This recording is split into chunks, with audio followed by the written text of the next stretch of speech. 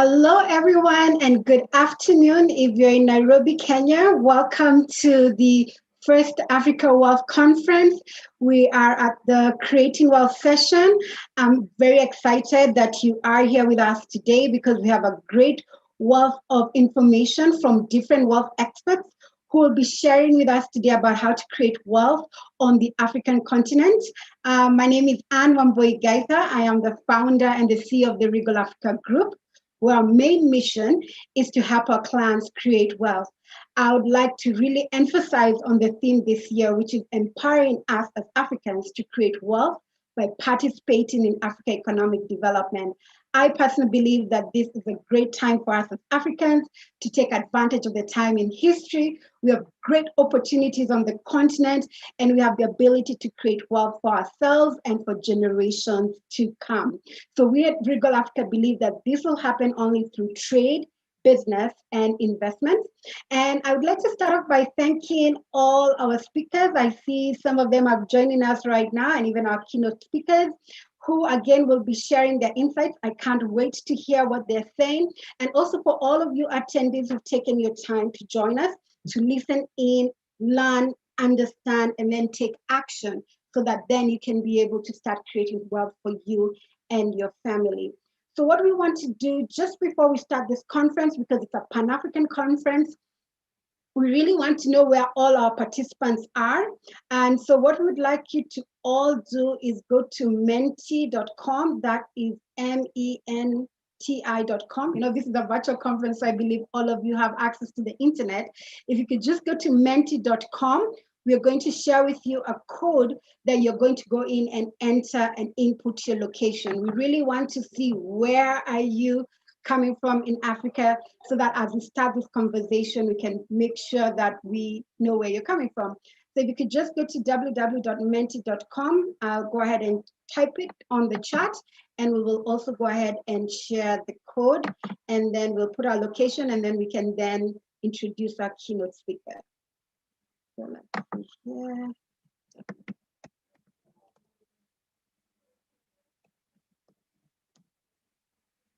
All right, so the code that you're going to enter when you go to menti.com, the code is 56878414. Again, 56878414. And if you enter that code, you're going to go ahead and get the question where you're located. And if you go ahead and input it, we'll be able to share and state where all of us are coming from.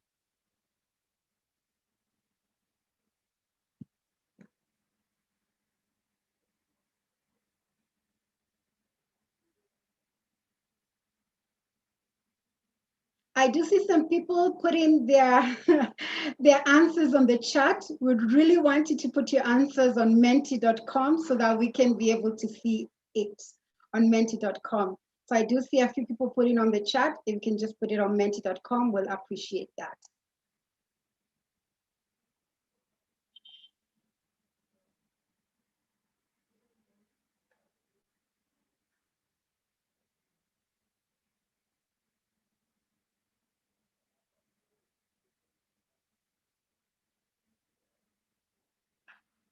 All right, we still see a few answers coming in. We'll take about a minute or so, and then we're gonna go ahead and have Regina share those answers.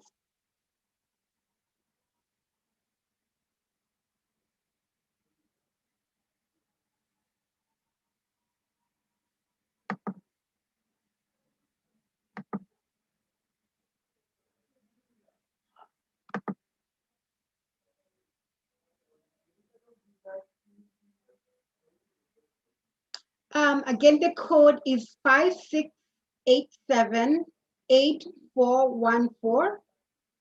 The code is actually put there.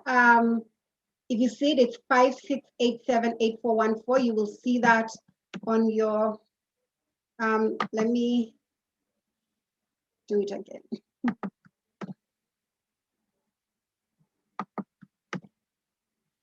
Five, six, eight, seven. All right. So what I'd like, Regina, if you could just share with us the results so far so that we have an idea, and then we go ahead and welcome the keynote speaker.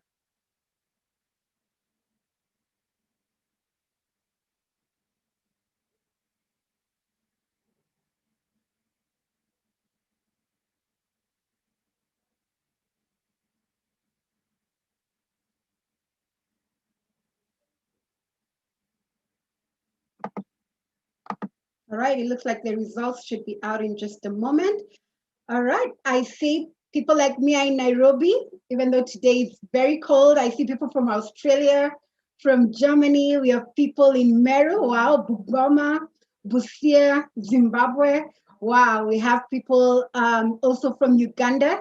So as we say, this is a Pan-African conference. We really are looking at Africa holistically and saying that even though we're here in Nairobi, Kenya, where the Africa World Conference is held, we do have everyone joining in from around the world and from around Africa. And we really want to have these discussions around creating wealth. And so with that, thank you very much for those who have answered. I will go in now to start the conversation around creating wealth in Africa. And so with that, I will introduce our keynote speaker today. I'm very excited for us to introduce him. His name is Mr. Sandeep Raishura. He is the CEO of Zamara Group, and Zamara Group is based out of Kenya, where they help individuals and businesses, and it's all about making the right decisions and providing the solutions financially, which will determine your future financial success. And so with that, I really appreciate you, Mr. Raishura, for coming in today. And if you could just tell us a little bit about yourself and the work that you're doing at Zamara, and then you can carry on with your keynote speech.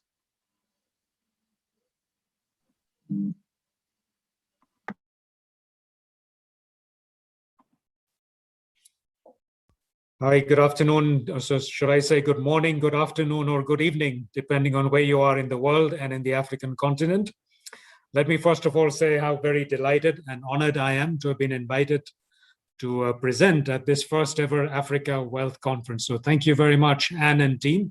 Really excited to be here, especially delighted because, you know, the subject of creating wealth or wealth is one that, you know, a lot of us are very shy about talking about in Africa. We're almost apologetic talking about wealth. You know, it's like, you know, we want to live on handouts. We We don't want to talk about wealth creation because it can have other connotations on our continent. So I'm really happy that we are having this initiative, and I'm really looking forward to this.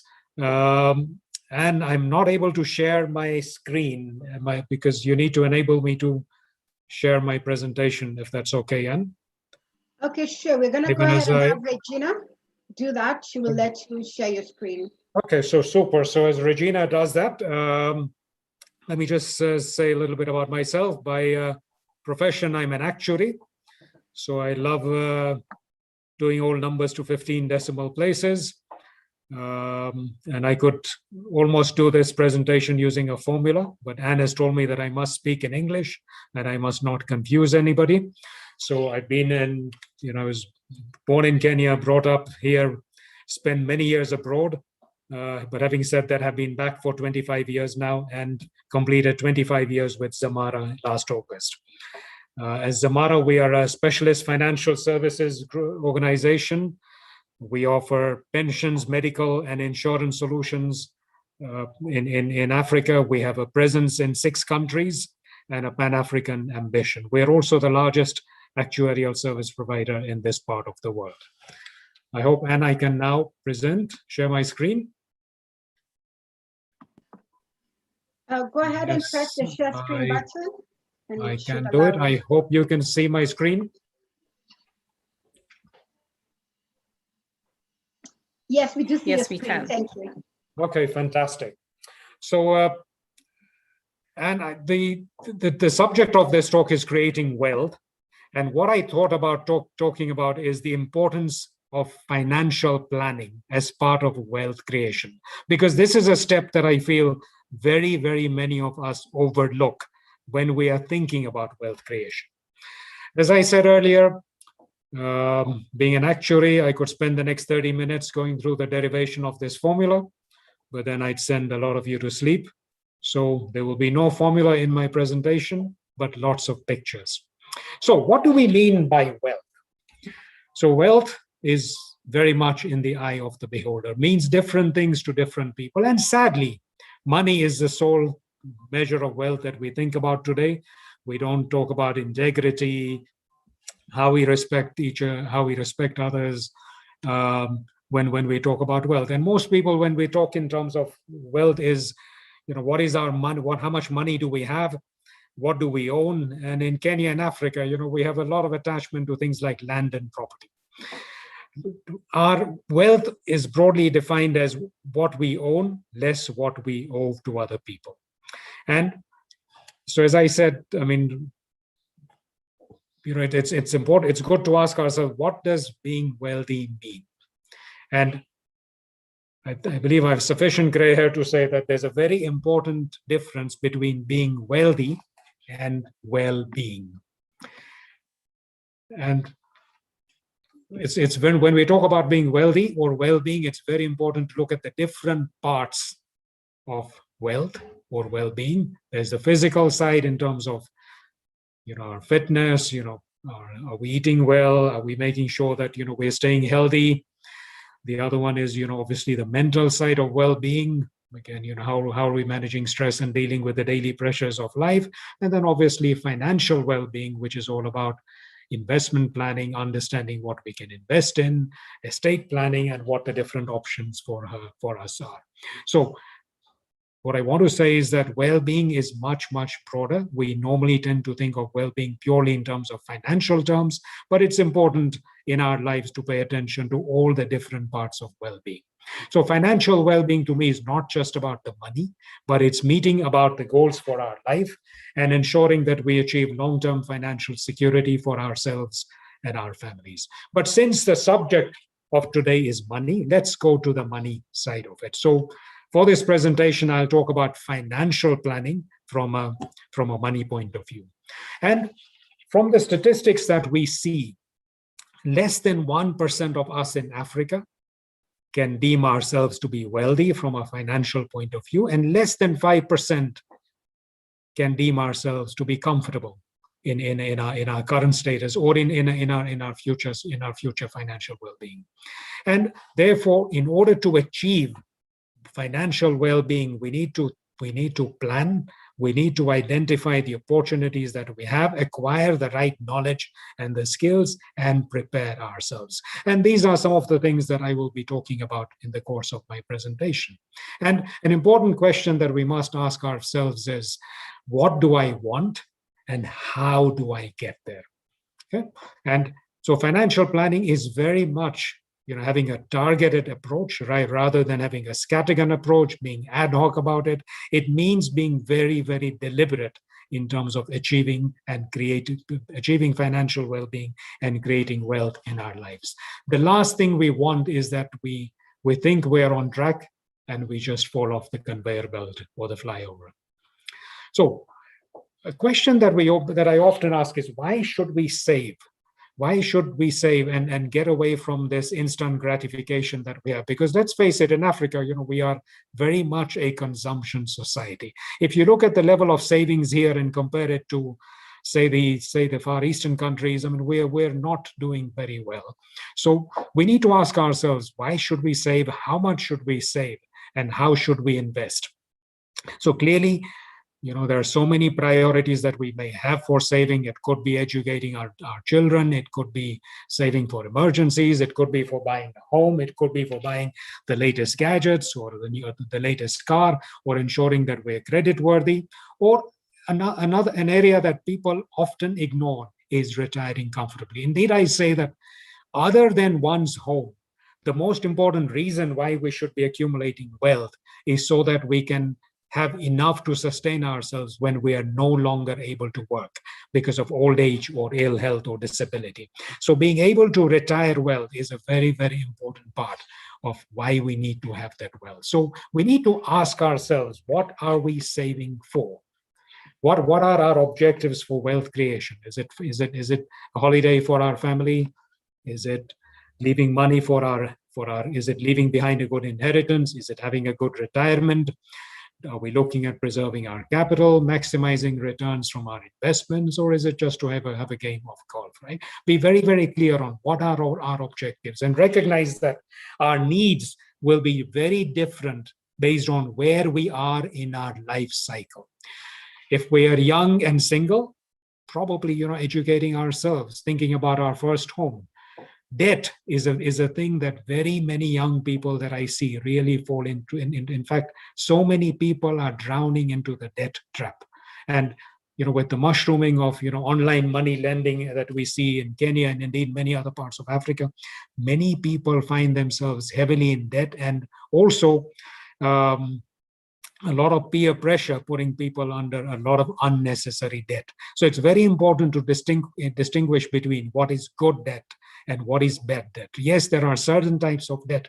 For example, taking out a mortgage for a home, that might be a good idea, or taking out debt to educate oneself or achieve something that is investment worthy, maybe good things to do, but avoid falling into a debt trap. And as we become older in our lives, when we have a family, when we have kids, things like education, things like ensuring that we have sufficient medical cover, savings for ourselves, having a home. As we become older, some of us go through a midlife crisis. But again, these are things that, again, become very important, especially as our children grow. And we need to then start thinking about our future. How are we going to sustain ourselves when we're no longer able to work? And depending on where we are in our lives, our needs will be different. And therefore, our financial planning needs to take each of those circumstances into account. So when we look at financial planning, we should be asking ourselves, where and what stage am I in my life? Am I young and single? Am I in my midlife? Am I approaching retirement? What is my current financial status? What do I need? What do I desire to have? And it's always good to be ambitious in our desires. And how much am I short in terms of where I want to be, what I need compared to what I currently have? And what is it that I can do about it? And in doing this, and this needs to be a very systematic exercise where we look at our personal circumstances, as I said earlier, what do we currently have, including whether you have your home, what other savings do we have, when do we want to retire, for example, where do we work now, what is our current standard of living, what standard of living do we desire, what can we afford? And in order to be able to start asking how much extra can I put aside to create wealth. And I use the word saving and investing interchangeably, because saving sometimes has a negative connotation. Saving for old age doesn't resonate with people, but investing for your future is something that resonates with a lot of people. And we need to ask, what are we investing for? But how do we do this? And I believe my wife may well be attending this, but one thing she hates it when I say is having a budget, right? Because I believe that a key part of financial planning is having a budget, so that you can become the finance director for your life, so that you can ask, you can control your money and it's not your money controlling you. And you can manage your expenses a bit better and identify possible savings. Because before you're budgeted, if you haven't budgeted, you would not be asking yourself the questions: is it necessary? Can I do without it? If not, where can I spend, or where can I reduce my spending? Okay, so sometimes say people can be divided into three classes: the haves, the have-nots, and the have not paid for what they have. And I keep on stressing this, especially to young people. I believe, Anne, you should have asked, what is the profile of people in terms of, other than being the country where they are, how old they are, because we should really not try to keep up with others. We should not spend unless we have it, avoid the debt trap, and never use our homes or cars or possessions as security for debt, because that's what a lot of people end up doing. So the next step is, having prepared a budget, we should then be able to identify how much can we save or invest. And this saving could be saving for our future, saving for our kids, saving for keeping a cash fund for emergencies, and might make sense to pay off any debt that is not essential, that is not useful debt, and ensuring that we can provide for our needs and the needs for our families. And finally, need to choose the right saving vehicle and ensure that we have the right strategy. So not to make financial decisions in isolation, consult with accredited financial advisors. And I always say, don't fall prey to poor financial advice. Make sure you take the advice. This is very important, but make sure we get the right advice, and ensuring that we plan regularly and monitor regularly so that we can stay on track. So analyzing our personal situation is very, very critical in terms of how much do we have on currently, what is our time horizon, what are we looking to invest for, what is our current income needs, what are our income requirements in the future likely to be, what are our current and future expenses, what liabilities do we have. Tax is a very important part of financial planning, and how much risk we are able to bear or not bear is also very crucial. And this can vary from person to person and what stage we are in our lives. So again, just to repeat, we need to evaluate our own standards, set proper goals for saving for our children, for our pension, prioritize those goals, and very important, distinguish between necessity and want. Now, just want to talk about some of the risks in wealth creation. And one of the worst enemies for anybody looking to invest is inflation. For those of us who were around in the 1970s, I'm sure you'll agree with me that you could buy a car with 5,000 Kenya shillings, and this is $50 for those from the rest of the continent. In 1980, we could probably buy a motorbike. In the year 1990, maybe a bicycle. By the year 2000, a pair of shoes, and now we're lucky to buy a pair of socks with 5,000 shillings or $50. So inflation is very, very key, and inflation can have a very severe impact on our investments. And again, how we structure our investments can determine whether those investments will keep pace with inflation, i.e., whether those investments will give us a real return, i.e., a return that keeps pace with inflation, or that the purchasing power of our money or our wealth is being eroded by inflation. A lot of us want to consume more than we can afford. And yes, we want to do all these nice trips and have these nice holidays. That would be great. But we always must check, are we able to afford these things? Now, again, very important, and some of these slides are referring to retirement rather than just wealth creation for wealth creation. But we often say when we're talking about planning for one's future pension is that what you have put in should be only about 25 cents of your final pot of money. Your return should contribute between 2/3 to 3/4 of what we have eventually in our nest egg for our future. And that's why it's the investment strategy is very, very important in terms of making sure that we can achieve this, so that our money is working the hardest for us. What we have put in, the return that we get on this money is working. We have invested the money well to earn us a decent return. Now, the other thing that is also very important, and most of us don't think about this, is that we are living longer. Whether we believe it or not, to a lot of the people that I speak on to the African continent, when we talk about saving for the future, especially saving for old age, people say, well, with life expectancy at 55 or 60, we're not even going to get there. So why do we need to worry about this? And I say those are distorted statistics. Life expectancy of 60 in Africa is actually life expectancy at birth, which is very heavily impacted by things like infant mortality and things like AIDS, HIV, the accident mortality between our 20s and 30s. But after 35, let's not cheat ourselves. Life expectancy here is as long as it is in the rest of the world.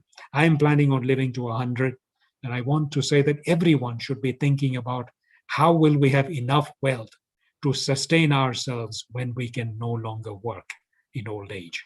And the other thing is advances in medical science are really extending our lifetimes. And unless we have sufficient wealth for our future, that could be a very miserable time for us.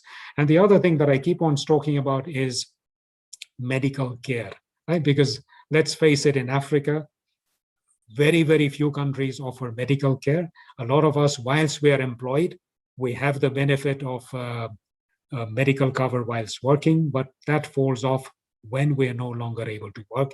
And almost 60% of what we are likely to spend on our medical is likely to happen after in our old age. And therefore, thinking about having a pot of money to pay for our medical bills in the future is also very, very critical.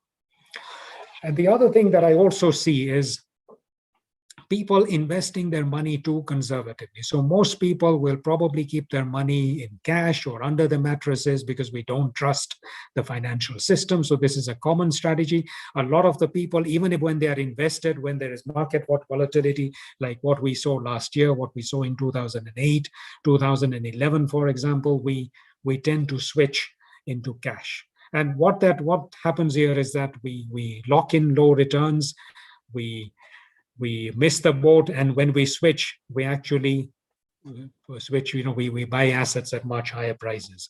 So again, a conservative investment strategy is often a disjointed investment strategy, and it's very important to take care. So unless you're older, where you need more income, where you need to ensure that there is more security in your assets, in your investments, I would guard against a conservative strategy because actually it can be more risky. And the same goes for people being too aggressive in their investments. And this happens a lot. And we see this a lot in Kenya. People really go for aggressive. People go into speculation. People invest in plots of land, hoping that they can double in prices. Be very, very careful about doing this. And therefore, it's always good to appreciate where we are in our life stage and have an investment strategy that takes account. So when we are younger, we can afford to take more risk. As we become older, we need to move to a more conservative investment strategy. And this should be done in a structured and a proper manner. Now, having talked about the importance of a financial plan and investment strategy, and some of the risks in investment, and again, in a presentation like this, within 30 minutes, we can only skim through some of these things. Let me also talk about investment options. And again, there's a huge variety of options that we can have for saving. You can invest in. You can put your money in cash. You can invest in stocks and shares. You can invest in property, in unit trusts. You can take out policies. You can invest offshore as well for those countries that allow investing offshore. So again, very important to say that there's a variety of options. We all know about the importance of diversifying our investments, not putting all our eggs into one basket, and being careful about the risks we take based on where we are. I've talked earlier about cash offering us a predictable return. Yes, cash gives us that liquidity, having access to the money when we need it, but cash is one of the worst investments when we look at inflation. Okay, so because it loses its real value over the long term. So yes, cash gives us the short-term security, but if we're looking to invest for the medium to long term, we need to ensure that we are investing in a more diversified portfolio. Stocks and shares, investing in the capital markets are good things for the long-term investor. But again, we need to ask, should we manage this portfolio ourselves? Should we get somebody else to manage it? And recognize that a decent amount is needed if we are to run a successful portfolio. Always remember that investing directly in stocks and shares can be risky. We need to have a long-term time horizon. We need to understand what our objectives are. Very important to understand the tax implications and look at, how are we managing these assets, and recognize that investment returns can be volatile, can fluctuate, can go up and down. We can have a bumpy ride. We can have turbulence in the short term. But as long as we have the right investment strategy for the future, these things will balance out. Okay, so I'm just giving you a couple of examples. So unit trusts, again, in Kenya, in very many other parts of Africa, we now have many unit trusts structures. These are collective investment schemes. Now, what these do is they avoid the risk of investing in one stock, in one bond. So we can diversify our holdings by having a specialist investment manager manage our money for us. But again, all the time when choosing a unit trust, it's the same things again. What's our risk profile? How long do we want to invest our money for? How does this fit into our overall investment strategy? And make sure that we invest with recognized investment houses who have a good investment philosophy, who have the people and the resources and the controls that are important. And as I said earlier, always consider what are the tax implications and take advice. And always distinguish between speculating and investing. What you want for your future financial security, you don't want to speculate on. Okay. The other thing that a lot of us overlook is protection, right? And ask the question, what would happen if, God forbid, we were to pass away at a young age, or we were to pass away and have family, or who are dependent on us, we become disabled. Do we have enough life cover should something happen to us? Do we have enough protection should we become disabled?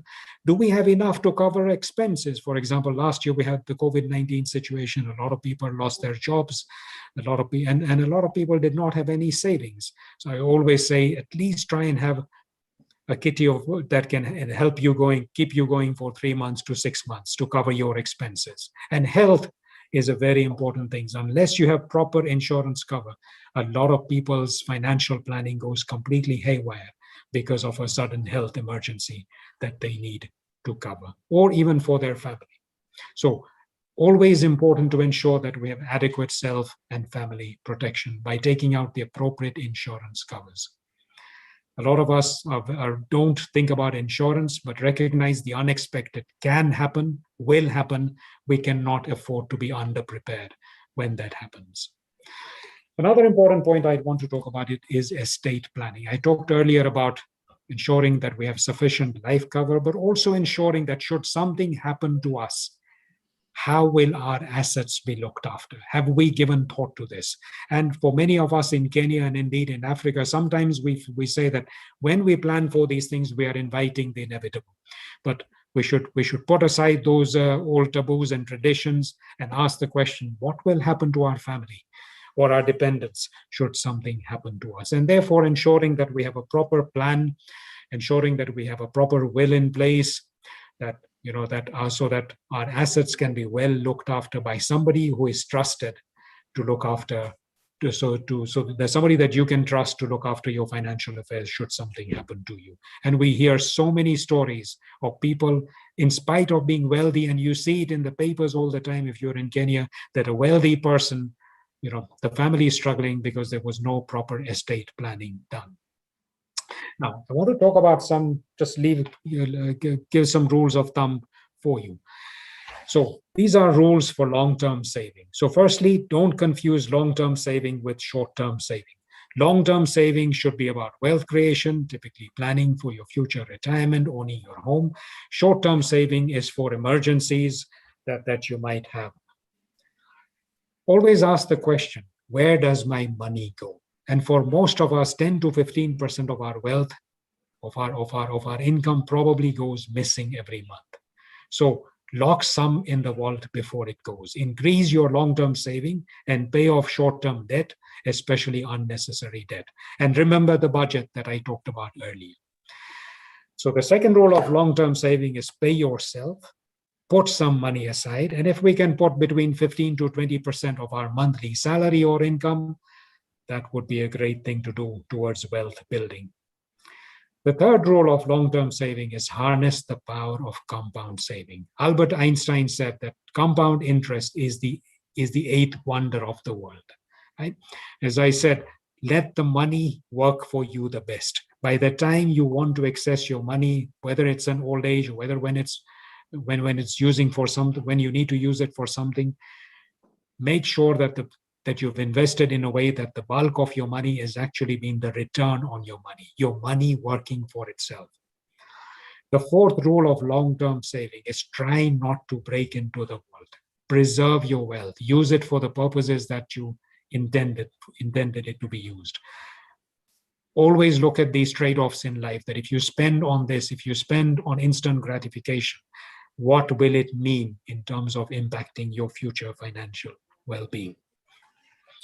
There's something in finance called the rule of 72, which is good to know, that if you divide 72 by the return that you're likely to earn, it tells you the number of years it will take to double your money. So for example, if you're earning a return of 9% on your money, you want to know how long will it take me to double my money, you just say 72 divided by 9, you will double your money in 8 years. And you can use this rule in reverse to say that if I have 250,000 shillings now, or $250,000, and I want to double it in 5 years, what sort of return do I need? Again, say 72 divided by 5, 14.4%. And what this says is if you want to double your money in 5 years, you need to earn a return of 14.4% on your money. Again, the rule of 72 helps you to understand the impact of inflation. So let's say inflation is 5.5%. In 13 years' time, your money will have halved. If you so in terms of the what you can purchase, the purchasing power of your money will have halved. Okay, very important. A lot of people don't know what they have. So always ask yourself, what do I have? If I'm working, do I enjoy any employment benefits in terms of life covers, disability covers? Do I participate in a pension plan from my employer? What other benefits do I get? What are my personal investments, especially if I have children? What insurance policies do I have? Do I keep track of each of these, all my investments, all my plans, all the plots of land that I might own, everything that I might have held before that I might have forgotten about? When was the last time that I reviewed these against my needs? So very important as part of financial planning, take a spot check. Make sure that you have a list of everything that you own. And I could actually share with you a template that you could use and that you could share that shows you, how you can plan your finances well. Again, based on where you are in your life cycle, just to recap, if you're young and unmarried, what might you want to have? Always necessary, I said, start saving for your future from the time you start working. Make sure that there is a good disability cover, a good hospital cover. And these days, it's very, very good to have a level of critical illness cover. If you're married with children, again, make sure there's sufficient medical cover, sufficient life cover. And as you get older, very important to give good attention to your retirement saving and covers for your family as well. Now, as I sometimes say that when God blesses us financially, let's not just raise our own standard of living, but also our standard of giving. So at Zamara, we have an initiative called Gift a Pension. I'd want to encourage all of you just go to www.giftapension.co.ke. You can very easily open a retirement or a pension savings or just a pure savings account for anybody who depends on you. It could be your house help, it could be your driver, your security guard, or anybody that touches your life. It could be your spouse, it could be your children. Open a savings account for them. You can do it very easily and very, very securely. So, to summarize, investment planning is a process of meeting the goals of your life. It is a very, very important part of wealth creation. It is never too early to start planning for your financial well-being. Follow a step-by-step process and have a yearly check and a 3-yearly detailed check and review of your plans. So I want to leave you with a number of messages for the ladies in the audience. It's not the great temptations that ruin us. It's the little ones. The individual most accountable for our financial welfare is the one we see in the mirror today. Since I talk a lot about retirement, you can be young without money, but you cannot be old without it. If you fail to plan, you plan to fail. And getting the right advice, not falling prey. A lot of us in Africa fall prey to pyramid schemes and go for investments that at the end of the day we regret. So taking the right advice is very key. As I said earlier, in the time it takes to have a cup of coffee, you can secure someone's future. Please gift a pension if you can. Ladies and gentlemen, thank you very much indeed. Be very happy to answer any questions. And then I believe I've stuck to my time of 30 minutes. So thank you, and back to you. And once again, thank you for the opportunity to be part of this conference. All right. Thank you, Mr. Raishura. And even as you remind us to gift a pension, and we should be able to give what we can. We also want to thank you for the time, for taking through us these 30 minutes and just sharing with us what we need to do to create wealth in Africa. I am just looking in at some of the questions before we go to the next panel. Someone asked, is it nice to have a life cover if I have debt? Maybe that's an issue around what is the best way to do it. If you're in debt, do you get out of debt, or should you start using that money to pay for a life cover? Maybe that's one question you can answer before we go to the next panel discussion. If you have time. I think if you have debt, and this is a good question, you must always have life cover. Because if you have debt and you don't, something happens to you, who is going to pay that debt? Right? And especially if you're family, if you have home, you don't want to lose your home or, whatever little saving you might have, just because, you're no longer, the debt collector is going to come after your estate. So I always say, if you have debt, please take out life cover. And life cover is actually very, very cheap. There was another question, in terms of a pension plan, should I have an individual or should I have a corporate plan if I already am in a corporate plan? The important thing, is to save enough for your future, right? So, and I would say, yes, your own pension plan from your company is a good foundation, but the likelihood is it may not be enough. You need to supplement it through additional voluntary contributions, either through your company pension plan or taking out your own personal pension plan. And again, it's very, very easy to do. All right, thank you for that. Don't forget about retirement. Make sure that you're doing what you need to do, be it corporate plan or your personal plan, to make sure you're saving for retirement. And also don't forget about your short-term investment goals. That's very important. I do have to say, Mr. Raishura, that when we're putting this conference together, most of the people who registered, over 1,200, and I see a few of them are continuing to stream in, most of them, 51.8% were under 35 and 56.7% were women. So it looks like young women in Africa are the ones who are very interested in this particular conversation. So I think everybody needs to be having this conversation and doing what it takes to make sure that we are all creating wealth. In fact, that's going to be the next session, where I'm going to have Pam Tembe, who is going to be moderating the next session.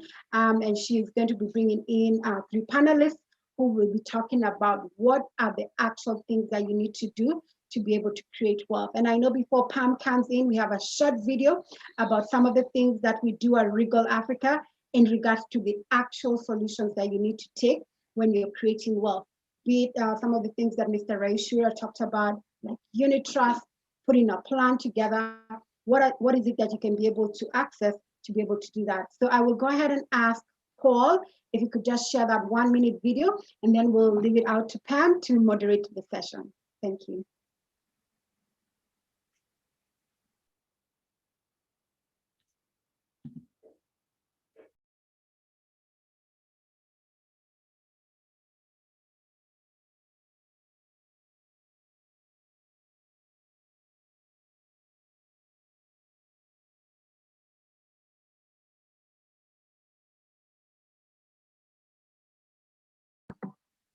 Paul, are you ready, or should we just go to the panel discussion?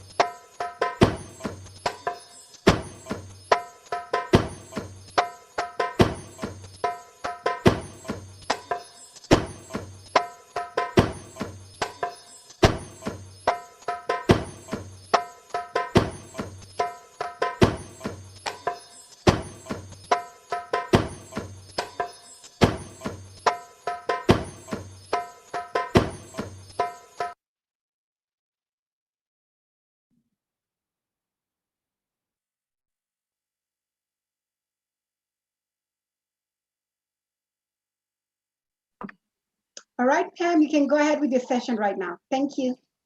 Okay, thank you so much, Anne. Good afternoon, everyone, or good morning. I can see people have already joined from all over the world. Welcome very much to our Creating Wealth in Africa and also the management of it. My name is Pam Mutembei. I am the Executive Director of the Walker Group Financial Services and also a founder of an organic skincare line made in Africa, actually made in Kenya here. So today I'll be moderating a very exciting session that will have an experienced group of people who will be telling us on what we can do on saving and investing. And it was very good that we had Mr. Raichura come in first, because I think we've just had a financial planning masterclass for free, which I think if we were learning in school, we would pay so much money for it. Thank you so much, Mr. Sandeep Raichura. And we've learned so much. So I'd like to introduce my panelists. I'll start with David Kanyi. David, are you with us? Hello. Yes, Pam, I'm here. Hi, David. I think I know you, David. Hi, Pam. How are you? Very well, welcome you, very much, David. David is a manager at Capital Markets Authority. We're excited to have at least a regulator here because so much has been happening, especially in that space. I think we all read the news and know what is happening. So I think David will be telling us a little bit about saving and investing, and also telling us the role of Capital Markets Authority in this market and how they can assist us here in the country. And also, I guess, since we are from all over the world, what else other people can learn. And David is a manager at a CMA, a product and development manager, and uptake of market deepening. So he's the one who knows how to create these products. I hope we can ask a lot of questions so that he can also be able to create for us new and additional products that we might require that we can also use. And if you have any questions, please put them in the chat box. We will come back to them later. I'd like also to introduce Madam Nancy Motugu. Nancy. Yeah. Hi, Nancy. Welcome. Can you hear me?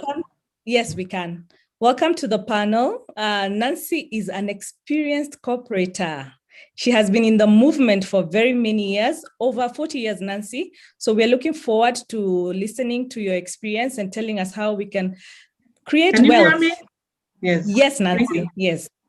Yeah, I'm saying that you're an experienced cooperator, many years in the movement.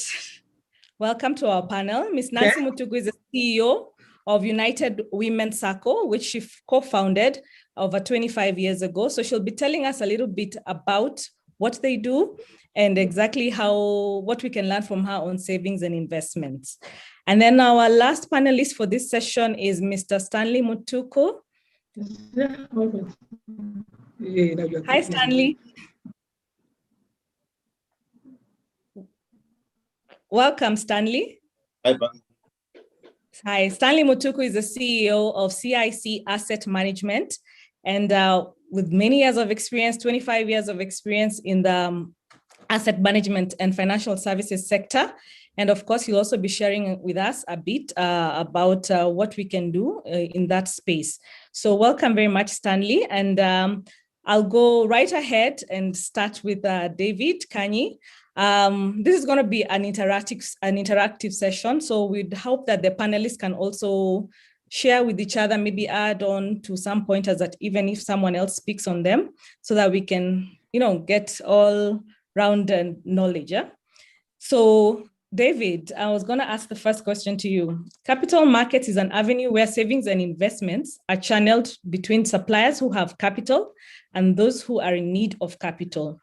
We see many investors who have capital but are not sure where they should invest. And can you share with us what CMA as a regulatory body is doing to ensure that more investors invest through licensed organizations so that they're more protected, or at least they understand the risk that they're getting into? I think Sandeep also spoke about there are a lot of things that are happening where, people are investing in fraudulent fund management and fund management companies that are not accredited. So please do also share a bit on that, how we can protect ourselves from that. Thank you, Pam, and thank you for that question. And good afternoon, good morning to all our listeners. I'm happy to be here, and first and foremost to just give information about capital markets, because I think the first thing when it comes to investments is all about knowing about information, knowing about what you're investing in. Today, if you want to buy a car, you just don't walk into a car yard and buy the car. You most likely do a bit of research before you can get into it, and also commit your funds to buying the vehicle. Now, what has happened, I think the same thing should be happening within capital markets. But most importantly, one of the regulatory functions of the CMA is to license and supervise all market intermediaries. And we have various market intermediaries, including investment banks, stockbrokers, authorized security dealers, fund managers, rate managers, and the securities exchange. And all this information is available within on our website. So market participants allow investors to participate in both primary market, what we call where you issue shares the first time, or securities the first time, or secondary market, where the authority is able to regulate the issue of capital markets products in the primary market, and then they have to supervise these products. Now, the question on what are some of the benefits, first and foremost. Any investor coming to the market, of course, is looking for some return. And one of the things that the capital markets will give you, especially when you're investing in the regulated products, one, you get access to what we call capital. The capital market offers a source of low-cost capital, which is long-term in nature and often at times unsecured. Just not like a bank where you have to showcase your securities for you to get debt or loans. Then you also get a sense of diversification, where it provides investors with a wide variety of capital markets products. And some of the products that we have include bonds, equities, exchange-traded funds, derivatives, collective investment schemes, real estate investment trust. These allow for portfolio diversification and risk minimization. The other thing that also, and this is very important, Pam, is that it's also here as a medium for savings. I think one of the areas where we've not probably managed to see much happen is investors looking at the capital markets as a medium for saving for a future, for something that you want to do in the future. And we've seen that happen a lot within the cooperative movement, but within the capital markets, I think there's still work to be done there so that we can orient, especially the youth and the young investors, into getting into just buying securities for purposes of saving for in future. So investors can accumulate savings there, and in turn use these savings are used for economic development. Now, if you look at, for example, the savings rate in Kenya, which is very low, it does not help us much when it comes to economic development. Countries like Japan are at 28% savings rate. In Kenya, we were doing very well at about 11.7% post-election balance, but after that came down to about slightly above 6%. That means that we struggle to generate internal funds to through savings for economic development. And I think one of the things that should resonate even to all investors listening, that as we do a lot of savings, then we attract the internally generated funds for us to start investing in projects that are in country, as opposed to going out there and borrowing or getting loans. Now, for companies that want to utilize capital markets, of course, they have benefits as well. There's what we call business sustainability. I think in the morning we listened to some presenters who were talking about sustainability, and I think the capital markets provides that kind of sustainability because of its long-term nature. So for succession plan, and especially for family-owned businesses, in addition, access to long-term capital provides an opportunity for the business to explore long-term strategies.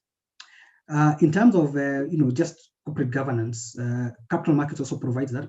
I think over the years we have tried to improve the governance structures of various entities, and this has helped revitalize the way business is done, with a keen eye ensuring that you have people in the boards or people who are able to now undertake the activities of the companies, where there's also a space where people can also look at what are you doing as board members, and the principal agency relationship is properly managed.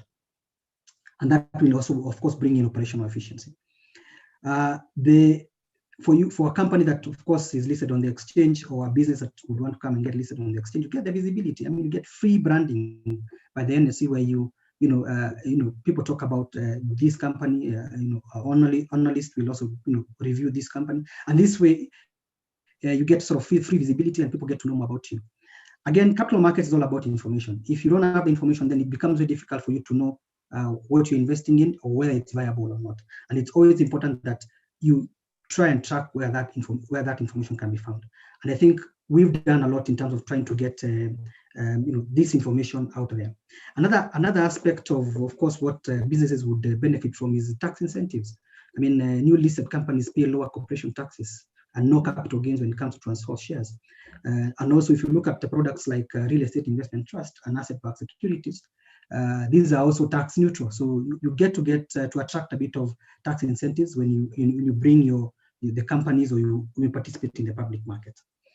Now, as CMA, to protect our investors, of course, we have put in place various measures, and among them is, of course, I've talked about the corporate governance code for issuers and in the capital markets, and of course, there's a stewardship code for institutional investors, and this helps bridge that conversation between the investors and the owners of business. That way, then, as information is freely deployed to anyone who would want to listen, then they're able to make the right decisions when they're making the investment decisions. Then there's an imposition of listing standards on ongoing obligations. Of course, for anyone who's listed on the exchange, we have an active role to ensure that they meet the requirements in terms of compliance. And also, of course, we have a dedicated team that keeps on looking at whether these companies are at least meeting the minimum requirements that have been set out before you get listed. The other thing is also we enhance financial literacy. This is very critical, and especially from the question that you've just asked, Pam.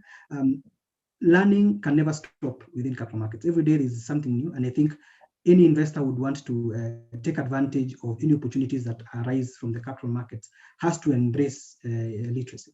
So CMA has put in place, a financial resource center and a portal where you can get into a lot of information once you dedicate your time to go and get that information from our portal. We also have an information repository an information toolkit that serves all forms of investors so that they can be able to understand and appreciate what capital markets has. The toolkit contains information on reports on fraud actions, complaints, whistleblower portals, complaints handling procedures, including contacts and investors that investors should be aware of.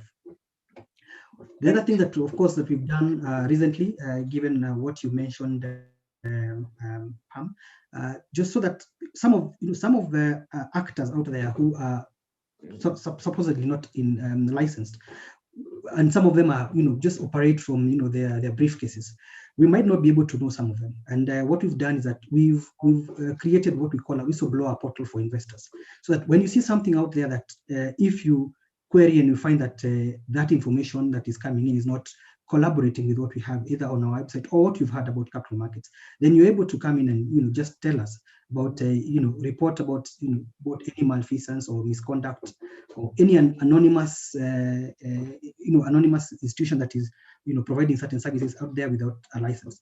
And that way we're able to pick this up, and we have also a dedicated enforcement mechanism through which we investigate and enforce some of these against some of these actors.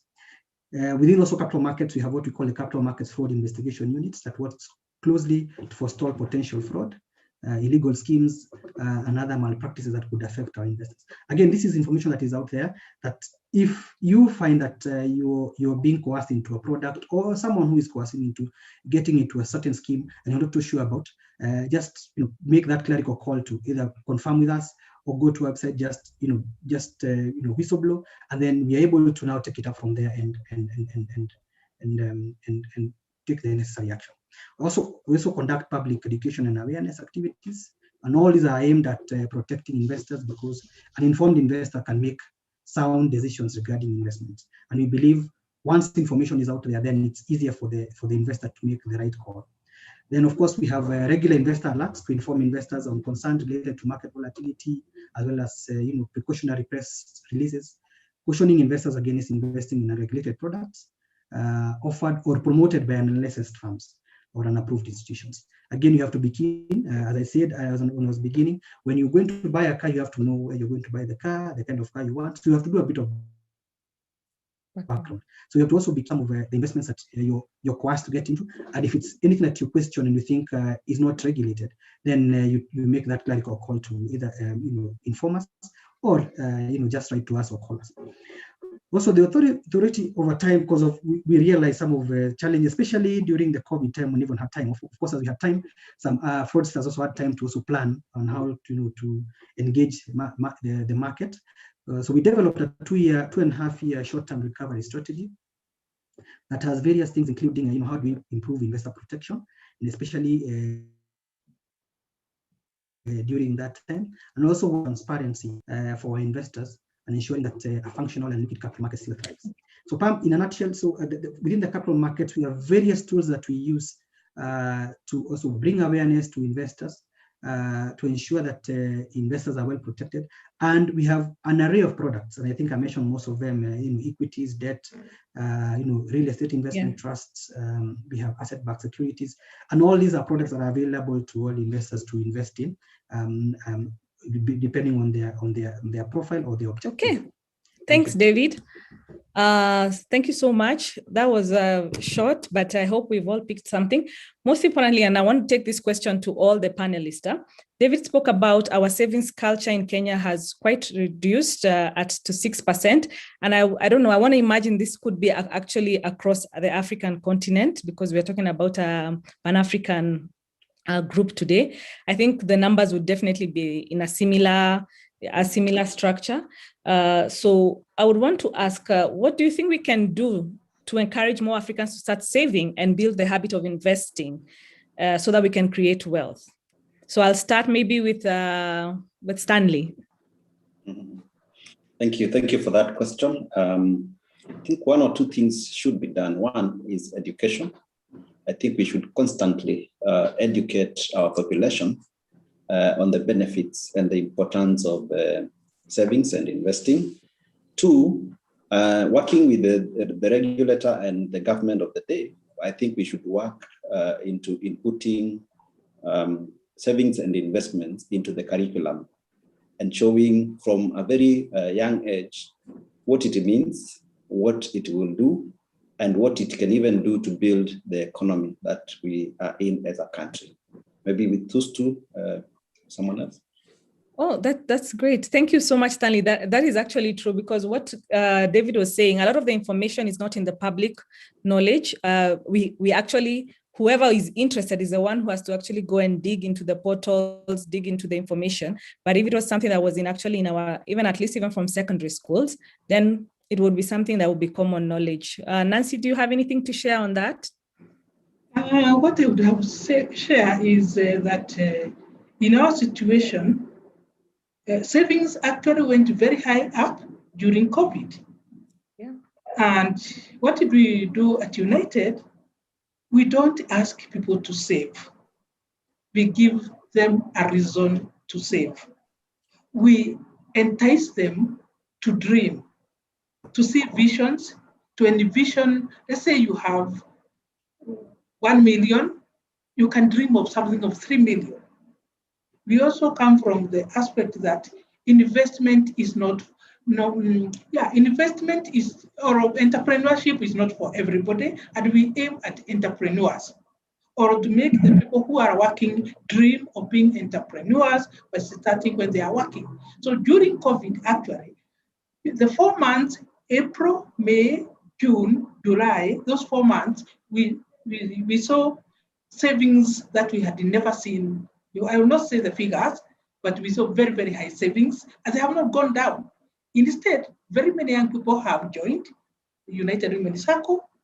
What is lacking, and probably also we have a challenge there, they want guidance on where to invest. I don't talk about these investments where you are just getting some money at the end of it. They want assets, something that you can call on, especially they came to realize that with COVID, you could be homeless. So they were saving to have, yeah, you mean I can lose my job? I need some savings in an institution that I trust and where I can grow my wealth. So I think that's what I would say there. They went up, they are still up, very high up. And I agree with you, Nancy. I actually attended Ushirika Day on Saturday. And yeah, that was one of the things that the CS was talking about, that assets in the cooperative movement went up, despite where everyone else was not able to save or invest. But it would seem being a cooperator is a good thing, because you actually give a good reason. People have a reason to save. It's something that they want. And now that we learned about financial planning, even if it was short and brief, but those are some of the avenues that people can do their investment in. So my question to you, Nancy, is that the SACCO movement is huge in Kenya, and the idea of saving to get credit continues to grow in Africa. Can you share with us what United Women SACCO offers members to ensure that they're saving for prosperity, and what does the future look like for SACCO members? One, the SACCO is not just for women. One correction, we take men from 2013. The SACCO was at that time we registered. The government was not registering SACCOs without a common bond. So the common bond became business and professional people. And we also started at a certain level. It's not any person who can join. First of all, joining is by introduction. We also insisted right from the beginning on a certain amount of saving. Initially, it was 10,000 per month, and it has to be 200,000 before one can borrow. So our smallest loan then was 600,000. We took too long to be able to make any money, so we climbed down to savings of 5,000 a month.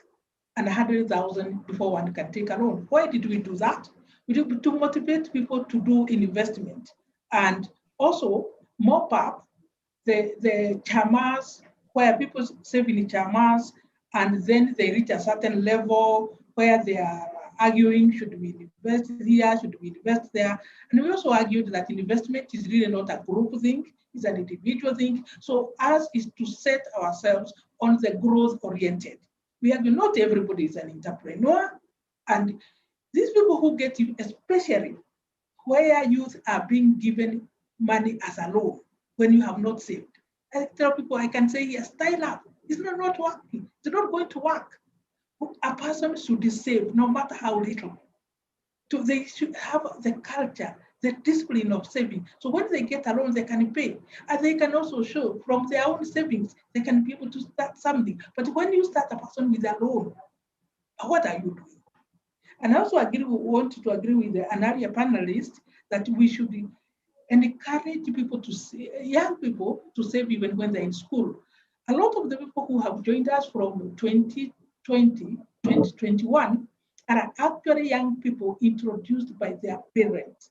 The parents who have grown as teachers, wherever they were working, and they were members of our cooperative society. And they always say, my seed came from the circle. But these young people are at a different level. And I have a charity to myself to show these young people to save for what? What can I grow? And not really remember kupata just interest, to grow an asset that can withstand the wind of another COVID. Yeah. Have I made myself clear? And you also, have another correction, the SASCO is 20 years, not 25. It was registered in 2001. For business and professional people. Now it's people, not women. That name might change along the line.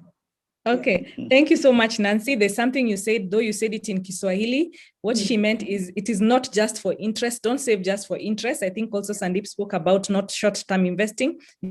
Investment is long-term. That is what she meant. Don't just save for interest, you save for a reason, for the future. And we're glad that you're encouraging young people to join, even if it is the movement. Many of us are products of the movement. Our parents have been in the movement.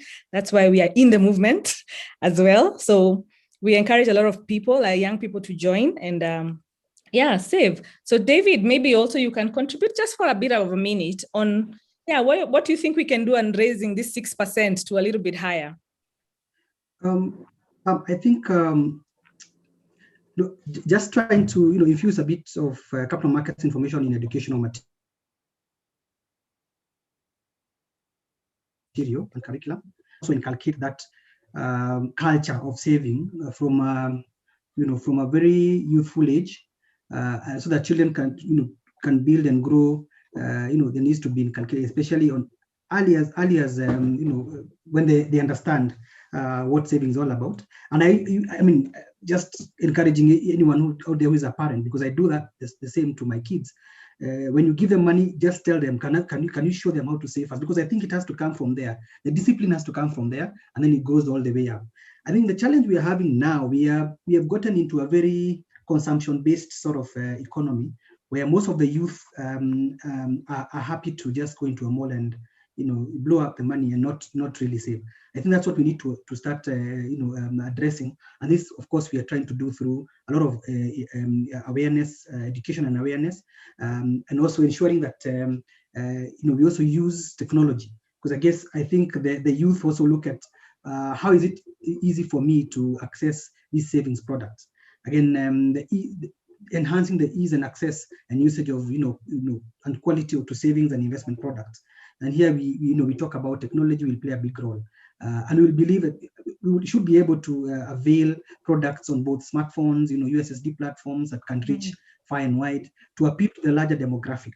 I think it's how easy we can showcase how you can move that coin that is in your phone, now that we have money on our phones, to more productive use in terms of savings or investments. I think that's one of the areas that we need to work a bit more in all sectors, and so that we can crowd in the youth and the young generation to start now embracing savings more, as opposed to just consuming all our disposable income. Thank you.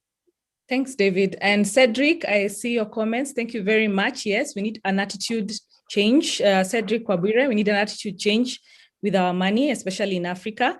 And David, if you could actually share the link on CMA, or we can be able to share with the people who have joined in, the participants. People really want to know a little bit more about CMA. Nancy as well, people want to know about United Circle, so you'll share. And so we go to Stanley Mutuko. Stanley, please tell us, many people save through banks, and I think that is short-term savings. or keep their money under mattresses. We heard about that as well, because they're not aware of many trustworthy opportunities, or we are a bit challenged or afraid of that. So you can tell us as a professional why people need professional money managers like you, you know? Okay, thank you. I think I will start by the words of Peter Lynch, who said, know what you own and know why you own it. I think many of us have a lot of money or little money, but the question is, we know we have the money, but sometimes we don't know why we have it. So I think it is important to keep monitoring why we have that money. And I will recap the words as we've been taken through by quite a number of the speakers today, of the financial cycle of a human being. And of course, it starts from birth to death. And what is important is, and it carries itself as a unit or an ecosystem, is we have what we call accumulation, we have what we call conservation, and we have what we call distribution. Now, those three must go in tandem, or each by the other, because as you accumulate, you need to conserve. And at the same time, you need to distribute. And in distribution, that is why we had even a session on succession planning and making sure that we have clear beneficiary appointment in what we do. In accumulation is the way we work on a daily basis to generate income. Then we accumulate that to something. Then how do we make sure that it is conserved either for today or to the future? The people who believe in the Bible, it talks about, as a human being, you need to save for your children's children, not just for your children. And most of us are talking about just retirement. But beyond retirement, there's death. But you have left a generation of children and another one of your grandchildren. And that is what the Bible says, that you push it to the grandchildren. Now, what does it mean? It means that we need to save, we need to add value to that money. Now, the analogy you have given of us having money in banks and mattresses, I want to analyze it in two perspectives. And the key elements of any investment is risk and return. Let's just look at having money in the bank. Of course, that money is safe, yes, by the words of or feeling of being safe in quotes, because a bank can also collapse. What happens if it collapses? We can only be able to get up to 100,000 Kenya shillings. That is what is guaranteed for now, as per our regulations. But two, when it's in the bank, we are talking about the safety, yes. We are talking about accessibility. You can access the money as and when you need it. So the issue of having it in the longest term, you might not be there. When we come to the issue of the mattress, on the risk element, the money can be stolen, the money can be burnt, and the money can even be eaten by rodents or rabbits or whatever it is. So now, if we go to the returns, you realize the banks will just give you minimum in terms of a return if it is in a savings account or a fixed income, a fixed deposit account. But we've just been taught about inflation, the value of money over time. And we've been told your money can be halved within no time because of just putting it nowhere. And so even in a mattress, the total loss of value, because there is nothing in terms of return. So I think we should think about that as we put money wherever we are putting it. Now, the ecosystem of money markets or money managers is twofold. One, we have regulated entities. We have unregulated entities. We have regulated products within regulated entities, and there could be possibility of having unregulated products within regulated entities. And then two, we have regulated individuals who represent the money managers and unregulated individuals. And so we need to clearly define who we want to deal with. And this is where money managers who are professional will come in terms of bridging the knowledge gap that the investor has and the money manager has, and the regulator has also provided information on that. And so for me, you need to identify, one, who are the money managers? Two, you need to identify who are the intermediaries who are working for these money managers And are they professionally qualified? Are they also licensed? And because there are proficiency certifications that are required, do they have them? And my recommendation is identify an intermediary working with a money manager who is professionally qualified and properly regulated in terms of certification, and especially with the Capital Markets Authority. We have certification from the Chartered Institute for Securities and Investments, which works hand in hand with the Capital Markets Authority to ensure all our intermediaries are properly certified. Now, two, you will also realize that the money managers have a structure that has been provided on the way they do things, and they need to provide this to yourselves. And this information will be provided to you through the money manager, that is the fund managers or stockbrokers or whatever it is, and then their intermediaries will be able to give this. So a discussion needs to happen between you and the person you choose to work with. Now, of importance is you need also to ask yourself, what are your specific needs that you have on savings and investments, and how can they be met or satisfied? And this can only happen if there's a discussion between the investor and a professional person who understands on the analysis of your needs, the analysis of the available assets in the market or available vehicles where you can invest, and then the track record in terms of doing that work to deliver what you're looking for. And there are two things that you're looking for. One is preservation of your wealth, and two, value addition to your wealth. And I think this is critical, and it can only come from someone who has gone through the training that is required, has garnered the proficiency that is required, and they can be able to show a track record. Now, number three, the importance of working with money managers. One, it's because they are regulated. Two, they provide a higher return than someone who does not understand what is happening. Number three, they will offer professional advice from research and analysis of any asset that is going to be invested in. Number four, there is what we call diversification, that your money will not just sit, for example, the way we said in one bank and the bank collapses, you only 100,000 is for you. But when you are working with money managers who are licensed and regulated, then they are able to diversify your 100,000 to more than 5 or 10 assets. And of course, if one was to be affected, 9 of them, for example, will be still up. And the return will cover the loss that was undertaken. And then number 5 is there is insurance for professional negligence when you work with professional money managers. And then there's also the flexibility in terms of ensuring that you get advice, you get your money when you need it in some of the products, and also you are well led into investing your money and adding value to it. Now, critical to it is what are the options in this market? And of course, we can talk about 2 things which are important. We have cash and we have land. And in Kenya, of course, we have property or land is very close to our hearts. And I appreciate the Capital Markets Authority because of regulating this area by providing a framework in what we call real estate investment products, which of course will be a discussion by one of our panelists in the next session. And this provides one, a return in terms of value, dividends, and it's traded in the stock exchange. So you can be able to buy in and buy out.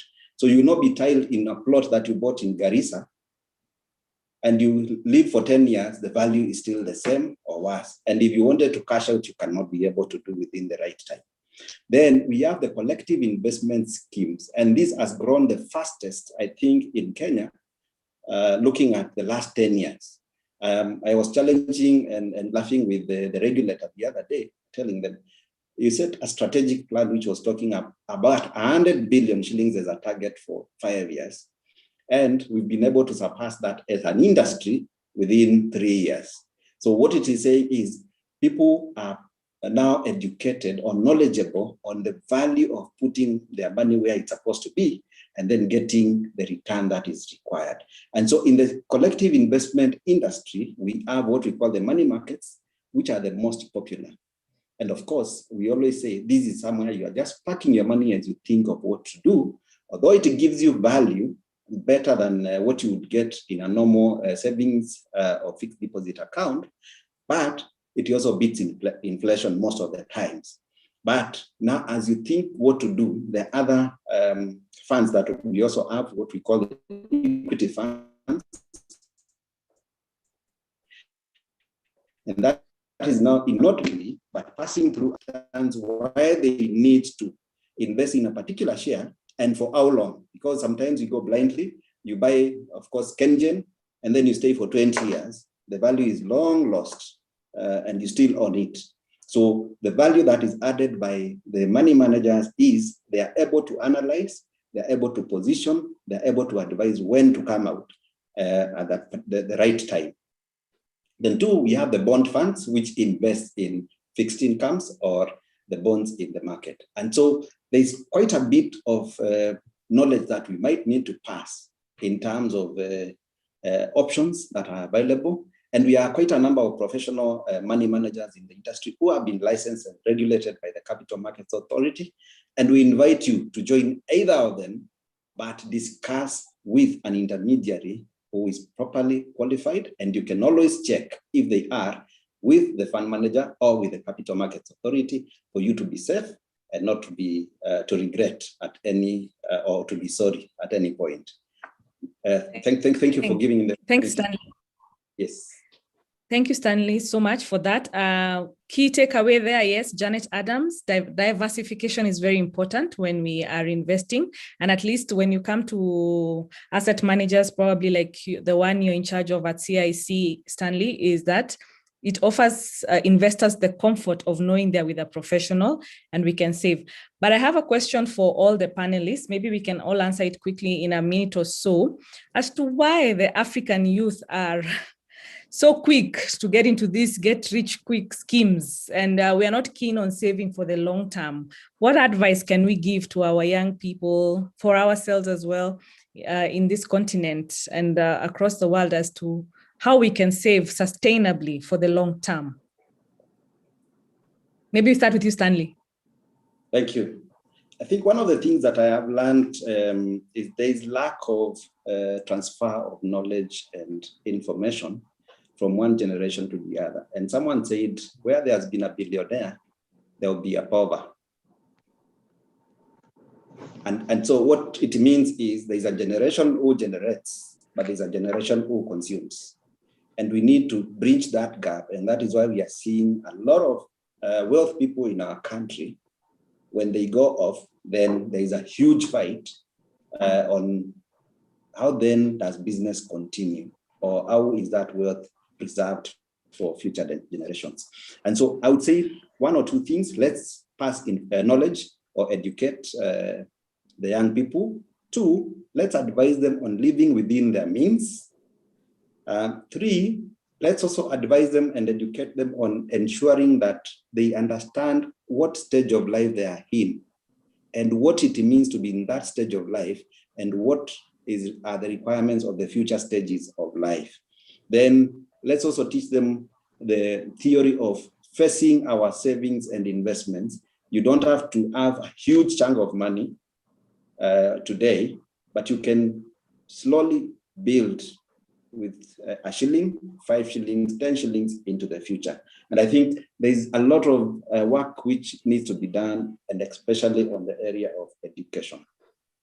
Great. Thanks, Stanley, for that. Yeah.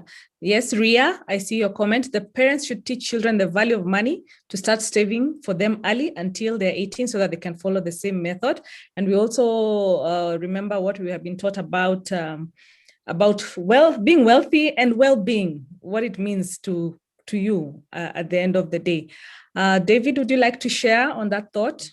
Yeah, thanks, Pam. And I like the comments, because I think it is crucial to remember that you are what you save, not what you earn, Okay, so today, if pension saving was not statutory, probably many people will be, retiring without money. But it has given us that responsibility to know that as you save now for the future, you have something that you expect once your productive years are done. Now, the same message should be resonated to the youth, because I think saving and investing are key objectives for everyone. Setting goals is perhaps the most crucial stage when it comes to personal saving. And if this message is not getting to them, then it needs to be inculcated either in the curriculum, or it should be done by every person who has ever saved and gotten to see any value out of it. Now, saving is the act of putting money away for later use. I think that it's not for consumption, for later use. We are seeing a lot of activity in the malls. Today you would find, the youth, investing in foreign markets. In the morning and in the afternoon they're out there, taking pizza and then getting to a shoe store, buying the latest sneaker, and that's it. So there is more consumption than there is for savings. And if you remember in your economics class, you had disposable income, which was made up of your consumption, savings and investment, and then your taxes. Now, if we spend everything on the first part, that is consumption, then savings and investments gets hurt. So we need to start now resonating that and also telling them about the importance of saving for a heyday, saving for a bad day in future. And I think the pension industry has shown how that helps, and especially anyone out there who's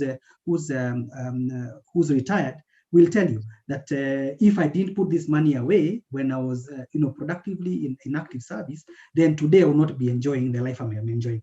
If anyone wants to achieve wealth sustainability, then they should take charge of their financial destiny. I think that's the message. We're setting aside money every month, and their dream will come into reality at some point in future.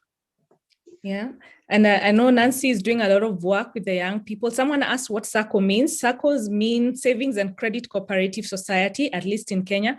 It is similar to credit unions. I think abroad, they're called credit unions there. So that is what it means.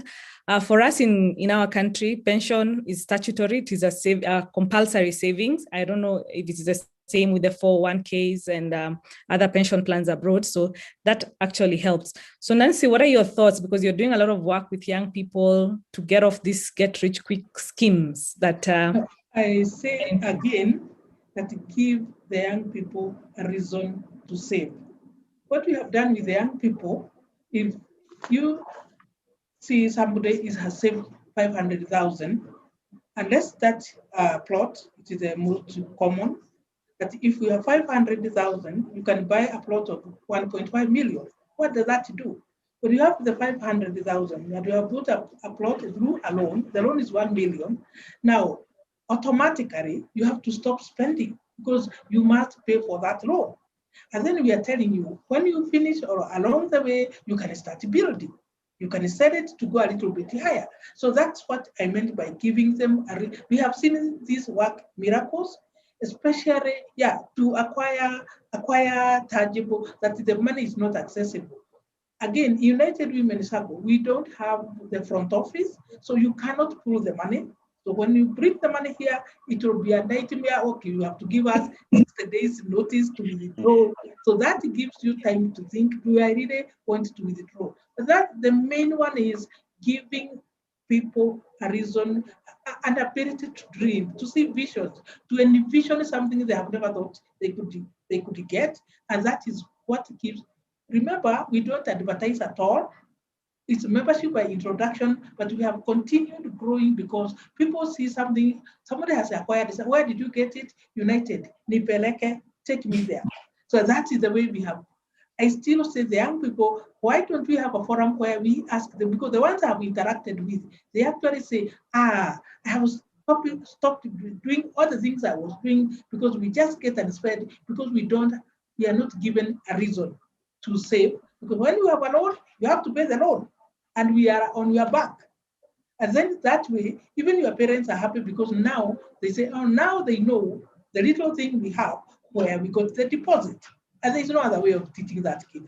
Telling people to put money aside, I feel that, personally, I don't think it works because you'll be tempted unless you have invested somewhere where you're paying a loan is a job.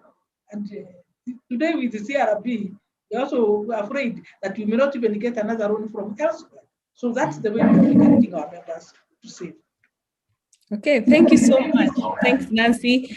So on your part, it's giving a reason to the young people. I see Janet saying that there's a lot of people who are also in their 40s and 50s who are falling in these rich traps, getting quickly. So, and she continues to do education daily. So we have seen a lot of these things surrounding education, surrounding technological innovation, teaching them from a younger age, maybe putting them in a school curricula on what savings and investments is. And I think we are running out of time. If you have any questions, I have been trying to respond to the questions that they're being asked. So I'm requesting the panelists to share their official email contacts. If people want to get in touch with you at a later date, maybe they want to get more additional information on also what your companies do. And Anne, do we still have time for one more question? We're actually right at 3 o'clock. So unless each of the panelists have a last remarks, then we can go to the next session. Thank you. Okay, so the panelists, if you have any last remarks, then we can continue to the next question. And I thank you very much for your participation. I've also learned so much. I'm sure I'll be getting in touch with a couple of you to get things right. And please, maybe Stanley, you can start us off. Thank you. I think one is to start by appreciating Legal Africa for this and the organizers of this conference. Two, one of the key things that I would want to leave each one with is be conscious and deliberate with savings and investments. Then two, do your due diligence before you put any money anywhere. And three, ensure you engage with professional financial advisors. And I think Rigo Africa is one of them, and they're doing a great job. Thank you very much. David? Thank you. Thank you. First and foremost, we thank, of course, Regal for Africa for giving us this opportunity to create awareness. Of course, Pam started by saying we have been in the media for all the wrong reasons, but I guess no publicity is bad publicity. It depends on how you take it and how you come out and express yourself so that you can share information to all and sundry. And I think the capital markets has continued to grow in Kenya, even for anyone who's out there and would want to come and invest back. We have various products. We have set ourselves as a center of excellence within the region.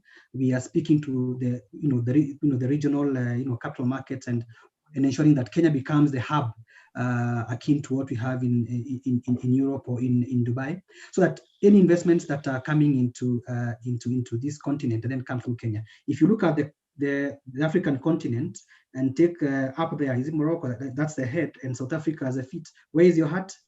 It's just right where Kenya is. So we are taking Kenya being the heart of investments, where you get into Africa and then you can spread your wings across. So we invite investors and also ensure that all investors are out there. And if you have any questions, if you need any information about capital markets, we are available to either speak to you, even issue more information for awareness and ensure that we grow this country together, because the needs that this country has can be achieved through capital markets products. Thank you.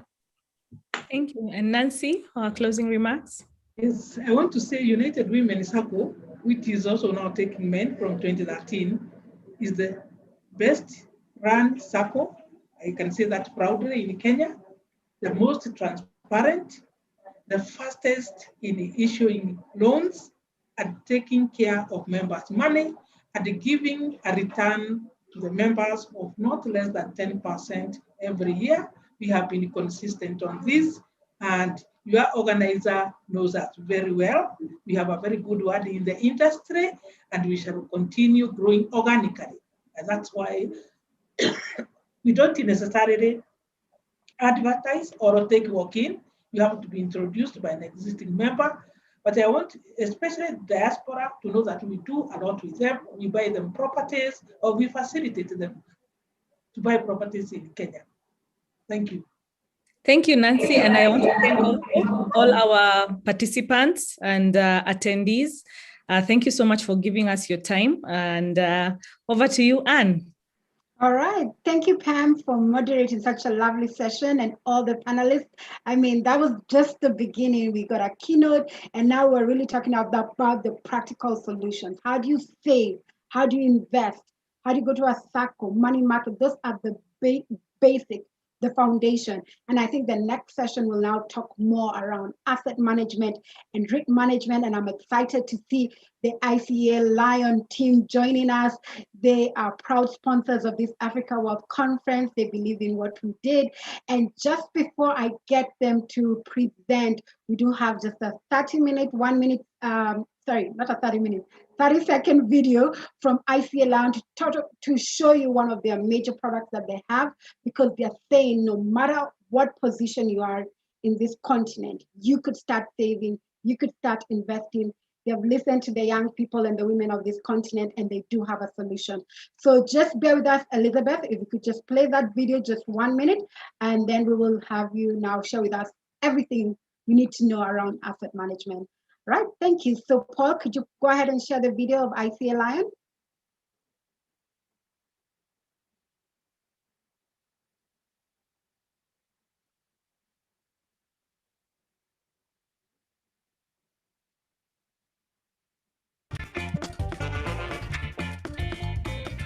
There are different types of unit trust. You can buy into a money market fund, which is a short-term investment fund, unit trust fund, that allows you to preserve your capital. And by preserving, we mean if you bring in 1,000 shillings, we first of all, the fund manager works very hard to maintain it at 1,000 shillings and earn you interest on top of that 1,000 shillings or whatever amount you have put in.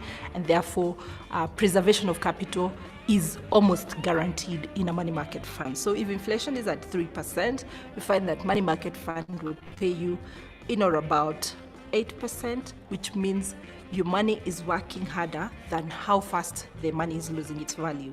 And so at most, the fund manager is always working to beat the inflation at all times.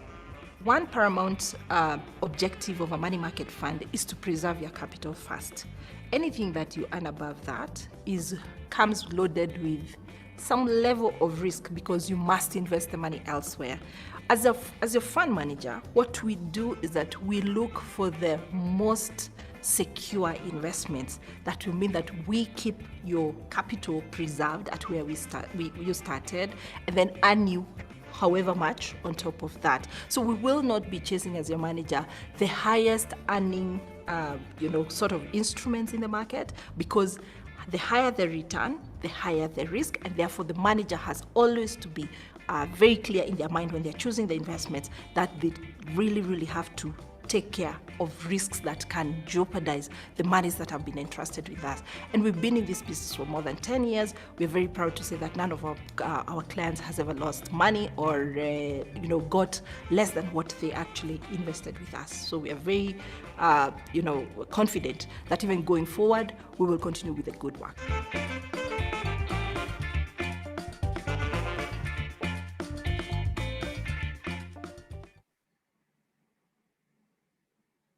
All right, thank you for that video. And I'll go ahead and introduce Wangeshi, who's the moderator for the next session, and she will be able to introduce Elizabeth. Wangeshi?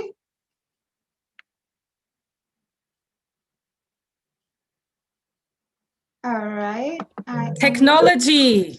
Okay, there she is.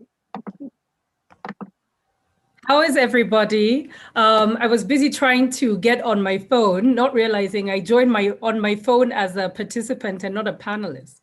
Anyway, hopefully JTL doesn't let me down this afternoon. I'm learning so much from this whole conference and even the panelists that we've just had today, and this learning will continue. I think it's amazing how everything has been put together. Those of you who are just joining us, don't worry. I'm sure Anne and her team have all the recordings ready for us to catch up and hear all the gems that were shared earlier today. It's my pleasure to moderate this panel for this afternoon. We have three fabulous speakers with us today, two of whom come from the key sponsor, ICA Lion, as you've just heard from Anne, and one of whom comes from, who is a chair of an association of one of these very mystical investments called REITs. But we're going to hear and we're going to get to all of that in just a little bit. Our first speaker for this afternoon is Elizabeth Irogo, and Elizabeth is a CFA by training. She is also the General Manager and Business Development Manager at ICA, in charge of client services. It's her team that actually helps you invest in the video that we heard today. So Elizabeth, please speak to us simply, right? In ways that we can understand and we can motivate it. All right. As we see, as you tell us a little bit more about asset management in general, and also throw it in there. Tell us how we can get to ICA if it becomes one of the choices that we're looking at, or who we should have those conversations with in your organization. So karibu sana, Elizabeth, and we look forward to hearing from you. Thank you very much. Thank you, Angeshi, for that. I'd like just to ask if maybe you can enable me to share my screen, but I'm very, very happy to join this conference. It's a very good session. We are learning a lot and we are sharing a lot of knowledge. I'm very proud to be with my CEO and to be given the opportunity to speak before he speaks. That is I'm more than grateful for that. So just I just take you through a bit of what is asset management. A lot of people, when they hear about asset management, a lot comes into your mind, and I'll just demystify a bit of that and a bit of investments. I'm still not enabled, Anne. I hope I didn't join through the wrong. Okay, we're just fixing that. You should be able to share your screen in just a minute. Okay. No worries. But asset managers in Kenya, just to give you a glimpse, we are all licensed by the Capital Markets Authority. I think David is a representative from CMA. Those are our regulators. They give us the ability to serve the public. We are not very many fund managers in Kenya. We're about 23. Some of us are quite old in this space. ICA Lion specifically, we are 36 years in. So we've been doing this even before the markets were quite well organized, and we have been at it successfully. So I can tell you, you're speaking, or I am representing a group that has been in the space of investment for a very long time, and we are very proud to be of impact to many families, to many individuals. I still see that I cannot be able to share. Perhaps I don't know. Anne, how do you want me to proceed? Is it technology?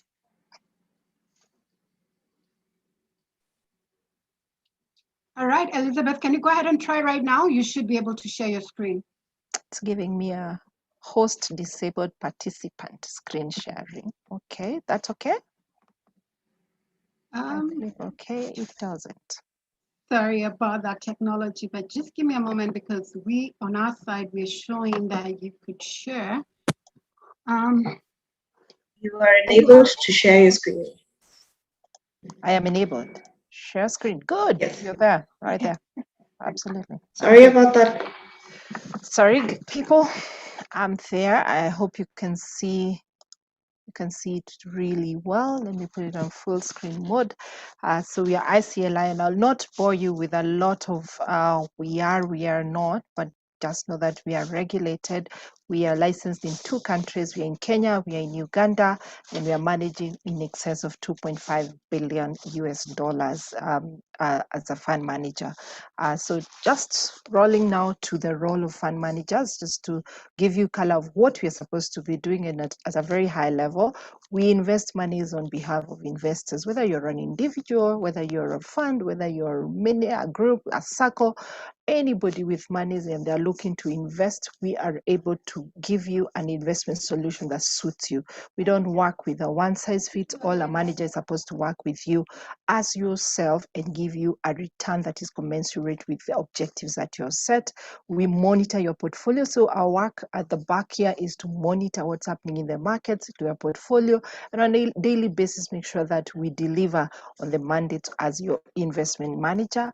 We monitor, we control, and we mitigate risk. All investments come loaded with risk, and it's very important to be aware of the risk that any particular investment will come. Anything good, I can tell you, it will always come loaded with some level of risk. It's not about being afraid of the risk. It's about allocating the correct risk to the right investors and to the right profile of clients, and making sure that you don't misallocate. You cannot come to a money market fund and I give you an equity sort of return. I'm simply misallocating, because that's not what you're looking for. Then we report regularly. As a manager, we are very transparent. We are supposed to be transparent to you as investors and make sure that we report back to you. No black box. Please avoid anything that is a black box. And soon I'll be telling you some of the things that the red flags that you can pick from people or from sort of houses that claim to be asset managers, but they aren't. Some of those flags. So reporting is very critical. You're entitled as an investor to a report from your fund manager regarding how they're investing your monies, what is happening on the ground. All good and bad news should be delivered in terms of, if you are in the equities market and shares have gone down, I should be straightforward and tell you we bought shares, but because of COVID, share prices have come down. That's a report, and it means you are more informed. So I'll tell you 4 P's and 1 T that you need to look at if you're selecting a manager. So we are 23 in the market. How do you choose? You'll go with ICA Lion and not these other manager A from manager B. So the choices that you'll make will be determined by 4 things that I would want all of us to keep in mind. 1, the people. Always investigate the manager you're picking. What kind of people are behind the investment house? Are they qualified? And qualifications, there are international qualifications like CFA, there are local qualifications like ICIFA or CIFA, it's called CIFA, CC. Those qualifications mean a lot. It means those people have been trained properly. And so qualifications of the people and qualifications of the company is also very important. And for the company, you're looking at the registration by the regulator, which is very important. And then, of course, the experience that the people who are behind this fund manager have. So have they been in the industry? Do they understand the markets they're operating in? Because it's very different operating in Kenya and operating in South Sudan, just for purposes of an example. So if I don't understand the market that I'm operating in and I don't have experience, most likely I'm going to struggle as a fund manager. Then, of course, the one thing that maybe all Kenyans everywhere, is particularly I single out as Kenyans, ethics. Are they operating in an ethical manner? And ethics, we know, is not, it's tangible and it's not intangible. It's matters of the heart. Sometimes we read news and we say, oh, wamewekelewa, people are putting these things on them, but the truth is ethics builds trust. Do your clients have trust with you? So ethics is very, very important. And so if there's anything you can pick about the ethical practices of your manager, let them be there. Ask them, how do you operate? Maybe how they acquire their business so that you understand. Then the other thing is about process. Sorry about that. Another thing is about process, documentation. How do they document the process they follow in terms of investing? Or the process is just whoever wakes up, the manager wakes up and does things. So it's very important to understand the process. They have a process flow that makes sense. Are they driven by research? We say, yes, there are people who are doing a lot of speculative trading and they say they have made money, but I can tell you research is a bedrock of good investment decisions. So it's important to ask, do you have a research team as part of your team members? And that research, what kind of research do you produce? And they can even share with you to show you this is the kind of research we do. Then of course, the checks and controls, those are just controls to mean that there is separation of duties between different departments. And then in terms of philosophies that don't take so long, every investment manager should have a philosophy that they follow. Then that philosophy needs to be very clear. If you're a fundamental investor, you're not just chasing after alpha or excess return, then you need to demonstrate that you follow fundamentals in making investments. You're not a speculative betting company. So no speculativeness in terms of how they make decisions. That's very important. And then, of course, even if a manager is new, because each one of us had a new day, but it's possible for you to verify the performance that the manager is trying to promise or has delivered in the past. And that should be benchmarked with similar investments that are there. Then, of course, the T is the terms and conditions. Just look out for the kind of vehicles that they are using to deliver the services that they are promising. So, for example, if I am talking about a money market fund, is it registered? You can be able to verify that. If it is not a listed or one, not a listed, if it is not a fund that is regulated, is it possible for me to get the full documentation, what kind of structure that you're using? Because there are many forms of structures that can be used. Now, you go to yourself. So you know the manager, you've been able to profile your manager, you're happy. I see a lion. Let's say that. Let's just use that for a good feel moment. Then now yourself. Be able to profile yourself. Of course, your manager should profile you, but if you can profile yourself the best, ask yourself the following 7 questions. What is the objective that you are seeking, or the goal that you're seeking when investing? Is the objective maybe to pay school fees in another five years, to buy a new car, to upgrade something, or what is it? Is it your retirement? Ask yourself that question, and the objective will always make you remain committed to it and to the discipline of saving and investing. Then I ask yourself, what kind of return are you expecting? And here you need to educate yourself, because some people come and say, we want to double our money. And of course, the only thing that can double your money is maybe betting, but that means you also have the chance of losing everything that you are doing. But in investments, expectations need to be measured. They go together with the risk, and there's a lot that you can learn about risk and return. Then once you ask yourself about your return expectation, you ask also about the return, because the two, they're like a shadow. One is the shadow of the other, your risk appetite, and differentiate your risk from your ability to take risk. It's okay, you can tell me that you have appetite to take risk, but maybe you're telling me you only earn some little amount of money. So I'll tell you, you don't have the ability to take risk, because we cannot, put into a risky asset the little that you're earning. Maybe we need to preserve or be very balanced about how you approach your investment. Then the 4th question will be, what's my investment period or horizon? How long do I want to save or to invest this money? And particularly age. I find it very irrational when an old person comes and says, I want 20%, and you are 80 years. I want 20-30% return, and I'm retired. This is the money I've been paid for retirement. Obviously, that's a mismatch. So your age dictates the kind of risk you can take. When you're younger, you can be able to take more risk, and means that you can be able to ride through market ups and downs, and therefore you're better positioned to take higher risk portfolios than somebody who is more aged. If you're middle there, we will take you to a place where you'll be able to balance both the element of risk and the element of return. Then you ask yourself, are there liquidity needs that are ahead of me? Will I be needing this money soon after I've just put it through? And if you can answer that to the affirmative yes, then you know your risk appetite immediately goes down. So if it is money for school fees, then you cannot be able to put it into a portfolio that takes that has a lot of volatility and may actually jeopardize your objective of maybe going to school. Then the final one you ask yourself is, of course, your personal preferences. We all have what we like, what we don't like. Religion is one thing that you need to consider. ESG, environmental, social governance, considerations, you need to take them.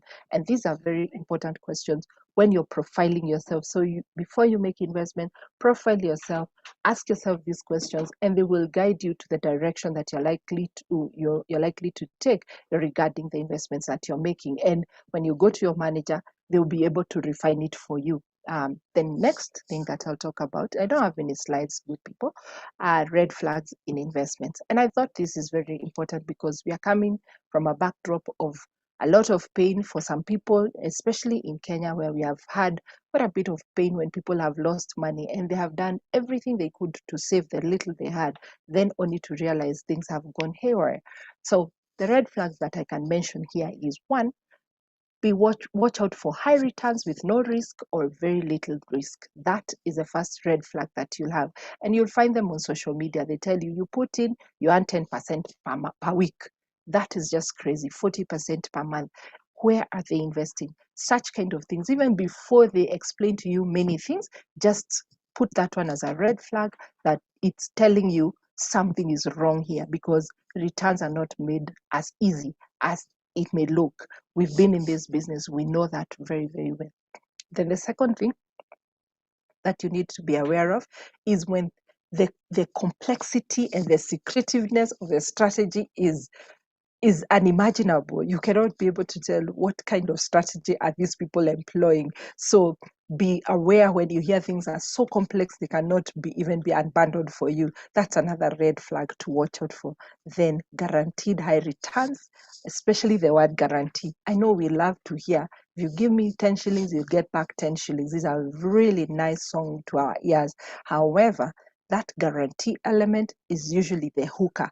And the hooker means at one point you'll come to know even your capital that you put in may actually be under risk. There are very few investments that guarantee returns. And CMA is very categorical. Fund managers do not guarantee returns. They work very hard to deliver the returns even for money market funds, but they do not guarantee returns. Maybe insurance companies can guarantee and you have to pay for it. Then unregistered sellers. You will find things which are being sold all over the internet by anybody, by anyone. Come, I can sell you this. That is another red flag to watch out for. Then paperwork. If there's no paper trail, you cannot be able to show maybe even the agreement you signed, cannot be able to log in and see your details, confirm that this company is actually existing. That's also another red flag. It's not always that will be the case. Sometimes you'll get the paperwork, but the detail is in the small letters that they put in there. Then unregistered scheme. Sometimes unregistered schemes turn out to be they're most of the times the culprit for these kind of bad schemes to invest in. So when there's no regulatory framework, be watchful about that and make sure that you satisfy yourself that you have done your due diligence well. So the fundamentals of investing.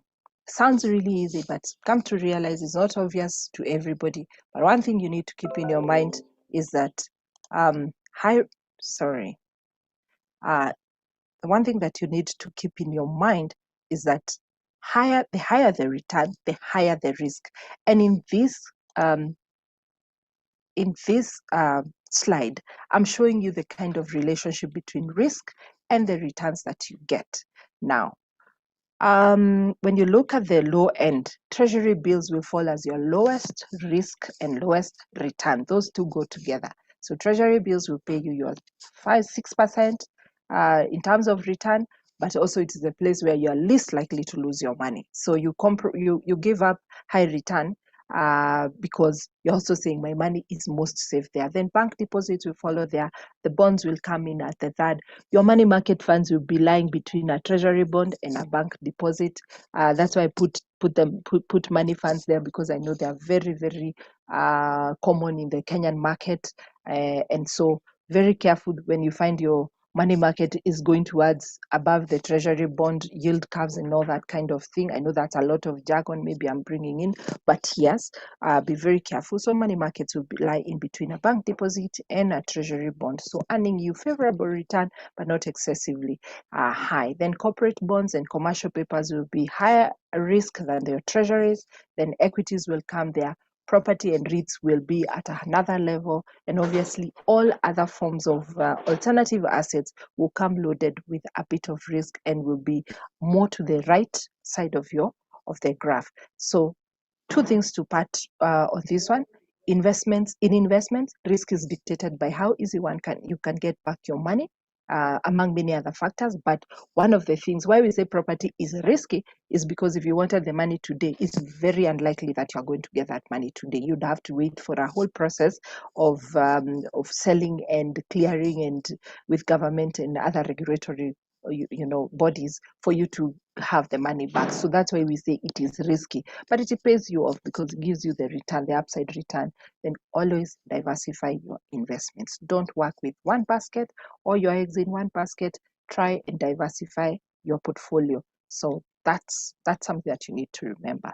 Then in terms of your financial freedom, some of the things that you need to know: eliminate debt. I know here we've heard about debt is good. There's good debt, there's bad debt, but eliminate debt as much as possible. Manage your money, don't let it manage you. Plan always, reduce your expenses, increase your cash flow. So if you can increase your cash flows, that's really, really good. Simplify your life. I know that one is a hard one, especially for the millennials. Simplify your life. I heard what Miss Nancy was talking about. When you don't have any goal, you just make your life just easy, but you need to simplify your life. Have goals, save your money, have passive income. That kind of thing will mean that you have financial freedom, even when you're young or you're old. And when you secure it, you secured it for a lifetime. I think I'll end it there. Thank you very much. At ICA Lion, we give you investments either as an individual, as a corporate, as a pension scheme, and we are ready to talk to you and give you a solution that fits you and not one size fits all. Back to you, Wangeshi. Thank you, Elizabeth. That was fantastic. And you're right, you avoided the jargon. Thank you very much. And for those of you in the audience who are listening, Elizabeth is also a very smart person, not because I'm telling you that, but because of her qualifications. Being a CFA, a chartered financial analyst, is not a walk in the park. So when she tells you anything about money, listen. Anyway, thank you, Elizabeth. I hope you're going to stay on for the rest of the panel, and which is actually quite nice that you got to speak first and then your CEO is speaking after. So I would like to introduce Einstein Kehanda. He is the CEO of ICA Lion. He's a holder of a double master's from 2 different jurisdictions. He's also been recognized by his peers in the financial industry for excellence and for being, being a vice chair of one of their associations. As we've mentioned, he's currently the CEO of ICA Lion, and he brings all of that wealth to the table. Prior to being at ICA Lion, he's been with Stanlib Investments, and he'll tell us a little bit more about himself and his views. But I wanted you to have that bit of background about him before he starts to talk to us about REITs. And the other person that we have on our panel today is Mr. Kenneth Masika. And Kenneth is the chair of the REIT Association of Kenya. We're going to get into definitions in just a little bit, but before we do that, I'll open the floor to the gentlemen to tell us a little bit more about themselves and what they'd like to highlight, especially when we're talking today about asset management. So first to you, Einstein, please go ahead. Thank you very much, Wangeshi. It's a pleasure to be here this afternoon to talk about investments. And first is, of course, is to appreciate Regal Africa for the excellent work you've done in organizing this conference. I have also learned a lot in as far as matters to do with wealth and investment management are concerned, because we learn every day. There's no time when learning stops. So I'm glad to be here this afternoon to basically talk about asset management and specifically REITs, which I believe will offer us an opportunity to demystify a lot about what you may have heard, or also to basically provide information about the opportunities that exist in this very, I would call it new, but it's not been very new asset class. And I hope this will give us an opportunity to be able to provide a lot more information. So I'm glad to be here this afternoon and look forward to continued discussion and participation in this conference. Thank you. Thank you for that, Einstein. So we're going to hear from Kenneth Masika. if you would like to go ahead and just allow me to put you on the spot, Kenneth. Are you part of a family business?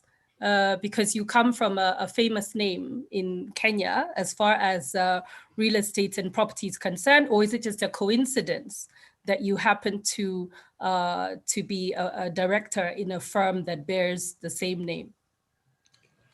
Thank you, Wangeshi. As always, it's a pleasure to be here. Let me echo Einstein's statements. I think we've all learned quite a lot today about investment. And yes, like you're saying, yes, it is true. My name is Kenneth Masika. I'm a property valuation surveyor by profession. And yes, the older Masika in Lloyd Masika happens to be my father. Yes. Okay. But before you continue, I will point out, though, because we had the whole session, the whole conference today is about building wealth, right? And we had this whole bit around succession planning and wealth management in the morning. And the reason I bring that up is because one of the tensions that were spoken about today was how do you get the next generation interested, right? But and again, forgive me for putting you on the spot, but I think that it's also really important to point out that you are a trained valuer. You went to school for this. You're a graduate of Reading University. You've been doing this for a long time, and you didn't just get that directorship level because of patronage. It was something that you earned, and I think that that's also really important as we speak about asset management and we look at family businesses as a creator of that particular wealth, that in order for it to expand and to grow, that even if you do bring in family members, that they do come in and that they're qualified and able to do so. So enough about Kenneth on the personal side. We're going to talk to you today because you're the chair of the REIT Association of Kenya. And the REIT, as according to the Capital Markets Authority, which is the one that governs this particular asset class, REITs are defined as a collective investment scheme in real estate that is structured as a trust where an investor owns rights or interest in the form of units and earns returns from income or capital gains. The property is held by a trustee on behalf of unit holders and is professionally managed by a REIT manager. So that's a lot of jargon.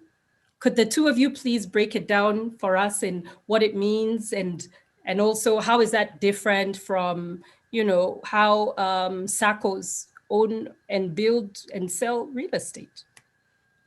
Okay, perhaps I'll give a background of sort of what REITs is, and then maybe Einstein can speak through running an active REIT and also being an asset manager. He also has a view to how SACCOs run their things. So maybe I'll start with talking about where the REIT market started, the types of REITs we have, the structure, the advantages of the REITs, and then maybe I'll stop there. So in terms of the Kenyan market, this kicked off in 2013 when CMA enacted what are called the REIT regulations. And in there is where the definition of a REIT is found.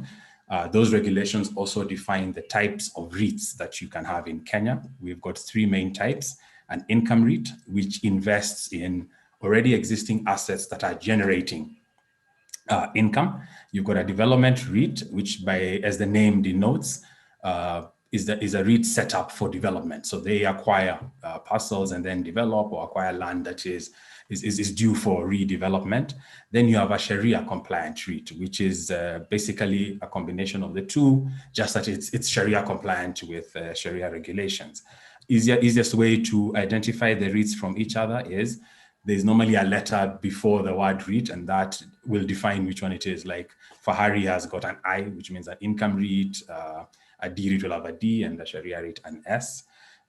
In terms of structure, it is very simple. If you can just picture a cross, right, with sort of your horizontal and perpendicular. Where they meet, that's where the REIT entity sits. On the bottom of it, you've got the properties, which generate now rental income and income into the REIT. On the top, you've got the unit holders or shareholders who put in their money into the REIT to enable the REIT acquire the assets, and in return, they get their dividends. On the left-hand side, you've got your REIT manager, He performs, or they perform, the functions of running the REIT on a day-to-day basis. And that's what, like in the case of Fahari, that's what ICA Lion does. On the right-hand side, you've got the trustee, who really performs the roles of an oversight and a custodian. You'll find the assets that are owned by the REIT actually do not sit in the REIT. They're actually held in trust by the trustee, and the trustee also keeps an eye on what the REIT manager does. And if you look at the regulations, it is very extensive in the roles and requirements for each of the parties and what they do and what they cannot do and how you onboard them and how you get them off. So the regulations are really, really well structured. What is the advantages of investing in a REIT? There are 7 main ones, and I think I'll just go through this quite quickly. There is diversification. It enables you to invest by buying into a REIT. It enables you to get a small share in a REIT that has invested in retail, light industrial, commercial real estate, shopping centers, and the like of it, which is very difficult or quite expensive for individual owners to invest in. REITs are transparent by the nature of the regulations. There are very high reporting standards that REITs have to adhere to. They are regulated as well, which is one of the key things that people tend to miss out when you read the REIT definition. It is a regulated scheme. So CMA has an oversight into it. Due to their tax advantages, there is sort of a dotted reporting line to KRA, and the trustee keeps an eye on it as well. So there is governance and regulatory accessibility. If you look at Fahari, they invest, and I keep giving Fahari as an excuse that for a long time they've been the listed REIT in Kenya. They invest, they've got a mall, they've got some light industrial, commercial properties out in industrial area. If you look at their market capitalization, accessibility means you just buy shares in it. So you don't need to be going to the bank to get a big loan to acquire the shares. So in political jargon, it makes it accessible to Wanjiku. Liquidity, the shares are traded on the NSE, so you can buy as many as you want, you can sell when you want. So entry and exit is quite easy, and that is actually one of the key, one of the major advantages of REITs. We all know that property takes quite a bit of time to acquire and onboard, and selling as well does take quite some time, especially now given where the market is. Those timelines have just extended. It is also provides guaranteed steady returns. In terms of REITs, and especially income REITs, you tend to find the returns are based on leases. Now, we all know how leases work. You get a client in, being commercial property, it will normally be a 6-year lease with an escalation every 2 years. And so you can see where your income is coming from. Then in terms of returns, by the regulation, REITs, to maintain their tax-free status, must pay out a minimum of 80% of their profits every year by law, without exception. So that guarantees you an income every year, provided they make a profit, which they do. And then the biggest and the final one is the tax advantages that are encased in the REIT structure. When a REIT acquires an asset, number one, if it's a commercial asset, they're VAT exempt. They do not pay VAT on commercial assets. In terms of the money, if you remember the structure that I gave, you've got the properties lying at the bottom with the income flowing into the REIT.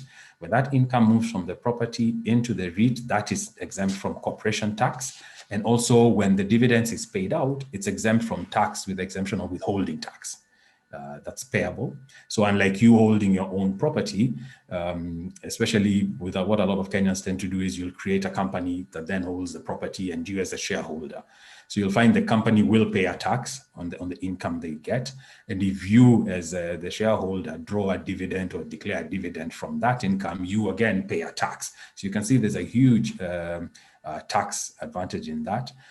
And finally, when a REIT does sell a property, they are exempt from capital gains tax, which you know has been quite a big challenge to sort of private property investors when they come to sell. It does impact your return. So that's the basis of it in terms of structure and advantages.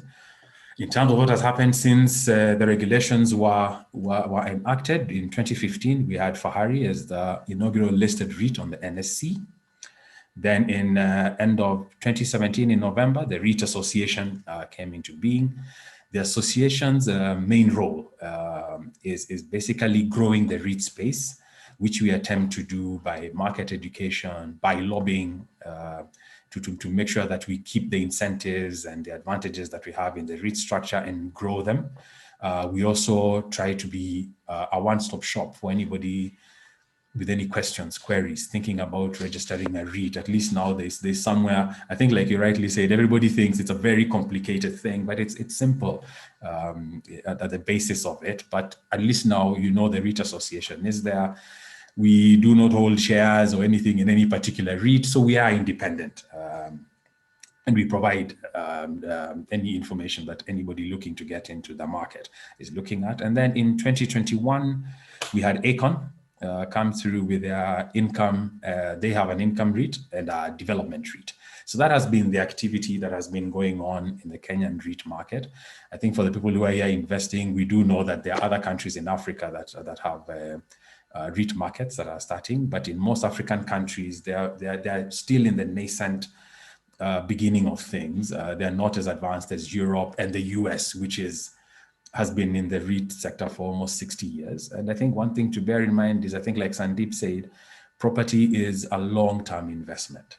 And then that's one thing that always needs to be borne in mind. I think people tend to look at REITs and say, hang on, this thing is not performing like Safaricom. But if you ask somebody, if you develop your property, you know what you bought it for, you develop it, you don't expect to sell it in another month or 3 months or 6 months for 10% profit. What you know is that you'll get income from it, and over a period of time, it will appreciate.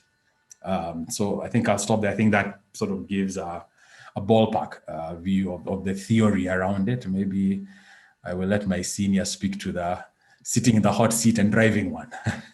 Thank you, Ken. That's a good one. Yes, please go ahead, Einstein. Let me just add to what Ken has said. Maybe just by way of background. So ICL on Asset Management was licensed as a REIT manager back in 2014. But in 2019, an opportunity arose where we were able to acquire a business, the business of Stanley. And one of the businesses that Stanley was managing was the REIT. And as a result of that, we became the REIT manager for the Fahari REIT in May 2020. So it's been just over a year, maybe a year and about 2 months since we've been running the REIT. And what maybe I want to just discuss briefly is really about structure. Just to elaborate on what Ken has said in terms of structure, just to simplify it, it's really the regulations that set up the REIT basically along the lines of collective schemes. So basically, you're pooling assets under a trust. And what that does is therefore provide an opportunity for investors to bring in their money and be able to invest in a trust that invests in property. And what that therefore does is that you're basically assigning that responsibility to a REIT manager who is licensed to manage the REIT. And maybe in terms of experience, just to give you a snapshot of what has been happening, by virtue of the fact that a REIT invests in property, you would therefore expect that all the dynamics that affect the property market would therefore directly also affect the performance of the REIT. And this is exactly what has happened over the last 1 year or so. As you're all aware, we've faced the COVID situation, and that has affected the property investment market. In terms of the portfolio that the REIT holds, we have a mall, that is Greenspan Mall. We own a commercial property on Gitanga Road, and we own 2 light industrial properties. And because we are listed, the information about the performance of the REIT is publicly available. But I'll just give you a brief snapshot about what has happened over the last 1 year or so. One, of course, is the impact of the COVID situation in terms of rental income. And as you probably are aware, a lot of businesses faced challenges as a result of the restrictions and the regulations that were imposed by government to manage the COVID situation. So some institutions had to close down. So you can imagine, for instance, in a mall, you would find various types of businesses. You've got schools, you've got bars and restaurants, you've got hotels.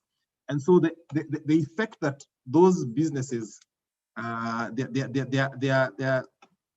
effect that, or the impact that COVID had on those businesses obviously also affected the REIT. But you also had the additional factor of we were struggling with an anchor tenant, and that is again is information that is in the public domain. But that has been addressed. That has since been addressed, and therefore we are optimistic about the expected improvement in terms of the performance. The other issue I thought I should also mention is with regards to the responsibility. Why REITs offer a unique opportunity also to investors. One of the things that has become very clear in REIT management, especially for a listed REIT, is the issue of stakeholder management. One is the issue of reporting. There's a very rigorous requirement by the regulator and the listing requirements in terms of reporting on performance. So we usually have a very busy season when we are reporting on the performance of the REIT, both for the annual reports and also for half year. So we will be expected to report on the half year performance ended June.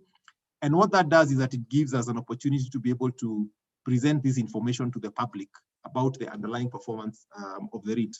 And that therefore also enhances the issue of transparency because you're able to see as an investor exactly how the REIT is performing. If you access our website, you'll see we have a public, the annual report. We've got the previous annual reports, and you'll be able to get information about the actual underlying performance of the portfolios.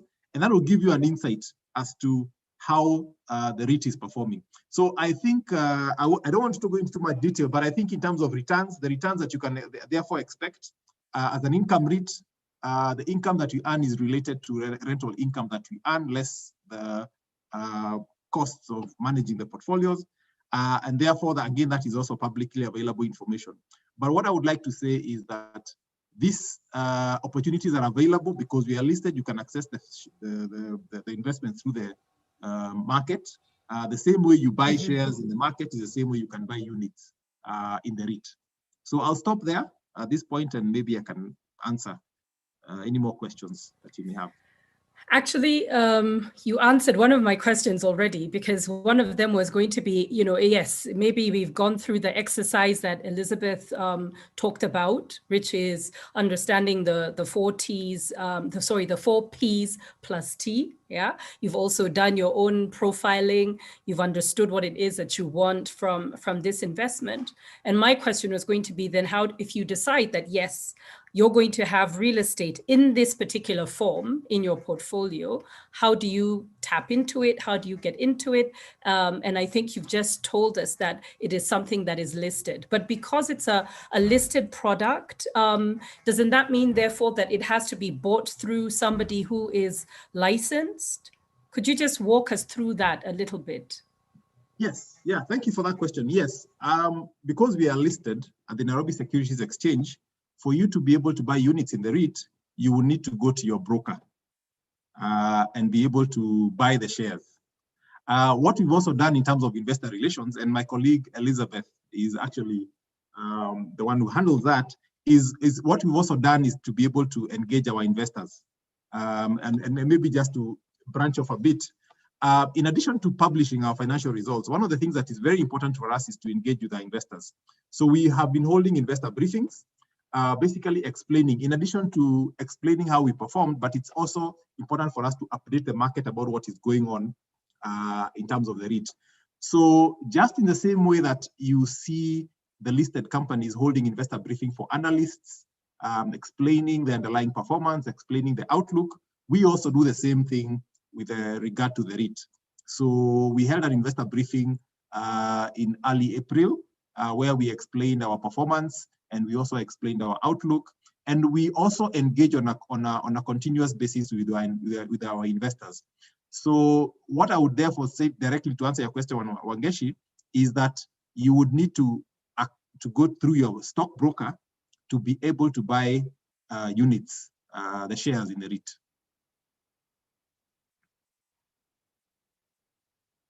As I unmute myself, thank you for that, Einstein, because I think it's really helpful. And we have some people in the audience asking for the website for ICA. So if you or Elizabeth could just type that in there, that would be really helpful.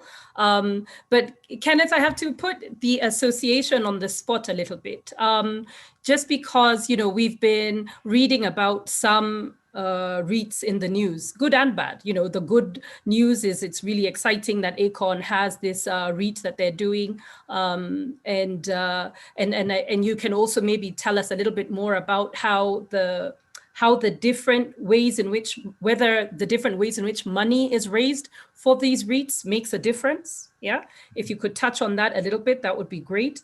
And then also, you know, we keep reading about Seitan in the news. It's the elephant in the room, and I do think that we do have to bring it up.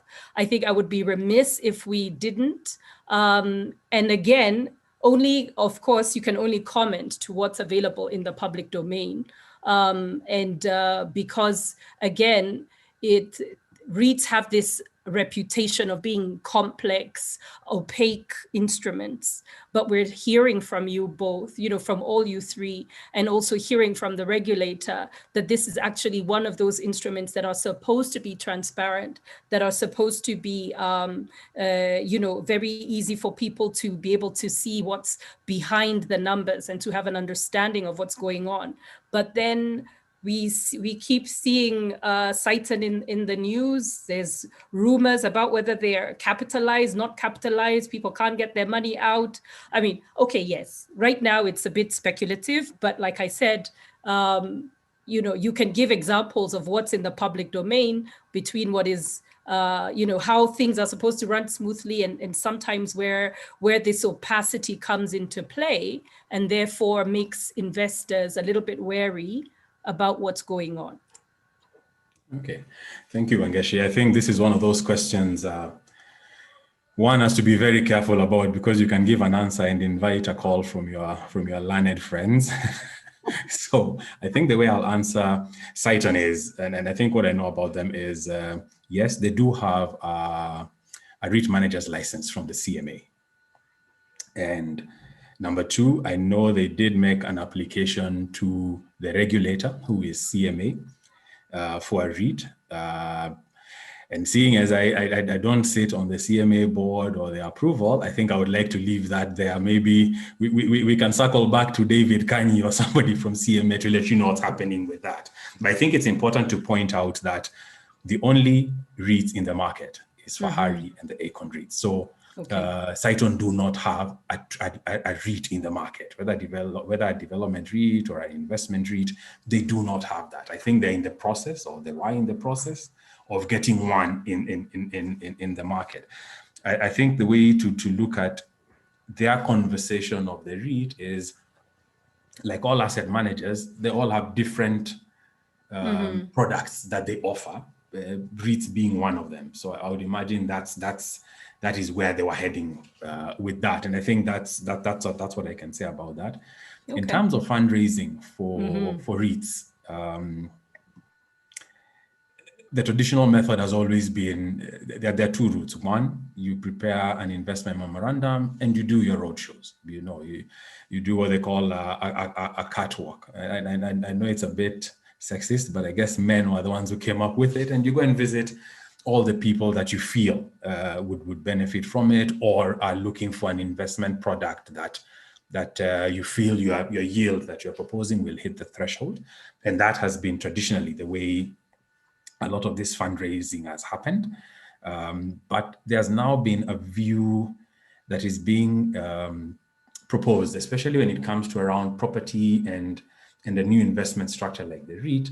There's a conversation around trying to get people to pool properties together to start with, right, into a sort of a structured entity. Run that for a couple of years, get some track record going. And I think Einstein will just have to forgive me, because I'll have to keep giving him as an example. You see, why people go to ICA is that they've got a track record, they've got a history, they've got a strong management, board, management, staff members in whatever it is that they do. Now, when you come in with a new product, and then everything is new, including the board, and you're wondering who are these guys and do they know what they're talking about, right? So there's been a train of thought around putting assets together, running them over a period of time, creating a track record, then coming into the market. Both options are open to CMA, for CMA approval. And I think that the structures that are in place are rigid enough to make sure you do not get funny money. I think everybody who raises money, there's a requirement around anti-money laundering and the usual of it. So to make sure whatever goes in is clean money. There's also been a case where, like we all know, and I think this has been alluded to by a lot of the speakers, that in Kenya, property has always been a storage of wealth. The first thing you do is you get some money, you'll buy an apartment. Before you know it, you've got 10 apartments and the rest of it. So there's been a conversation around getting a portfolio and now listing or turning that portfolio, right? The difference is, one is you're getting like-minded people. There's a conversation going on with, and I think this is out there. I think some of the larger pensions are looking into getting a REIT out there. So that's different, because there are different people saying, look, I would like to put this there. And as opposed to now a large family holding or a company that has been developing property looking at exiting. And I know there's been conversations around, if I own the property, then when I come to exit, am I just not simply packaging everything, from the silverware to whatever is in there and just getting it out? And maybe the answer to that is, where REITs come in is when you come to a REIT structure, there's the trustee who will look at the assets to which you are now putting into the REIT. And they tend to be very, very stringent, because they will just not allow, because they'll not just allow any funny assets, because REITs perform, the quality of the assets underlying the REIT will, number one, underpin its performance, and number two, will that's what investors will be looking at. You're telling me to buy what's in this REIT. So when it comes to sometimes founders and that whole thought process around is what they're putting in the REIT, the right thing for it, and a lot of Kenyans tend to be like, no, this guy is just passing us all these problems. No, with the regulation that's there, you can have that as an entry point with good assets, weeding out the bad ones, and also because they are forced as a sponsor to retain some skin in the game for a period of time, then they're taking the same risk you are taking. Yeah. So in terms of fundraising, those are the three main options. Well, those are some really interesting ones, but and especially because you had talked about some of these tax advantages that that you discussed, especially that we're seeing now coming into these limitations, especially when it comes to real estate. Yeah. So having this as an add-on vehicle, I think is great. I remember reading somewhere that one of the reasons why the REIT was then developed as a vehicle was really because there were so many different developers, yeah, and people sort of forming these special purpose vehicles in order to do these joint ventures. How is that different from the REIT? Minus the listing part and the CMA oversight. Einstein, maybe you can tell us a little bit about that. Well, I think in terms of the maybe I could start by answering in terms of the why the REIT structure is helpful in terms of being able to enable one develop property. Number one, the fact that it can be specialized, and I think the question you're asking really is about the difference between that and any other kind of ventures relating to property development. So number one, what it does is that it brings investors together, because I think in terms of specialization, you will be able, for instance, and I'll give the examples of what we have in the market right now. We've got, for instance, Aecon, which specializes in affordable student accommodation, and also comparing with what happens in other markets, all over the world. And I think what with REITs one will be able to do is that you can actually specialize and focus on specific sectors. And that what that does is that it also brings in a lot of specialization. It brings in economies of scale, and that one therefore is able to basically derive optimal returns and capacity from that kind of a structure. So I think, and secondly, the other one is with regard to liquidity. Again, when you bring in pools of investors together, as opposed to disparate, investors making their own investments across various investments. When you pull all this together, even if it is not listed, there is still an opportunity for you to be able to exit that investment when you would want to, because one of the challenges that property has is illiquidity.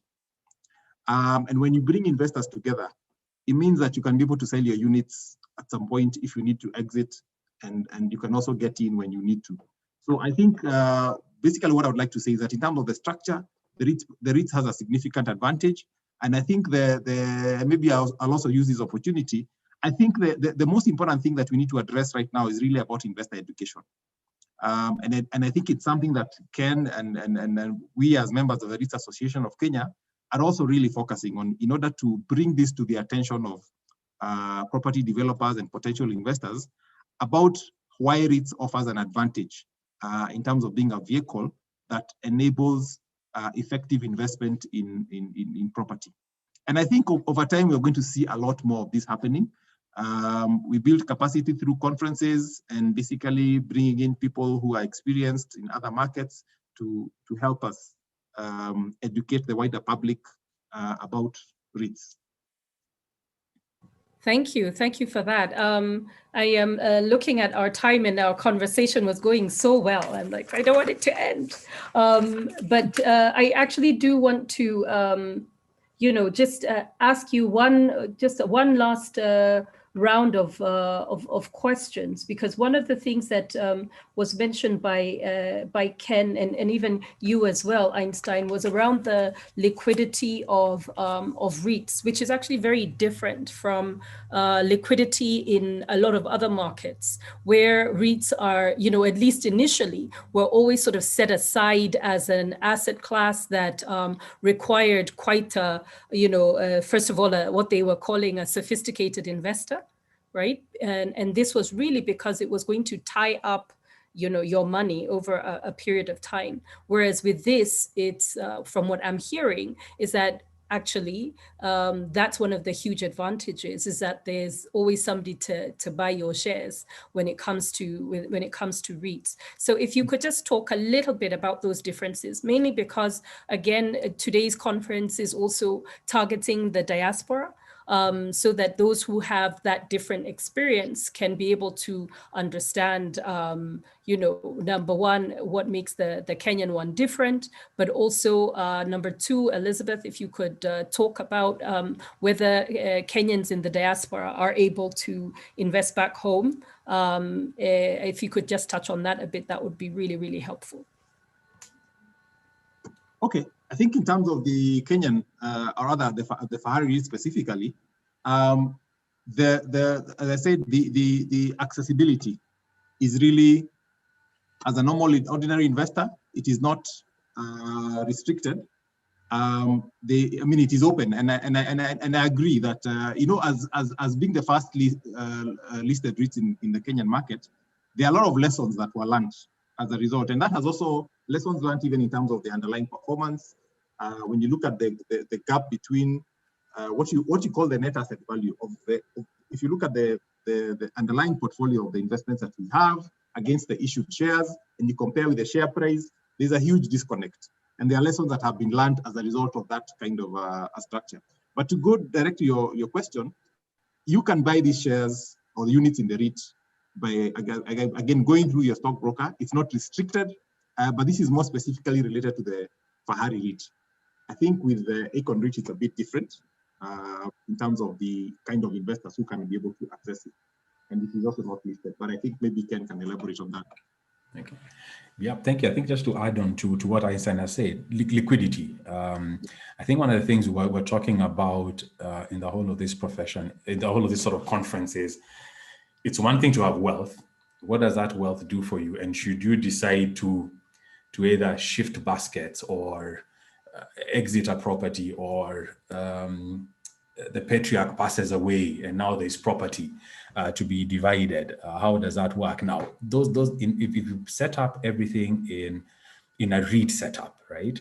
Mind you, now here we put aside that story of, Kenyans love, you drive down Kenyatta Avenue and you say, that 20-story building is mine, or I own this 50 apartments and the rest of it, but they never look at it as property is a component of a multi-asset portfolio. You should have your property there, your equity there, your cash there, your fixed income, and whatever else you need to put in there.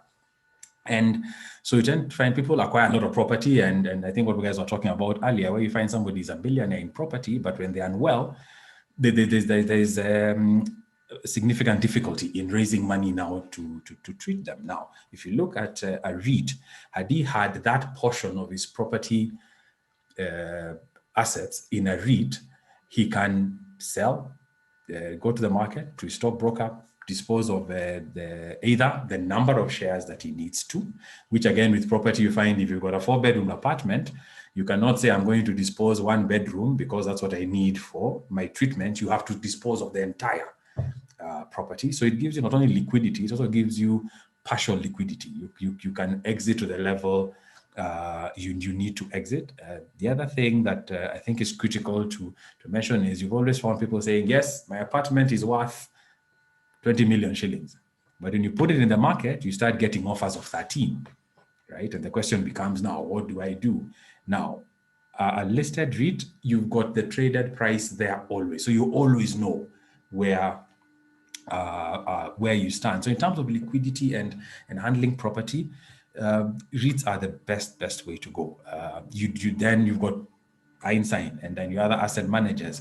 You don't need to be bothered. Is there a tenant in my house? Did I let it to one person and now there are 50 people living there? Is the lease renewed? Am I getting the right rent? Is it being maintained? Is it being insured? People tend to forget that property is a very sexy asset, but it takes a lot in terms of management. It takes a lot in terms of management. And if you're not now focusing purely on running your property assets, you just definitely will not get the returns that you should. That's where you tend to find people will buy a piece of land, never go and see it. On the 7th year, you decide to go and see it. You find some chap moved in there many years ago and is claiming haki yake and it belongs to him. So it's to encourage Kenyans that they need to take property seriously. The way you take your Safaricom shares, the way you take your government bonds, you need to have your property managed by knowledgeable, experienced managers and be able to move in and get out. If you say, I don't feel like being in property, I think property is going to suffer over the next 2-3 years, you sell your REIT shares. In the next 2-3 years, you come back and buy more, right? So you need to have that flexibility. And I think that's one thing that I think Kenyans and I think Africans in general in nascent markets need to appreciate. And finally, as a passing term,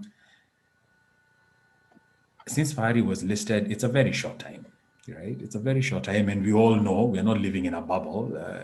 I won't go through all the process we've had to go through with repeat elections and and our constant politicking and corona and all of that, right? But property is a long-term investment, and REITs are long-term investments. You get your income, but you need the long-term to get your capital appreciation from it. So it's a long-term. So don't shy away from it. If you're a young person, which I had a lot of people talking about, don't go, okay, I need to be careful here. I'm not saying don't buy your 1/8, but you're better putting off your 1/8, that money, in something that will give you a little bit of income and a little bit of capital appreciation, bearing in mind you cannot eat soil. Thank you. Thank you for that, Kenneth. Elizabeth, will you tie up for us, and then we move into our next session. Sure.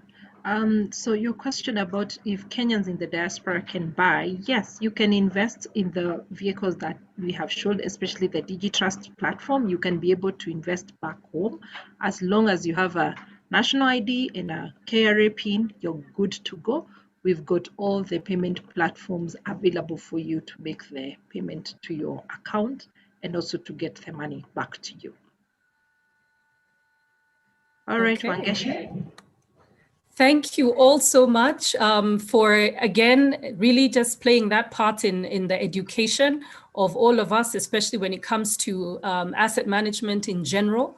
I really do like what you said to us about the 4 Ps: people, process, philosophy, performance, and of course, plus T, terms and conditions. What you also mentioned about really just being very clear about what it is that you want as you get into this particular investment, and understanding yourself as an investor, being able to profile yourself, because that helps you fit into the different categories that you want to put your money into. So thank you for that education, and also for pointing out those red flags. You know, I mean, we're in the era of Bitcoin. We're still the nation of quail eggs. So we like that. We like that high return. We like just jumping into where we think everything is going. So thank you for reminding us to take our time, and that to remember when it's too good to be true, it is too good to be true.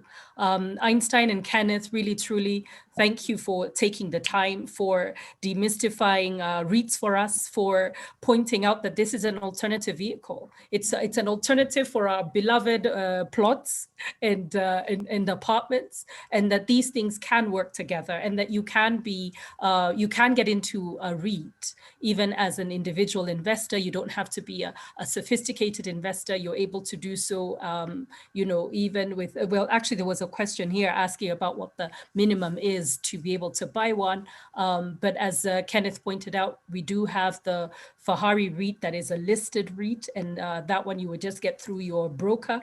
And you know, and thank you for your education and for teaching us this afternoon. We really truly appreciate it. I'm going to turn it over to Anne, who's going to say something to us before we move into the next session. But again, thank you, ICA Lion, and thank you, our panelists today. Pleasure. It's a pleasure. Thank you very much. All right. So thank you to the ICA team, and thank you to Kenneth with the REIT Association of Kenya. We really appreciated that. And I think it was a good build-up from what we initially talked about, which was SACCOs and money markets, because I keep telling people in Kenya and people around the world, or around Africa, let's just say, we need to move beyond plots and SACCOs, right? That's just the basic. We need to move. We're going to create wealth, and especially generational wealth. We need to move away from the idea of just plots and SACCOs, especially plots, because we've seen that real estate market has stabilized, and it's not going to go up like it did the last 2 decades. So we need to be smart about how we're investing. And for me, I've always had this vision of owning a commercial property, probably in Upper Hill or something, or even Lagos or Cape Town. But I'm not there yet. But what I do know that if I want exposure to the commercial property, I have a vehicle like a REIT that I can do that. If I want exposure to the student housing market, I have exposure through a REIT, because currently I'm creating wealth. So I'm not able to own that commercial property, but I can be able to have exposure and get the great returns that any large investor is doing. So I just wanted to tell everybody who is attending this conference that we need to change our mindset. We need to change how our parents did things. Yes, that's the beginning, but now we are moving forward to the next thing. And the next thing is professionally managed funds, either going to an asset manager like ICA Lion, either looking at things like REITs, because we love our real estate, but do we have time to manage them? Do we have the capital to invest in them? And so that is why it was very important for us at Regal Africa to share this information and get the experts to come and talk with you. So with that, Wangeshi, I'll give you back the microphone, if I may say so, and you can take us to the next panel where we'll be talking about entrepreneurship. Thank you, Wangeshi. Thank you.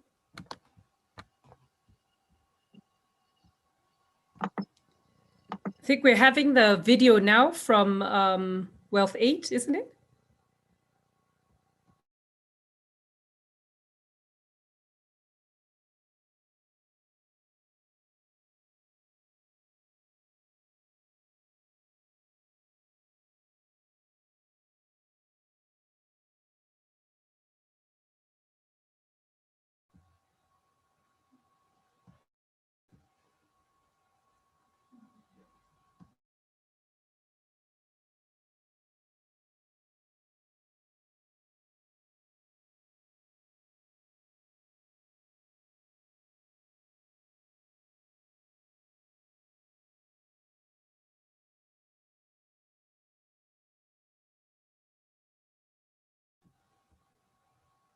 Paul, we can't see anything yet.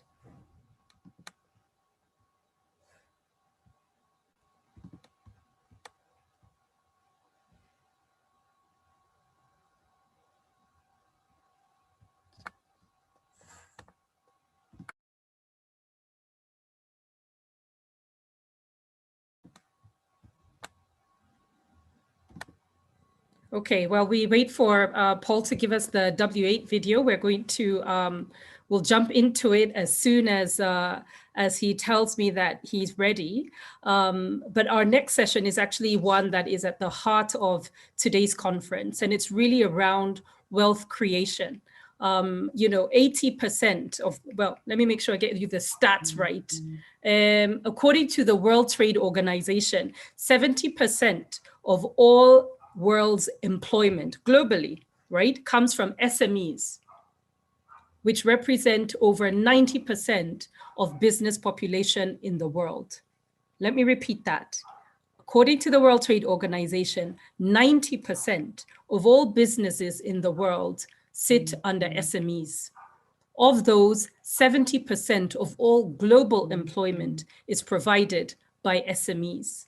And in developed economies, they make up 55% of GDP.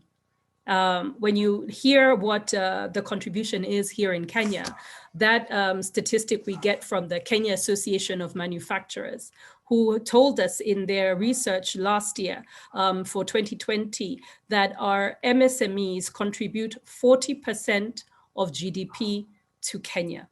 And of those, we have 7.41 million MSMEs, but only 1.56 are licensed.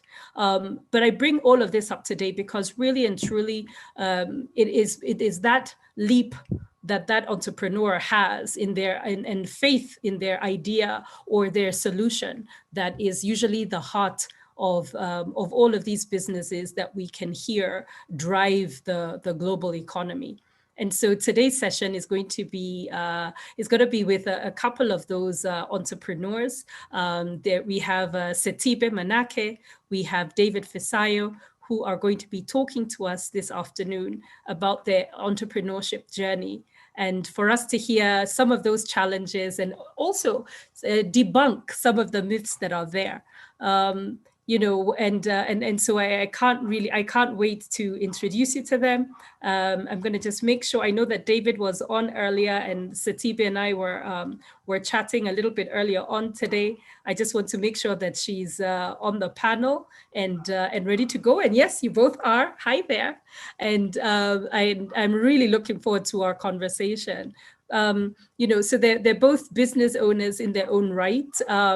Setibe, you will tell us a little bit more about her business when she comes on. David, a little unknown thing about David is that he's been on a TED Talk. I hope you guys watch TED Talks because you learn so much. They're part and parcel of YouTube University. And he is on one of those, and his TEDx talk was called How Mobile Technologies Are Shaping Africa's Future. He's also been listed on Yahoo Finance's top 100 ethnic minority future leader in 2020. And so we have, you know, we have very illustrious panelists today, and who are also young and excited about this future that is African. And so welcome, karibu is what we say in Kiswahili. So Setibe, please welcome to the panel. Tell us a little bit about yourself and your business, and then we'll get into the conversation. Great, thank you so much. I hope I'm pretty audible. And thank you so much, Anne and Wangeshi. Okay. Thank you so much, and everybody. Today has been quite enlightening. As you said earlier, my name is Sethebe. I'm from Botswana, so I run a company called Vantage Properties. So just a little bit about my history and sort of as an introduction. A chartered surveyor in property investment and finance. I've been in the real estate industry for, I think, over 12 years now. Have a degree from the University of Cape Town in property studies. I've done quite a lot of work across the continent. I mean, earlier when ICA were talking about Fahari, I was one of the team at Standard at the time that was part of the founding team of Fahari at the beginning. So it was pretty exciting to hear where it is now and the great work that the team is doing now.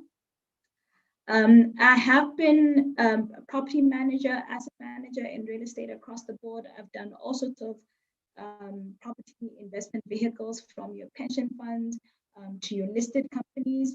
When I finally left corporate was when I was CEO of a listed property company called Little Norma in Botswana. And then I started this baby that I initially started when I first graduated, about a year after I graduated. And it was simply because of a need that I found in the market that kept on growing up until it grew horns and kicked me out of corporate, basically. So that is basically it from me.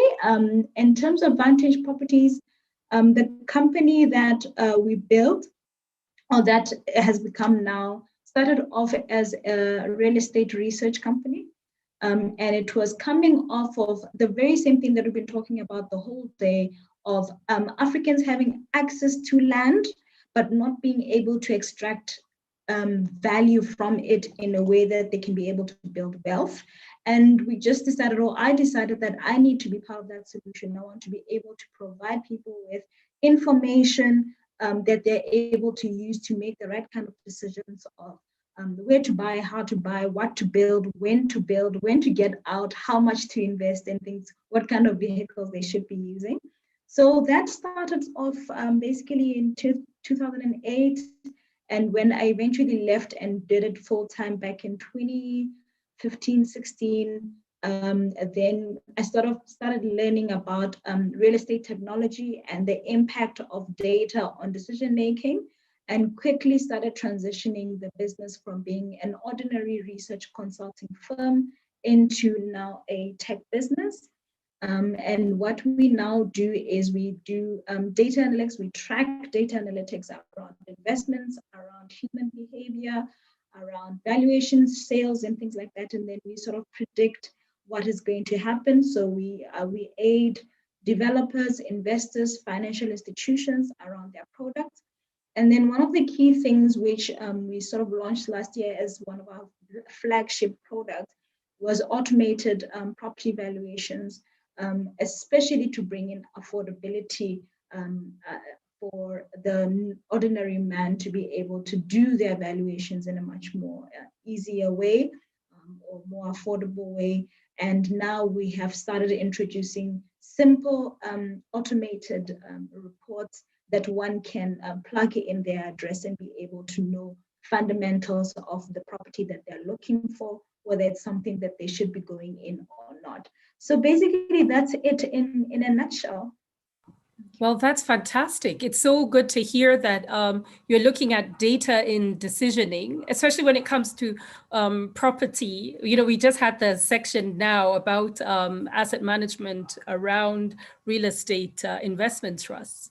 But, you know, one of the comments that were made in the morning session was really around how much land is such an emotive asset class, if I could call it that, especially in East Africa. So if you're able to, I guess, put a bit of an arm's length to the process where it doesn't become so emotional when those decisions are being made, that's really fantastic to hear. And I'm sure you'll tell us a little bit more about that as we talk about your entrepreneurship journey this afternoon. So David, over to you. Please tell us a little bit more about your business and also how you ended up on this fantastic global list for Yahoo. That's great. So thank you. Good afternoon, everyone. And thank you so much for Yeshi and Anne and everyone at Rigo Up for having me. I'm very much looking forward to speaking with you all this afternoon. Just a bit into my background. So I grew up in between Nigeria, the US, and the UK. And following that, studied business finance at Durham University here in the UK before embarking on my professional career at KPMG initially. And there I specialize in customer and digital finance product design, working with fintechs, challenger banks, and kind of retail banks to bring new digital financial propositions to market.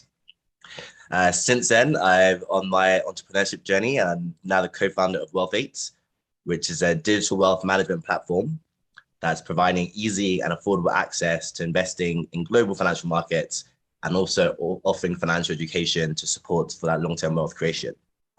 And our vision really is to financially empower and democratize access to generational wealth creation for Africans in the diaspora and on the continent. I'm also a director at Foundervine, which is a nonprofit that specializes in startup incubation and scale-up acceleration programs for underrepresented founders here in the UK. And that's really around helping people really build and turn ideas into full functioning businesses and then access funding. And I can do that work. And in addition to that, also do some angel investing.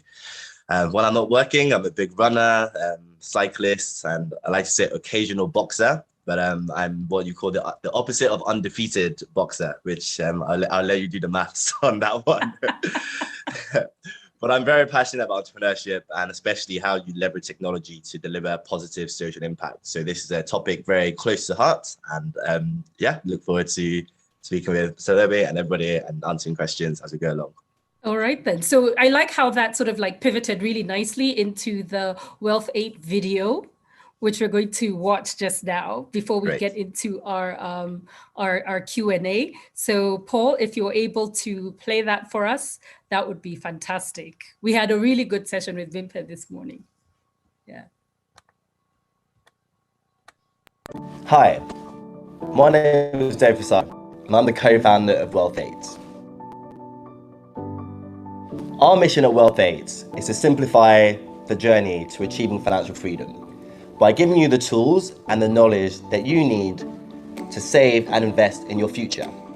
Hello, my name is Bingpei Conchu. I'm a co-founder of Wealth8. Women are one of the largest underserved groups of customers in financial services today. Yet, we're more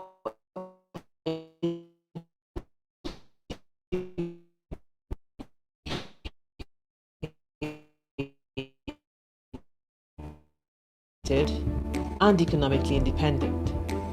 Easy. At Wealth8, we believe that everyone, regardless of their background, should be able to invest in the global markets to meet their financial goals. So, how do we intend to do this? We connect people with investment opportunities by providing you with easy access to global investment funds and providing you the ability to learn the language of investing.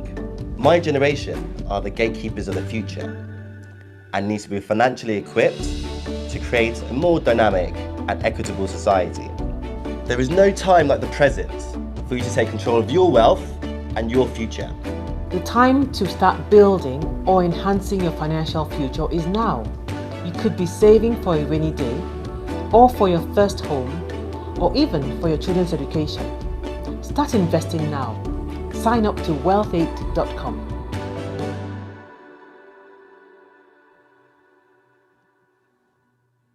Brilliant. That was really nice. Thank you for that.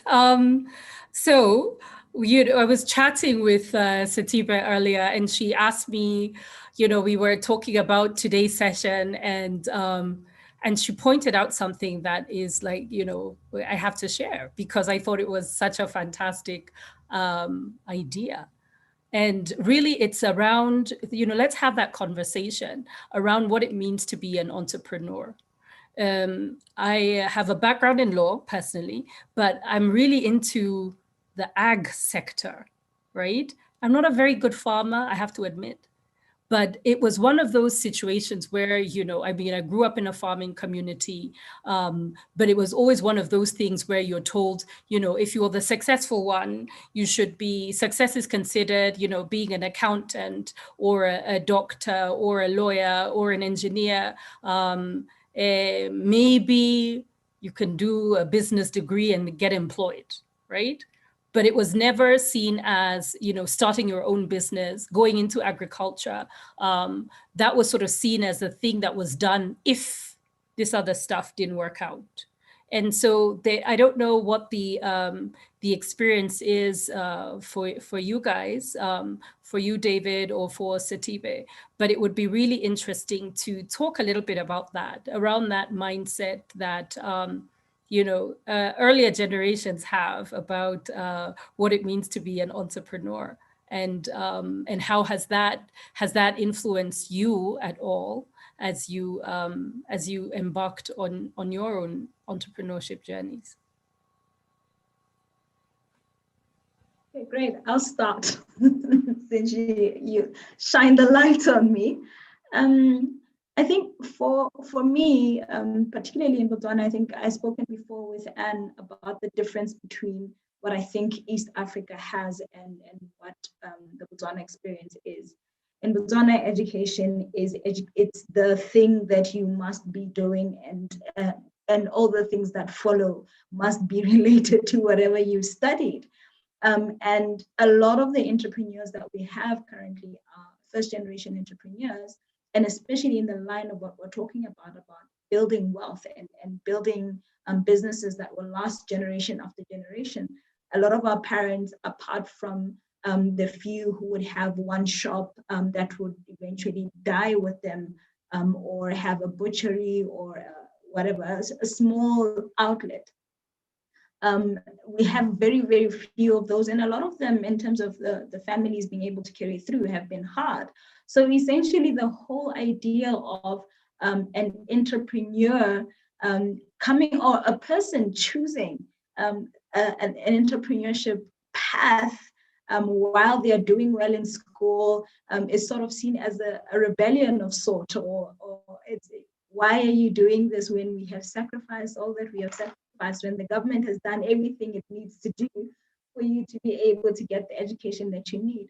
So there is a lot of stigma around that. There's a lot of even expectation, or even just for you to succeed from the get-go, and without that that empathy or that understanding of how long it takes for a business to come to a point where everybody, or to get to a point of success, or to get to a point where everything sort of stabilizes. So I don't know if David has also had the same kind of experience. Yes, no, that's a very good, very good question, a good point to highlight. I always sometimes feel some sort of sympathy maybe with parents of different generation, because ultimately we all have the same intention. So they want us to succeed, we want to succeed. And yeah, rightly so on the point. I think sometimes when you think of entrepreneurship, you may not necessarily think of the easy success path. Like if you've invested in your education and you can become a lawyer or a doctor or an accountant, it seems that's the path to success. So when someone would openly want to go through a path, which I would tell you is definitely not an easy path, to choose a different path that doesn't align to the education and to all the experiences, it becomes quite interesting. But what I do think is that sometimes I think some of this is part of education, and some of these narratives may change. And I'll give a personal example story. So my sister, whilst not an entrepreneur, she works at TikTok. And I remember when she first got her job at TikTok, my dad didn't know what TikTok was. And in his mind, it was from TikTok to Facebook, like it was just all foreign. But once understood that actually TikTok and Facebook are two of the biggest companies in the world right now, equal to any of the big companies you know, it changed the narrative that, oh, actually, it is not going to work in some startup or something. This is a functioning company. And as Wangeshi highlighted earlier, that actually contributes strongly, widely to GDP and economic growth. So I do think that the narratives will kind of soon change with that understanding of like what entrepreneurship is and what entrepreneurship could, what it could be. Plus all the education we go through is 100% valuable in the entrepreneurship journey. So the school education, the university, whilst it wasn't learning how to do X, Y, Z, it's all part of that learning that actually makes you prepared or more prepared to be an entrepreneur. That's a good one, because that leads very nicely into what I was thinking of asking you both next, which is, you know, what would you tell that person who's just starting out in their business? I know, David, you mentioned that, you know, you also work with an organization that, you know, funds, that acts as an angel investor and you know, and it's funding startups, especially underrepresented startups, which I guess in the UK are probably minority owned. So if you could just, you know, what would you tell that person, that one who's about to start their business? Are you gonna, you know, what would you say to them, given your experience of being part of Wealth 8 and these other platforms? Yeah, so actually, I've always got this thing where I tell everyone, and I top 3 tips. So 1 is start, 2 solve, 3 speak. And to break it down, start means, it doesn't mean quit your job, but start means start taking practical steps, actually turning the idea into something, because we all see these overnight successes and we all see end products of of the work. But starting is, if you have an idea and you could think about something for 6 months and it will remain in your head. So the first step is write it down. Go, as you said, YouTube Academy, that there's so much. What are you doing to take this thought to make it real? 2, on solve, is focus on the problem and not the solution. So I meet a lot of people who, and I always have to keep myself focused on this as well, is when you get into your solution and you've created a site, you've created certain things, sometimes it's hard to step back from what the solution is. But if you focus on what you're solving and the problem, you always, that will keep you grounded. Plus, when the going gets tough or you have to change, because in the world of entrepreneurship or startups, pivoting is so very normal, you're okay with it because you realize you're focused on what you're solving. And then by speak, yes, who is it for? So if it's an entrepreneurship, it tends to always be a product or solution to solve a problem. So who are you solving that problem for? How are you engaging with them? How do you make sure that what you're doing is constantly addressing that? So never stop speaking to who you're actually kind of working with through that point. So those would be my kind of top 3 key things. Fantastic. Very Twitter worthy. We'll put those straight away. Satiba, what about you? What would you say to that person who's just starting out their business, or who, tell us, give us your thoughts. It will almost sound like a cop-out of David's, but mine is just one simple thing. Your motivation has to be something that will wake you up on a rainy day with no money in the bank. That's the only thing. Wow. That for whatever reason, that particular phrase for me has made me think of Eliud Kipchoge, you know, the greatest marathoner in the world, who also happens to be Kenyan. He always says, it is only the disciplined who are free. And so I guess in this particular case, it is those who are motivated who are going to succeed. So yeah, thank you for that one. And you know, and both of you are actually doing quite a bit around digitization, right? From what you said to us in your opening statements, you're both really looking at leveraging technology in order to reach your clients, to solve for those problems or issues that you flagged in your business. And I'd just like to hear from both of you how the pandemic has affected how you work, and how that sort of ties into the fact that you are in this technology space. Has it helped to grow your business? Has it slowed it down? What's been the effect of COVID on your business? Yeah, I think on our side, it came in at the most fortunate time, if one could say that about COVID.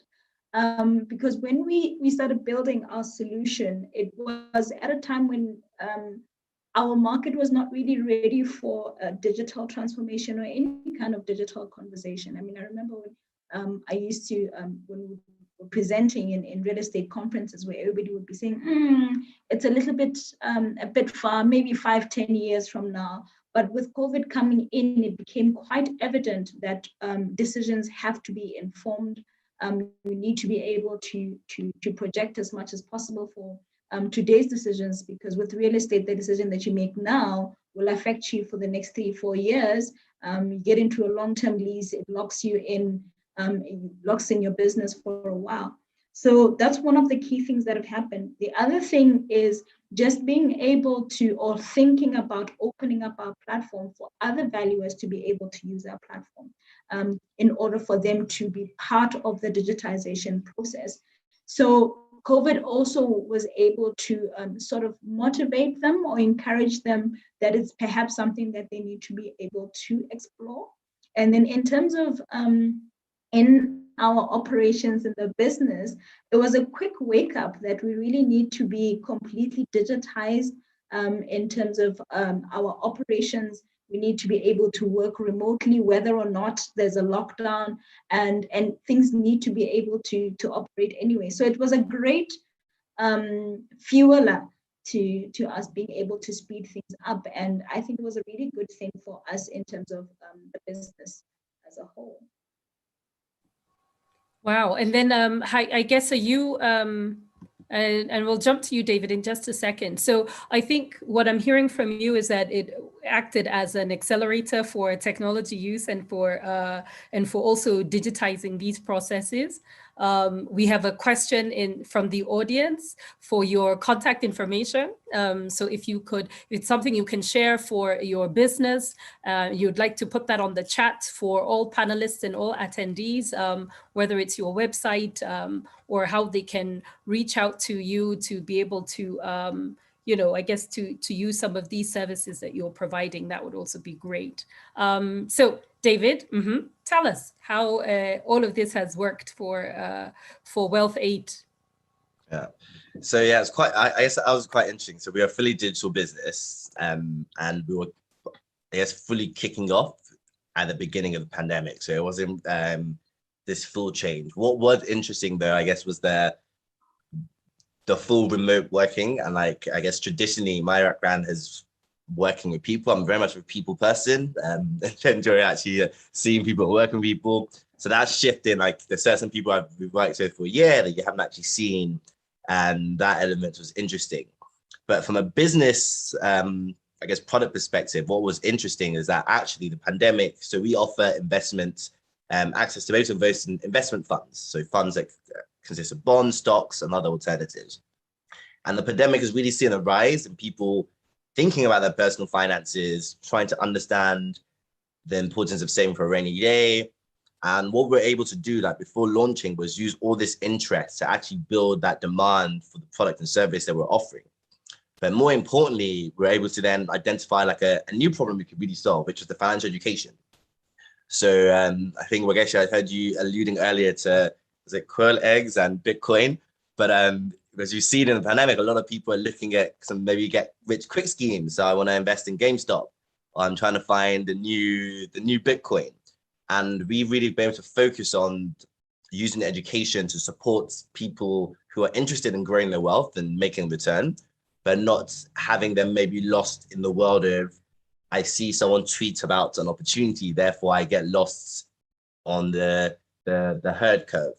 So from a business point of view, that demand, that discussion has really kind of helped that interest and allowed us to hone down on an important aspect for ourselves.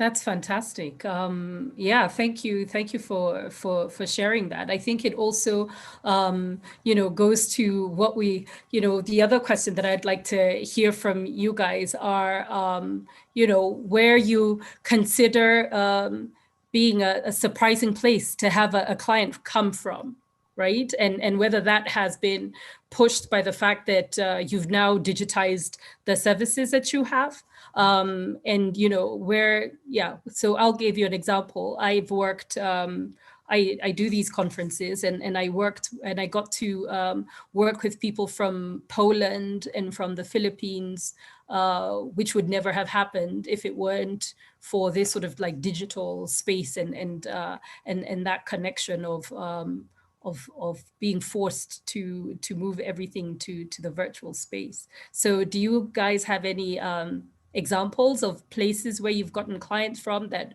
were a bit of a surprise to you? Yeah, definitely. I mean, for us, the one that sticks out is somebody from Japan. Mm-hmm. It was completely off the radar, I couldn't imagine how they would have come through. But yeah, for us, that's been somebody from Japan. And they wanted you to do the assessment for them, the valuation for them? So they were looking at investing in Africa. So Botswana was one of the countries that they were looking at. And they just wanted more information in terms of market information, what's happening where, and these are what their interests were. And it was just an amazing thing to just have them pop up like that. Yeah, absolutely. It's truly a global village. And what about you, David? Any experiences like that? Yes, actually, I use an example from Foundervine. So we prior to the pandemic, all our programs were in person. So, 6 weeks, 8 weeks, 12 weeks. You come to a certain venue at a certain point in time. And when the pandemic first happened, to be very honest, we thought we were we thought that was it. But very quickly, just like yourselves, devised out how to do. We had a program in March, devised how to do programs virtually. All of this. Then, very interesting, in the summer, we had a reach out from someone in Romania. And they were looking to run their first virtual accelerated program for a group of startups in the community. But what was more interesting is that we weren't sure what the question was, but the question was, we've seen what your work and your content and what you've been doing. It's like, have you always been doing this? It looks best in class. Now we are looking for someone to consult us on how to do it. And we were like, we don't do consulting. So they're like, well, can we do consulting? I was like, I mean, we know how to do what we're doing. So that was fortunate because there's now a new service line that we were able to design it, deliver, but then package it and say, hey, actually, you know what? You can actually now do this as a new service to other people. So that was quite interesting. That's fantastic. I think it goes back to what you gave as the advice. Focus on the problem. What are you solving for? So that you were able to pivot and do that right away. That's fantastic. We're almost coming to the end of our session. It just seemed to have gone by so fast. But again, it's the era of YouTube University, right? What books or podcasts have made a difference for your business in the last maybe 3 years that you would like to share? We'll start with you, David. So I'm a big podcaster. I learn most of my life through podcasts and just through the discussions and the conversations and the nuggets of information I get. And so a big thing, some of my personal favorites are 11FS FinTech Insider. So that's really about all the world, everything fintech. They do twice a week, weekly drops, and have people from fintech banking from across the world, which is great. How I Built This with Guy Raz, and Product Hunt Radio. And How I Built This is probably one of my favorites because it's such a great resource that contextualizes the journey of any startup. And what it does is that it breaks down these overnight stories. So you can actually hear the pain, the unfun bits that you don't necessarily hear from these founders that you glorify, and you hear moments about, oh, when they were about to turn up the lights and fire the first 3 people, and then it transforms. So it's really great to kind of show that.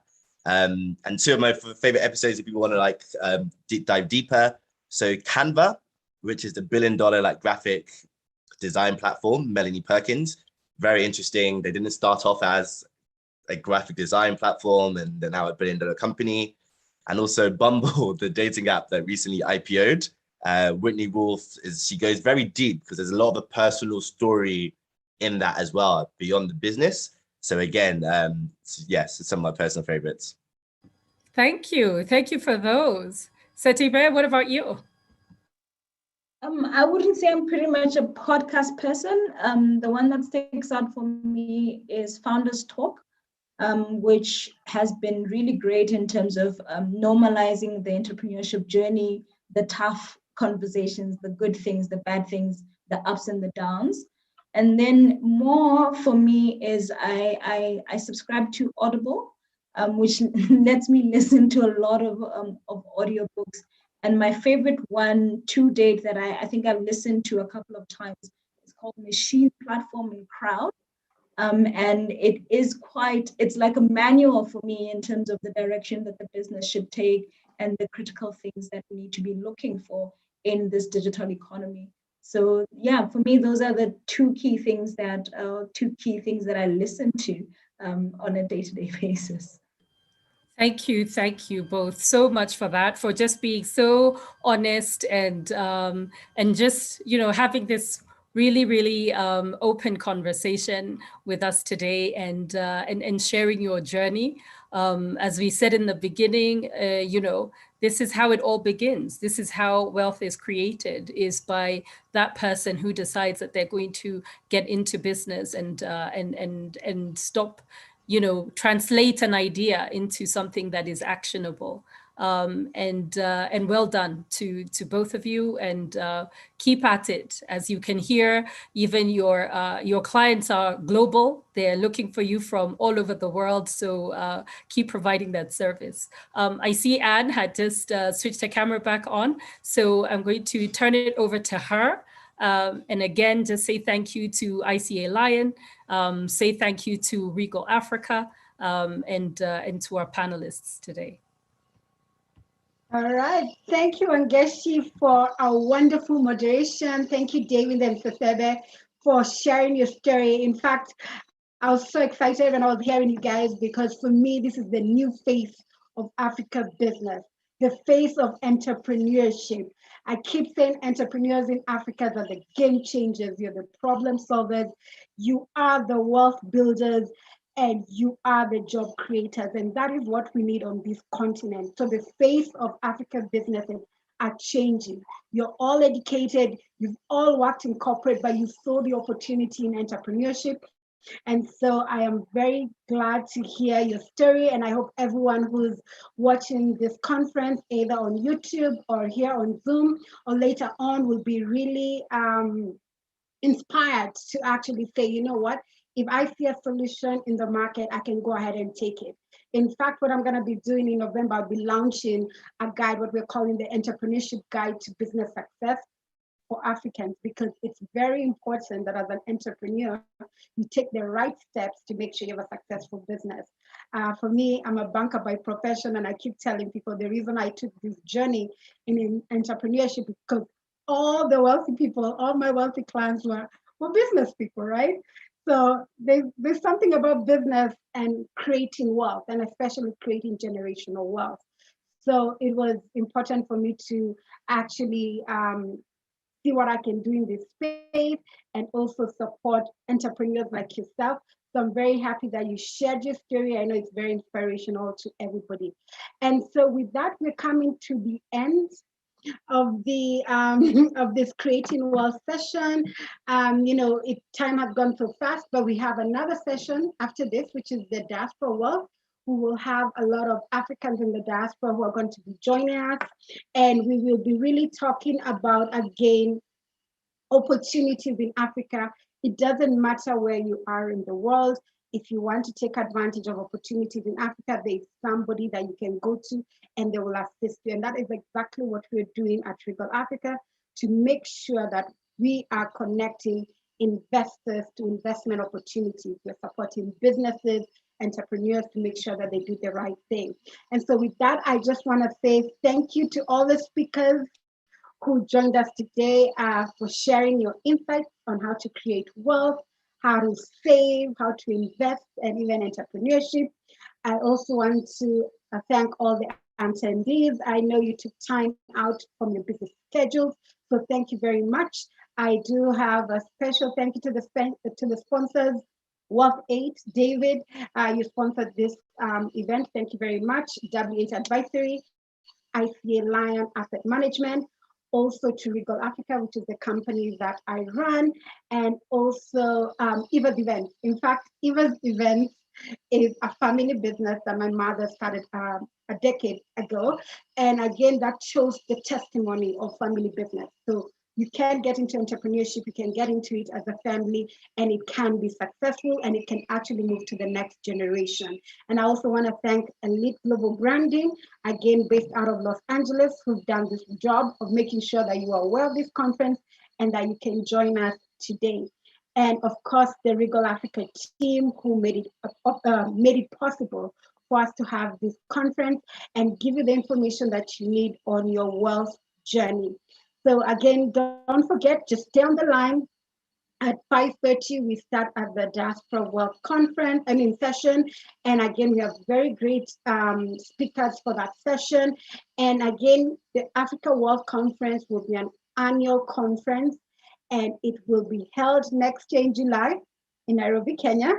And we look forward to that. And again, our goal here is around creating wealth for all of you, for your families, for the next generation, because we believe this is the time for Africa. And as everyone has been stating, we need education, we need the knowledge so that you can go out there and do what it takes for you to be able to create wealth. And with that, I want to thank you again, and please stay on the line so that you can join the rest of the wonderful speakers at the next session. Thank you very much, and God bless. See you in a little while.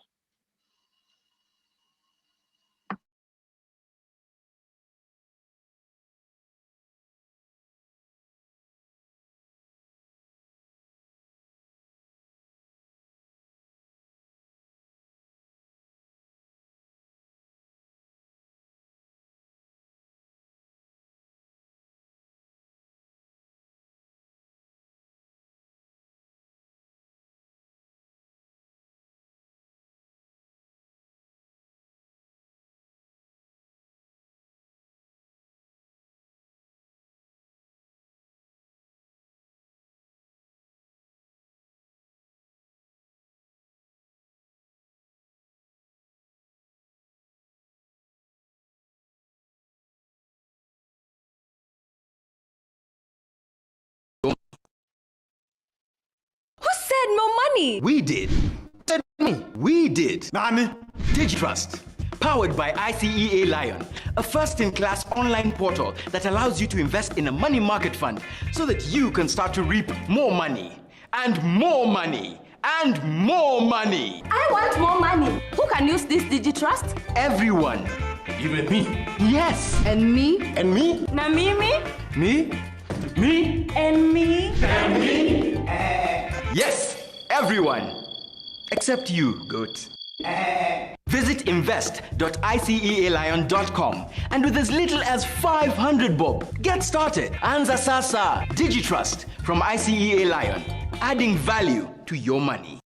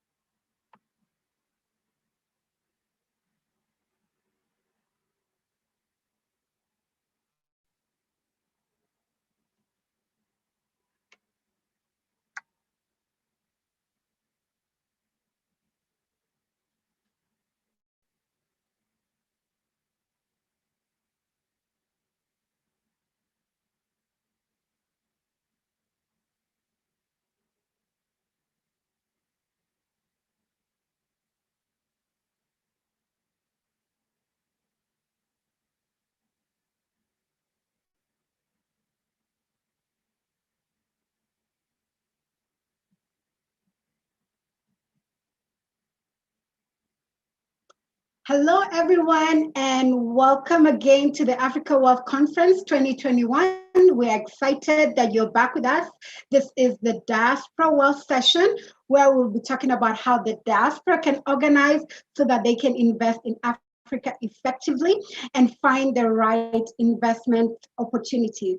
My name is Anne Mwamboi Gaitha. I am the founder and the CEO of the Regal Africa Group, where our main mission is to help our clients create wealth. And I'd like to welcome you today because this conference is all about, or the theme this year is about empowering Africans to create wealth by participating in Africa economic development. I believe personally that we as Africans who are all over the world need to take advantage of this time in history. It's never been a time like this where we can actually create wealth for ourselves. There are great opportunities and we can create wealth for ourselves and our families, and make sure that we're creating generational wealth. And for us at Regal Africa, we believe that that can be done if you organize, have collective investments, so that you ensure that you're doing trade and investments all over the world, wherever that you are. I'd like to go ahead and just welcome everyone, especially the speakers today. We have a wonderful group of speakers who will be talking to us about how you can engage as a diaspora. What are the opportunities that you can find on the continent? And I believe these insights that they will share are going to help you create and manage wealth wherever you are. So again, welcome to the Africa Wealth Conference. And what we will do, we will just take a minute of your time, again, because this is a global Pan-African conference. We recognize that there are very many people from all over the world. So we would really like to know exactly where you are at this particular time. So what we're gonna do, we're gonna have a poll on menti.com because this is of course a virtual conference, which means that all of you are online. You can just go to menti.com, which is www.menti.com. And when you get there, we're gonna give you a code, and all we would like you to do is just type in your location, because we really want to know where you're logging in from, so that even as we have these conversations, we can direct it that way. From the type of people who registered, we had people all the way from Brazil, Australia, Suriname, I mean, places that I would have least expected people to actually register. So we're very excited that you're joining us, and I'd really like you to go ahead and do that. Let me go ahead and just type in the website so that you can get it on the chat. It's www.menti.com, menti.com. You can go ahead and see that on the chat. And then once you log in, we're gonna give you a code. It's also on the chat, so that you can just go ahead and put the code. And then once we know where you're located, then we're gonna go ahead and start the conference. All right, for those of you who have logged into menti.com, the conference code is 5687-8414. Again, it's 5687-8414. And you can also find that at the chat. And you can just type it in.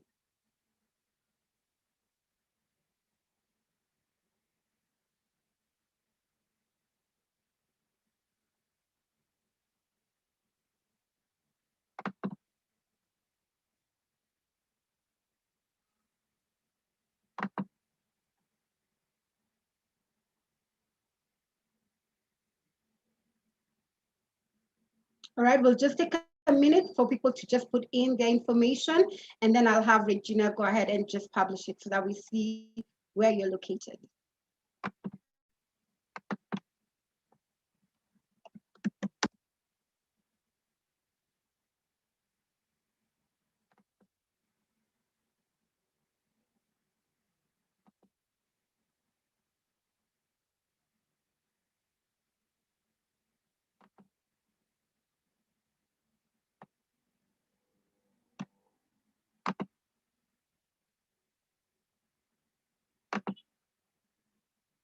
All right. So maybe Regina, you can go ahead and just show us the results of the Menti menti.com poll so that we can see where we are located, where everyone who's logged in has located.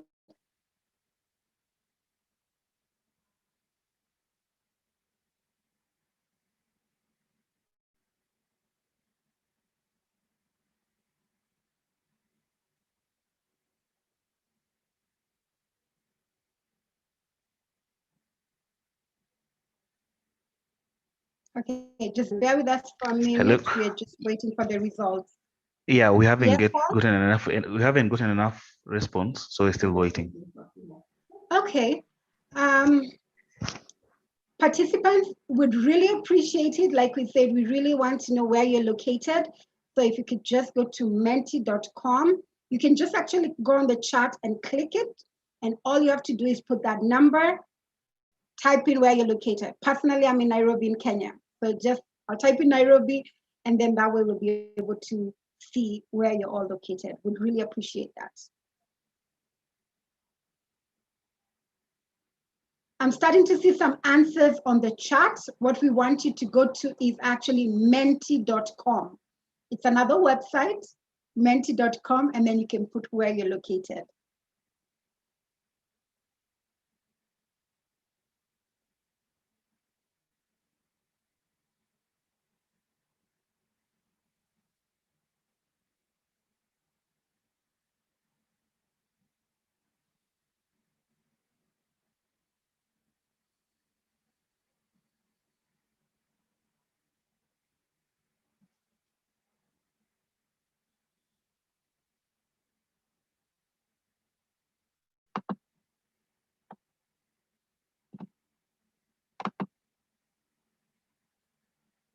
All right, Paul, do we have enough results that we can show?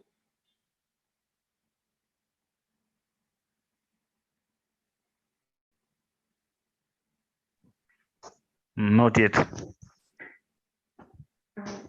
Okay, so if that is the case, what I would do is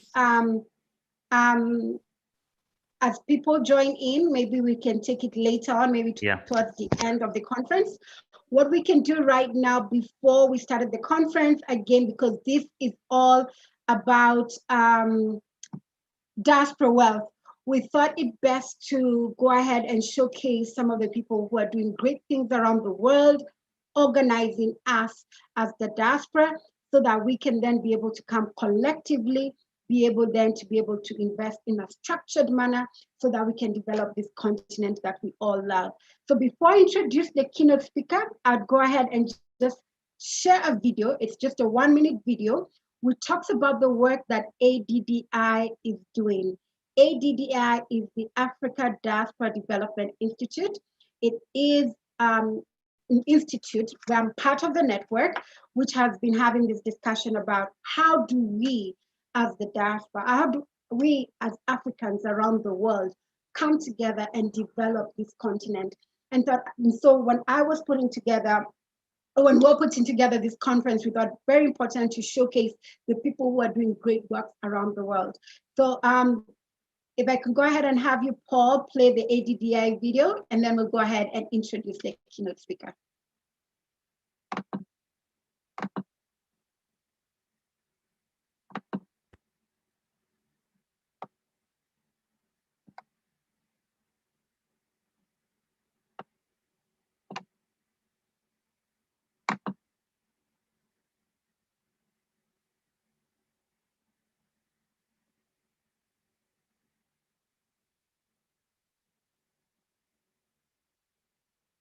Sorry, we do not hear any. We don't hear. Paul?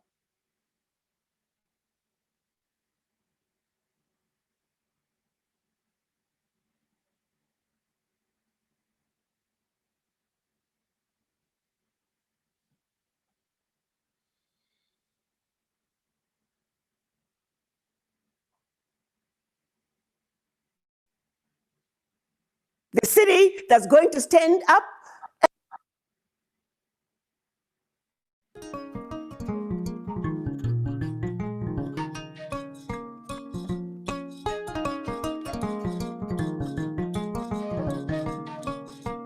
Welcome to African Diaspora Development Institute, an institute that is designed to be the bridge between the African diaspora and the motherland, Africa.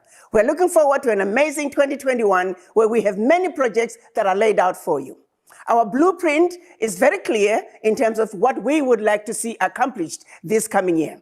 Of course, our flagship program is going to be the Wakanda City of Return, which is going to be built in our beloved city of Cape Coast in Ghana. That is going to be the shining city on the hill. The city that's going to stand up and look across the Atlantic and remind the slavers that while you may have won for over 400 years, the children of Africa are back home, back to that piece of land their ancestors last set foot on the beloved continent of Africa. The children of Africa, descendants of the formerly enslaved, are going to come back home to Cape Coast. That is where we are going to converge and look the slavers in the face and say, you may have won for over 400 years, but ultimately we are the victors. Wakanda City of Return, Cape Coast, Ghana. Please go to our website, learn more about it. Another exciting project that we are looking to also sponsor, this time we are focusing on addressing those issues that are pivotal issues to Africa's economic development. As diaspora, we are saying, in order for us to really take over our beloved continent, we must get ourselves involved in ownership. We have chosen 3 sectors to concentrate on: mining, agriculture, manufacturing. Can you imagine, my brothers and sisters, if we can increase our ownership of these sectors? So on that end, we're going to be introducing a country every month and highlighting those 3 sectors, and more importantly, identifying projects for you to invest in.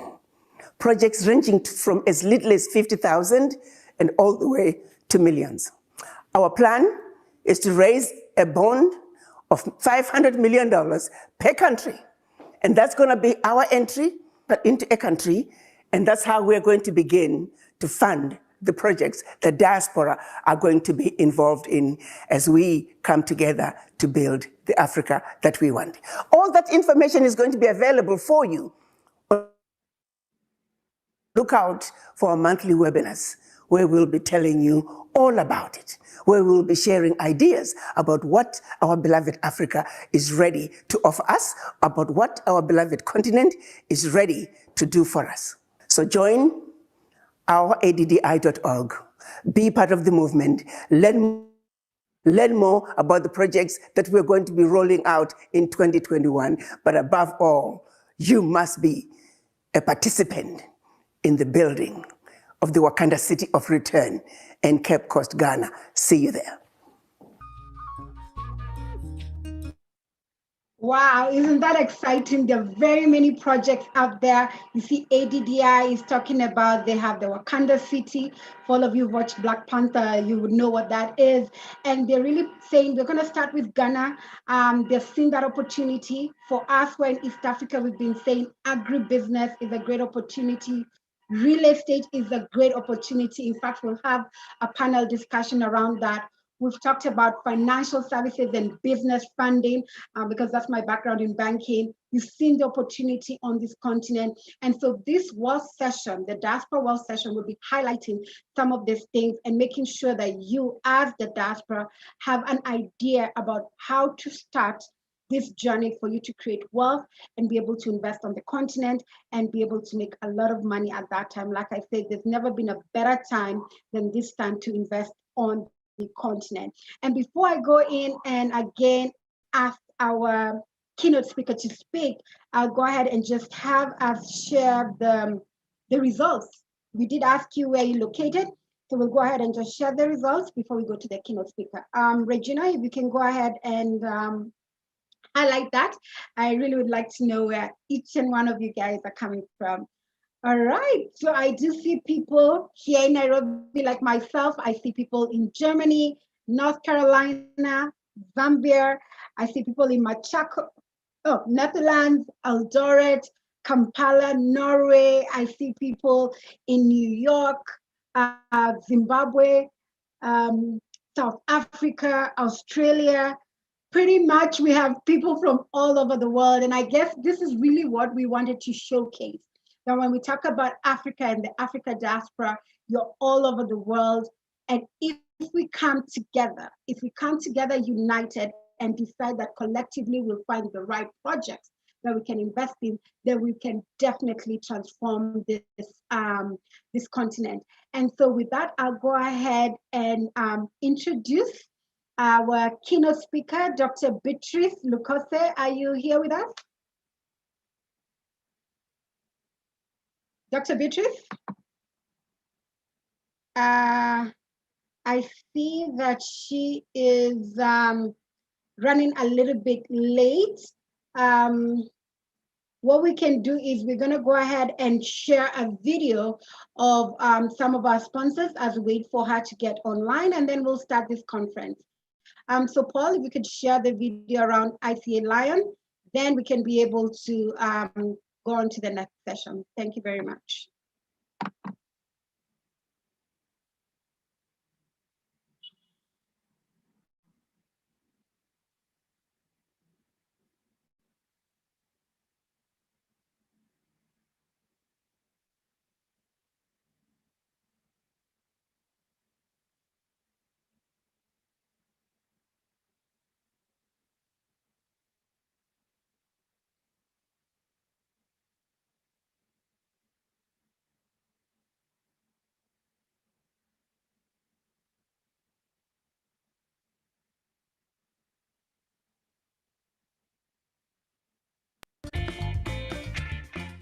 There are different types of unit trust.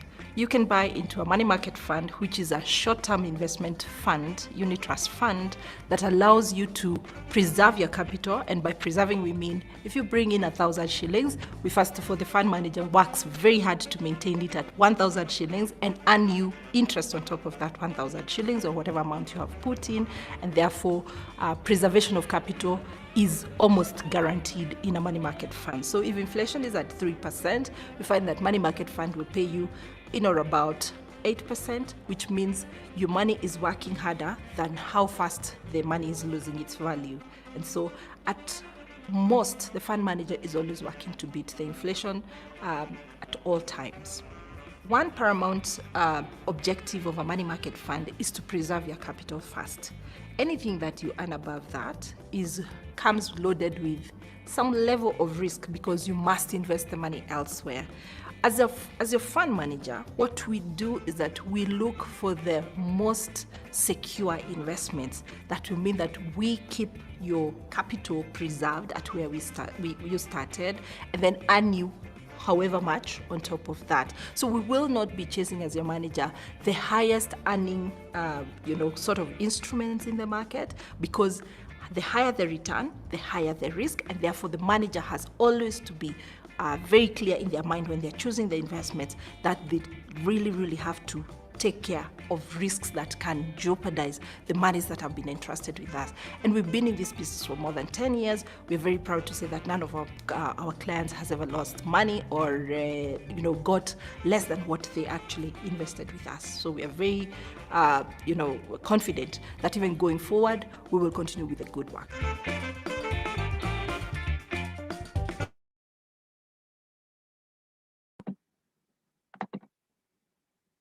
All right. It looks like we're just waiting for our keynote speaker. She's in the conference, but we just need to fix something. So what I'm going to do, I'm going to go ahead and just read Dr. Beatrice.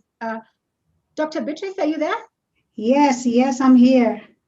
Okay, great. So what we're going to do, I'll just go ahead and just give the audience just an overview about the work that you've been doing, and then would really like you to share some light around what you've been doing in the diaspora and how you think we can create wealth.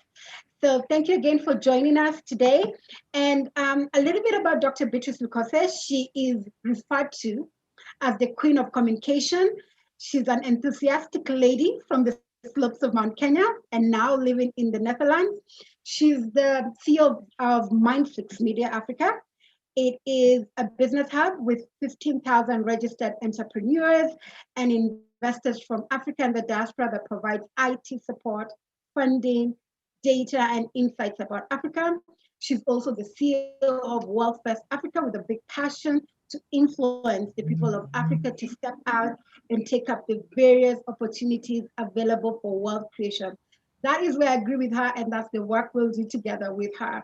She's also the founder of I Motivate Solutions, an award-winning IT company that specializes in building business IT solutions. She's also the European coordinator of Women in Business Network of about 1.2 million women. She has worked for 15 years with the United Nations.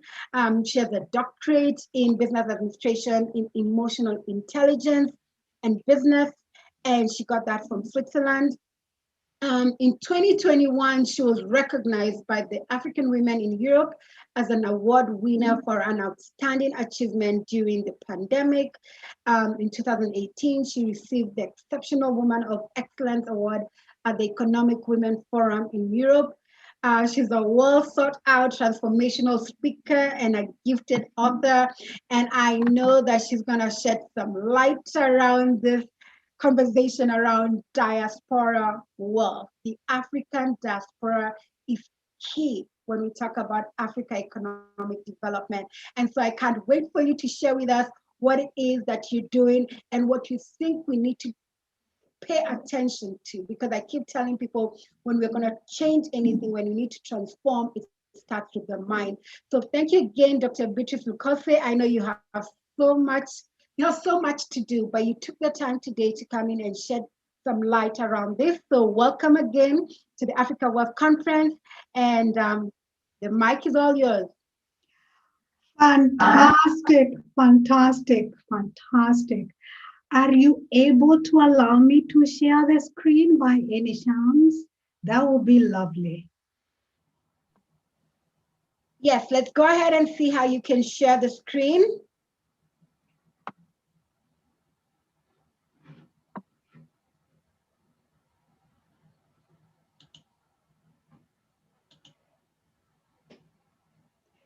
Yes, I need to be around to... Yes, you can go ahead and share your screen right now. We'll be able to see it. Okay, let me see how we can do that. So I'm looking at the options here to share the screen. I'm just looking at the options. So not yet. Anyway, I think we can go on. Not yet. I'm not able to see that yet. So we just go on, I guess. Yes, yes, fantastic, fantastic. Thank you so very much for that wonderful, wonderful introduction. And yes, I want to start with the words that I love so much, and that is Ubuntu, Ubuntu. Yes, yes, it's all about being together, getting connected together, right? Yes, yes, that's why we're here this evening. It's actually evening here, and in some parts, I'm sure it's morning. In other parts, it could be afternoon. And yes, many thanks to Africa Wealth Conference team for organizing this wonderful, wonderful event and actually honoring me to be one of the keynote speakers. Yes, yes, fantastic. I'm really humbled by that.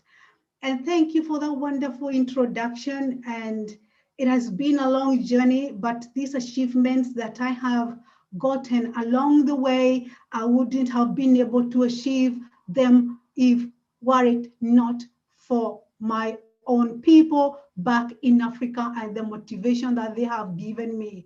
And so those wonderful, wonderful attributions to me and accreditations are what keeps me going. That's what makes me wake up early in the morning.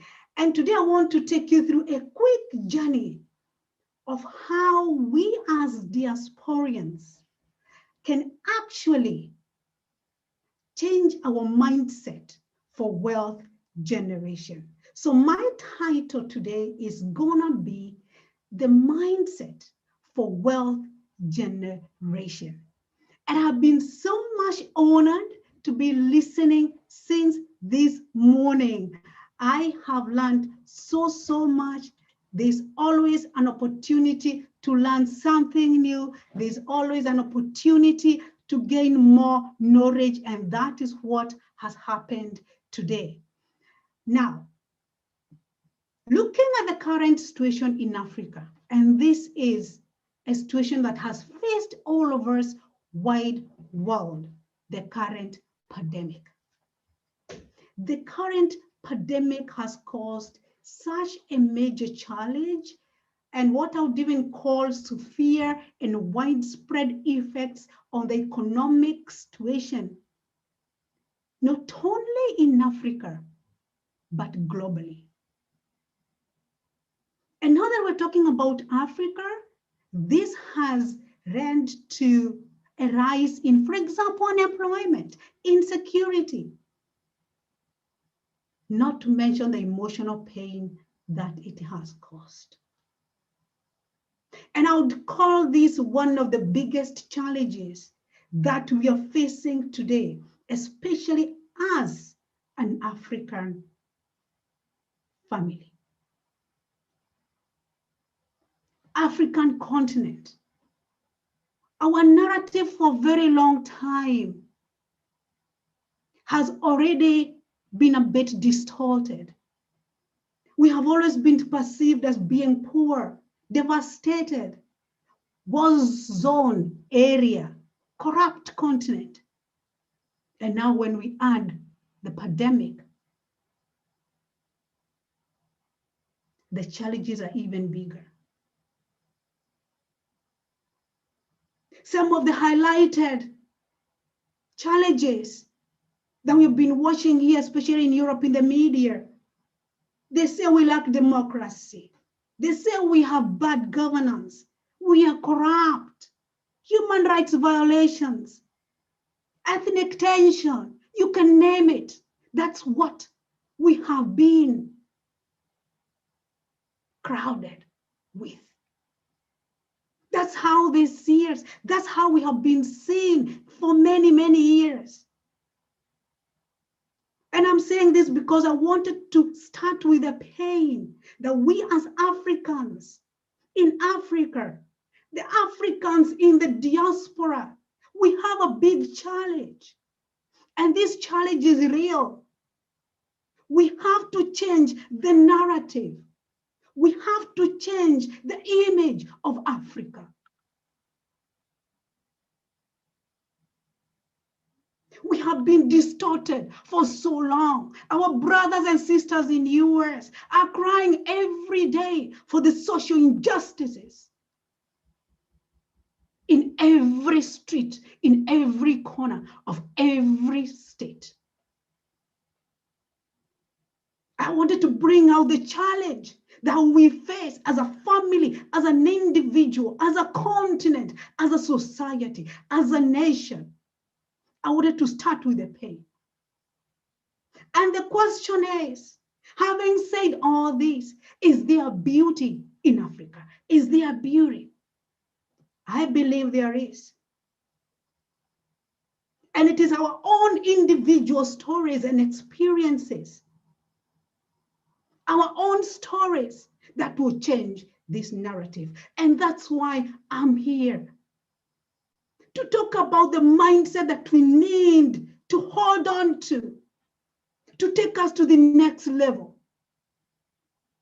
I'm gonna start with a little bit of my own story, just to paint a little bit of a picture. I am married to a tall, dark, handsome man. His name is Dr. Jones Lukose.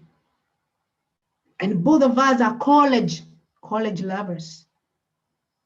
We met in a university in Nairobi, Kenya, during our undergraduate studies. No wonder we passed with the flying colors, first class. Just a disclaimer. But we tied knots to be happily ever married, and that was in 1997. But little did we know that that year's presidential election violence, political turmoil would alter the trajectory of our marriage differently, to say the least. The farms, the foreign farms we were working for pulled out operations from the country, and we were left jobless and financially exposed. And so here we were going through a pandemic, devastated with life. And we questioned about everything. What did we do wrong? We listened to what everybody said we do. We started questioning our choices. They said we go to school, work hard, get married, get a job. We did all that. But what happened? Could everybody have been so long? So there I was, just a few months in a relationship with these major problems. And I want to say something, that no matter how difficult the situation can be, we can always make it worse for ourselves. I was way too negative, way too judgmental. And the life-changing moment came when we were blessed with our daughter. And I remember looking at her on my hands after I delivered her. I looked at her and I knew she deserved something good. What is that wake-up call for you? For us, it was our daughter. And I knew I had to do whatever it takes to give her the best. I needed something to trigger my mind to start taking the right actions. Come out to the old self. Come out of the old self and start a new journey. And I came up with a slogan. And I said, get set and make it happen. Beatrice, get set and make it happen. What is your slogan today to change your legacy? What is your slogan today? And I wrote 3 things. I want to start generating family wealth. I wrote 3 things. I want to start up my own company. Start my own company. I want our children to go to international school. I want to live in Europe. And I want to just make this a little bit clear. When I was writing these things, we were living in a very small single-bedroomed house in Malindi, sleeping on the floor and with no food on the table. I wrote those 3 things. How would I have lived in Europe from a small rented room? How could that have happened? But the moment you change your mindset, the moment you change our mindset, the how to do it also shows up. So number 1, due to the presidential violence, we could not start our business in Kenya. So we relocated and went to Uganda. Why did we go to Uganda? Why? Because Museveni had just gotten into power then and was welcoming foreign investors. So we registered our first online business in 1998 in Kampala. There we were. It took us 1 day to get our business registered. What were we doing? Information management and real estate. There we go. But little did we know, by taking that journey, that the clerk who helped us with the whole process of registering our company would tell us that the Ministry of Local Government in Uganda was looking for tenders to digitize all their local government records. So we put in our tender and we won the tender. To cut the whole long story short, and I'm talking about the mindset, that's why I'm taking you through a journey. Mindset of wealth generation. Our journey did not even start in Kenya, our home country. We had to relocate to a different country. But little did we know that the project we did in Uganda, in all the districts, from Kampala to Lila to Gulu, all that we did would be recognized by other governments. So from there, it was Rwanda, Botswana, Zimbabwe, Jamaica, Tanzania, digitizing their local records. And then the United Nations recognized our work and they asked us to come on board and help them set up systems in Arusha, Tanzania. And from there, they said, we're also doing the same in Europe. Would you come and help us set the systems in Europe? So we came to Europe in the Netherlands. We have been here now for 15 good years with our 2 children, working for the United Nations, helping them to set up the systems. But more than that, this is another narrative. The part of United Nations that I work for deals with crimes against humanity. Crimes against humanity, genocide, atrocities. And guess what? Most of the cases we are trying painfully are from Africa. And I have had a moment to look at a child soldier holding a gun and seeing death on the eyes. He has killed over 1,000 people. This is my own continent. War-torn zones.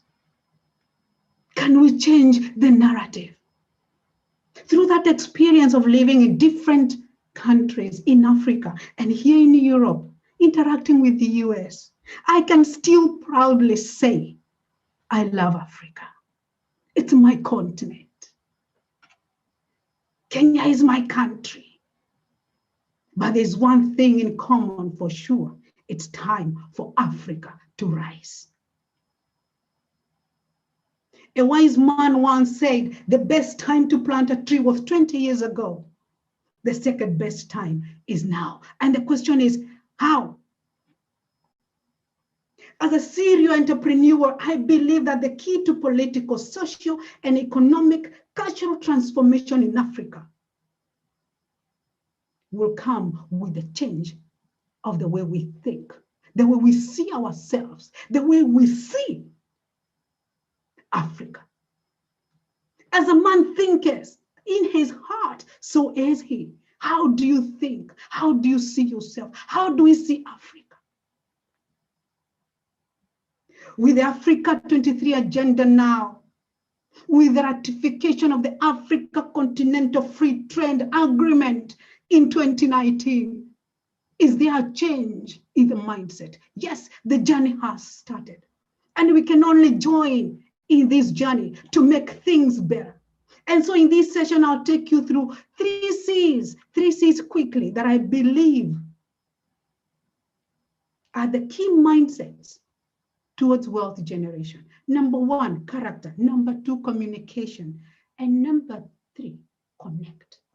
Character, communication, and connect. During my research for my doctorate in business administration, I focused a lot on emotional intelligence. And there's one thing I learned that revolutionized my life. It changed the way I think about life. And this is a key fact, that life is only 20% tactical and the rest is all mindset. If 80% is mindset, then why do you spend so much time in school learning? Tactical, academic. And I'm not saying they are bad, but I'm saying, could we have been missing some key elements along the way that could make us even greater people? But there's good news along the way. It's never too late. It's never too late. So what about character? There's so much I can say about character, but I have 2 things for you today. Forget about fear and procrastination. This is what is eating us. Today we've been going through a journey of wealth generation. And I've listened since morning. The first keynote speaker, I listened. And what is affecting us most is fear, procrastination. When I started my first online business in 1998, all I wanted was to go online, reach as many people as possible, generate wealth. But what no one ever told me is that I would be suffering with procrastination. I procrastinated day and night. Fear had taken a toll of my own bones until I had to come up with something that can help me wake up in the morning and not procrastinate. And that is game G-A-M-E, game, acronym. Think about the goal. What is the goal? Is your goal to write a will? Is it to start saving? Is it to start an online business? Write it down. G, A, accountable. Get somebody to be accountable to. What about motivation? Enjoy every mile of your achievement and then take time to evaluate. The next part of character, which is very, very important, is the money mindset. What is your money mindset? We have gone through a lot about investments, how to save. What is your money mindset? When you went to school, what did you learn about money? They taught you everything to do with financial management, about financial accounting, investment options, etc. But did they teach you that there's an emotional connection with how we spend our money? There's a high correlation between how you spend money, how you earn money, how you invest money, and your own emotions. Perhaps not. No wonder some of us will have an opportunity to hold so much money on our hands, but then it disappears so quickly. Studies have shown that there are three major ways in which our money mindset and wealth mindset has been programmed. And that is verbal. What did you hear? Did you hear that money is the root of all evil? Save your money for a rainy day, then it will be saving every day, which is fine. I'm not against saving, but what is the purpose of your saving? Is it for a rainy day? Then it will be raining every day. Rich people are greedy. Did you hear those kind of words? Are they in your subconscious mind somewhere? What about visual programming? What did you see? Were there bitter arguments growing up about money? What about the experience? What did you experience? Did you experience divorce, maybe illness, maybe unemployment, maybe other hardships? Did they have an effect on your emotional connection and how you see money? Did they? Most likely, yes. One of the greatest authors about wealth says, wealth can only grow. It can only grow to the extent to which you do. So that's very important, a very important factor. So we need to condition ourselves. We need a mindset shift for us to start acquiring wealth. Self-awareness, recondition yourself. Maybe think of positive money conversions, start changing your mindset. The second C is communicate. How do you communicate? How do you communicate? And communication is very key to wealth generation. You need to communicate like a leader, Tell your story effectively so people can connect with you. If you're looking at clients, how do you communicate your message so that it raises the hairs of your prospects or clients' arms? This is for the entrepreneurs. What about you as an individual? What message do you have that shows that you know the future? You know what you want for yourself, what life is all about, yourself and your family. Communication is very key. And then connection. We have to connect. There's a truth that is behind every multi-billion, and I'm saying what? $billion companies today. Look at them, Airbnb, Amazon, Facebook, Google. There is something they're using. There is a secret, and this secret is leveraging on the power of technology to connect. Using systems to scale their businesses online 24/7. So if you want to sleep peacefully while you're generating passive income, think about scaling your business 24/7. Think about connecting with the financial institutions, financial advisors like we have had today. Connect with Anne. She'll help you. So very, very important, connect. And going back to my goal of setting up a business, we have come up with 3 businesses, and that is Mindflix Media, iMotivate Solutions, and Wealth First Africa. that are well registered here in EU and also in Kenya. This was one of our major portfolios as a family, because this way we're not only gaining, but we're also helping many other people.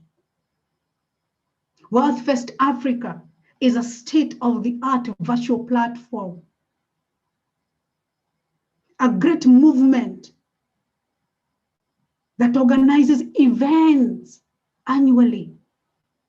We have one coming up in August. I'll invite all of you, you're welcome. And another major one in December, where we get high-level speakers, mindset changes, exhibitors, sponsors, delegates, and other stakeholders across the world, and we put them together. Just like what Anne has done with her team, bringing us together, Wealth First Africa. This was formed last year, and we had our first event last year. And the statistics just spoke for themselves. For example, the attendees loved the app so much so that we had 80% downloads. Within those 2 days, we had sponsor impressions of about 100,000, 700 impressions. Speakers downloading the app, 79%. We had a great turnout. And it presented entrepreneurs with those great opportunities to advertise, drive traffic towards increased business opportunities. Moreover, sponsors gained a lot from the leads, as you can see about the impressions. I just mentioned 100,000, 700.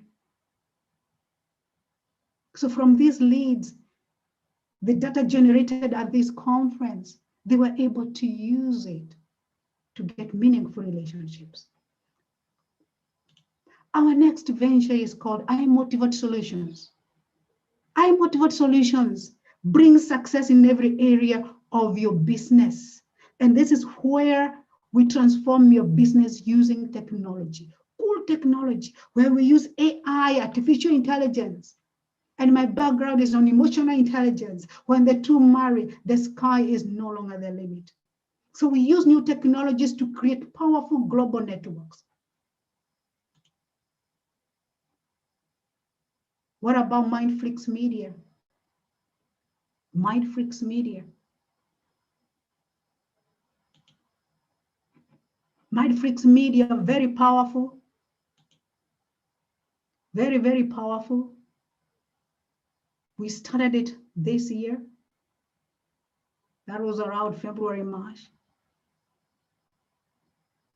And through this, we have been able to get registrations over 50 countries in Africa, including the diaspora. As we stand today, we have 15,000 registrations. And we have had capital requests of about $4.5 million US. And so this makes Mindflix Media one of the largest entrepreneur intelligence and funding community focused on Africa. And it's expanding daily. It brings together resources and the very best leaders, coaches and trainers, others from Africa and the diaspora to a platform that transforms mindsets in Africa in various sectors. And just to mention, through one of our ventures, I Motivate Solutions, we have been able to help, for example, women in business. They came to us, and if you have a membership organization, for example, and you're looking, for example, for a marketplace where you want to move your members from individual businesses to a members kind of a platform, market where they can sell their goods collectively. There's something we have gone through a journey with a couple of organizations. What about real estate, property listing, property reservation, sales, automated customer services. So going through the whole journey with an angle that makes real estate process very easy. I know most of us, like myself, are looking forward to going back home and own a property, a piece of real estate, at least have a home. These are services we are providing. And not only just do we provide the service, a gateway for you to go back home, but we also have systems that help developers, real estate developers, to achieve their goal. We are looking at one right now in Congo, building a whole city, and they want it to be a tech city. So we have partnered with them. We can do great things. We can do exploits together. We can do it. This is just a small thing, just a small door. We have seen the opportunity, and we have come as people in the diaspora to look for ways of connecting all the dots. We are collaborating with Legal Africa, our African women in Europe, and in many other organizations. We are coming together. We are no longer fighting this battle alone. It's all about the mindset. Cows never finish grass for each other in the field. It's always enough. It's no longer time for us to fight each other. It's time for us to come together. Think about yourself, your family, and the continent of Africa. There's so many opportunities. And hence, the reason why, since we started Mindfreaks Media, we have had 15,000 registrations. So moving, so touching to see how hungry we are as Africans to come together, because this is the right time for partnership, for collaborations, and for networks to change the narrative of Africa. There's so many opportunities. And I cannot wait to collaborate even further after this conference. So with those few words, through Mindfreaks Media, we're also able to produce for you, as well as Legal Africa, Intelligence on Africa, everything an entrepreneur needs to know. For those who don't know more about communication, we also have Mindfreaks Media Speakers Club for communication and pitching, business pitching. And we have weekly mastermind classes. So we are looking forward to working in collaboration with all of you. Mindfreaks Media is open for collaborations. Let's come together and collaborate. And with those 3 C's, we shall go far. Thank you so very much.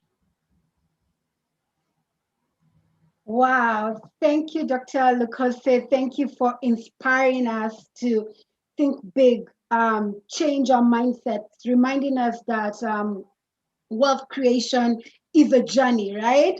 There's a journey. You haven't reached where you are in one day. It is a journey, but you cannot take that journey alone. We need to unite. We need to be collective.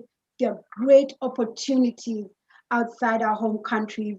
And I think what I got from you also is that previously we looked out, right? Because the mindset said the opportunities were out there. And yet the reality now, the tide has changed and the opportunities are back home. So we're welcoming people back home. You might not come home all the time, but you can invest on the continent.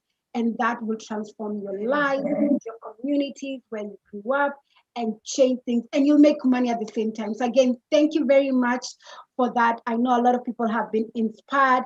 And I believe that then now goes into what will be the next discussion, which is going to be moderated by Rachel Makazi-Sharp, who's from Norway, another African Kenyan diaspora, who will now be even talking to us about how do we organize as the diaspora. So thank you very much, Ms. Beatrice Lokose.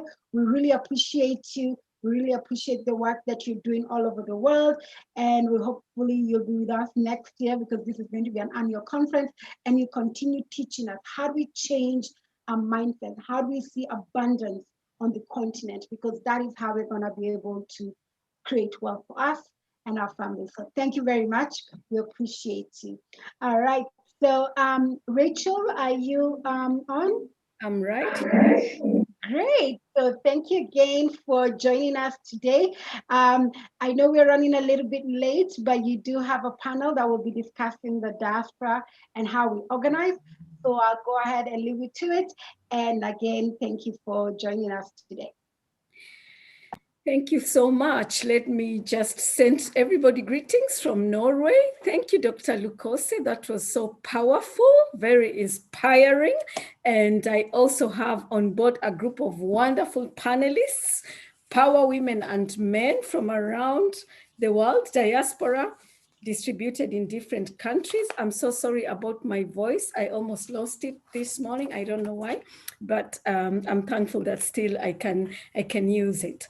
So my panelists are Dr. Lucy Mackenzie, Mr. Ifeanyi Jamie, Miss Joy Sense, and Mr. Kenneth Bandi. And I am happy to welcome them today, this evening, to this wonderful conference. And we will be discussing organizing the diaspora to invest in Africa, because in as much we cannot go into big things if we walk alone. We have to work together. So we have to identify ways of getting other diasporans to join us as we are part of building Africa. We are very privileged now that we really do not always have to relocate to Africa, because we have to be cognizant of the fact that there are some people who are married abroad with children. So, but they want to really, they burn with the desire to be part of building their motherland. And the digital tools that we have, technology has made it possible. We can do knowledge transfer, we can do skills transfer, and many other things. And above all, also remittances.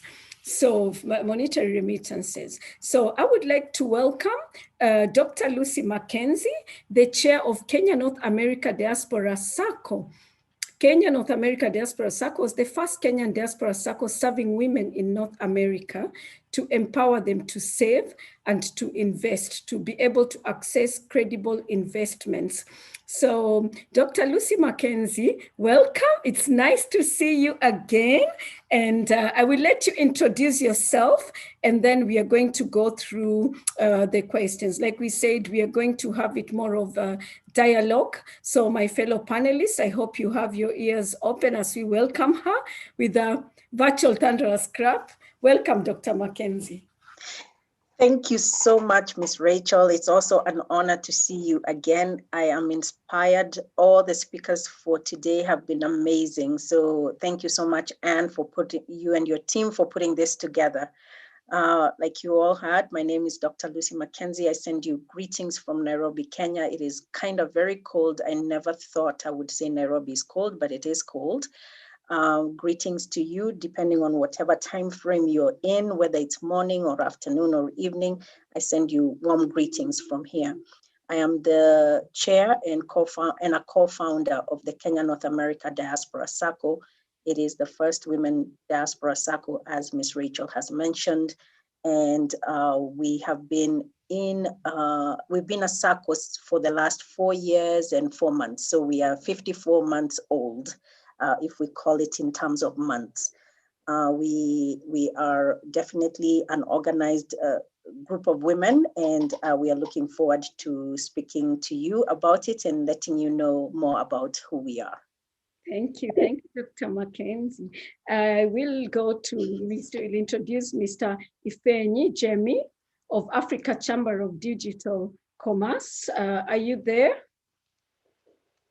Okay, while he tries to log on, I will just call Ms. Joy Sense of Africa Women in Europe and our Diaspora Circle. If you're there, please unmute, put your camera on. We'd like to see you. It's nice to see you here. Yeah, thank you so much. Yeah, as you said, yes, my name is Joy Tent, the founder of African Women in Europe, and they're actually the current chair lady of our Diaspora Circle, which stands for African Women in Europe. I'm based here in Germany, and we have a network of women as well as men all over Europe. And yes, as our aim is to empower, inform, share information. And the last one was the recent one was to invest in Africa. And that's how the Awe Diaspora comes in as an organization. Apart from that, we also have African Women in Trade, where we support in entrepreneurs in Kenya to trade among each other and as well as here in Europe. So yes, I'm happy to be here. It was a very good day today. I've learned a lot from so many people, new ideas of investment. I'm always eager so that I can bring this information to my women in terms of investment opportunities out there. So thank you, and I'm looking forward to the discussion. Yeah, you're welcome. Thank you. And Mr. Kenneth Gbandi of Africa German Information Center. If you're there, I would be happy that you unmute yourself, put your camera on, and let's hear your introduction. Thank you, Rachel. It's great to see you again. It's great to see Joy again, and my fellow diaspora in Germany. Yeah, Kenneth Gbandi is my name, like that. I was the two-time diaspora chair of Nigerians in Diaspora Organization Europe, which is one of the largest diaspora organizations in the whole of the world. 2 times the chair of Diaspora Germany, and currently the chairperson of African German Information Center, who specialize in youth empowerment, youth capacity building, as well as also political enlightenment. I'm currently also the deputy national chairman of the 3rd biggest political party in Nigeria, African Democratic Congress. It's good to be here with you. Thank you so much, Mr. Gbandi. I'm happy to see you after many years. It's only mountains which don't meet, so it's good to have you here. Mr. Ifeanyi Jemi, did you manage to log on? I guess he's having some technical difficulties, but he will join us. So I will go back to Dr. Lucy Mackenzie. Let us start from there. Can you share what your journey has been? Can you share what has been your journey leading the team that organized African women in the diaspora to be able to create wealth and to invest back home? And how did you transition from a SACCO to an investment firm? Also, what do you see are the credible investment options in the marketplace that your members are taking up?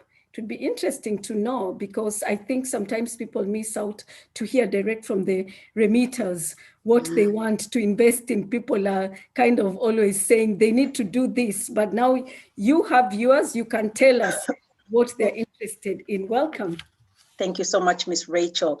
And yes, the diaspora story becomes incredible every year. And even during the time of COVID, we've been able to remit over 300 billion shillings into Kenya. And so when they talk about the diaspora and how much they remit to Kenya, they are unable to quantify what that money looks like and what it does. But having SACCOs in the diaspora gives them a leverage to understand where this money comes from and what people actually do with it. And so we started, our journey was founded on a Facebook page post. And so the leveraging of technology and being able to connect with people in different areas has been our biggest, I can say one of our biggest marketer. Because we did use technology a lot in terms of even the reach out. So we were founded on Facebook, where there was a random post of what if women could get together and each contribute $100 a month, how would that go? So 8 of us got together and drove with this idea of having a Diaspora Women Circle. And by November, this was in July of 2016, and by November of 2016, we had already become certified. The reason why I say that we are 4 years and 4 months old is because we actually opened to new members joining the circle on March 7th of 2017. And so we've seen tremendous growth, and the time was right. If you become an organization and you are organized in terms of being able to be transparent and you're able to be accountable to your members, because of the trust issues that diasporans have had they've been wounded many times, where their finances have been captured by people who come and sell scrupulous things and ideas to diasporans. And we send in our money to these projects which never materialize, yet nothing happens to these people. So the diaspora needed to have an avenue where they can be able to invest in products back home that have been well vetted, where you have spent time to know this person who is the vendor that is coming to sell to your members. Have they paid their taxes? Have they cheated people in the past? Have they done all the right things? Are they a fly-by-night company, or do they have roots and are well-grounded in Kenya? And so for us, the idea of the circle became even more profound, understanding how many women had lost money doing this kind of investments of things that did not materialize. And so for us, it is important that women are able to create wealth. It is one of the United Nations Sustainable Developmental Goals of equality.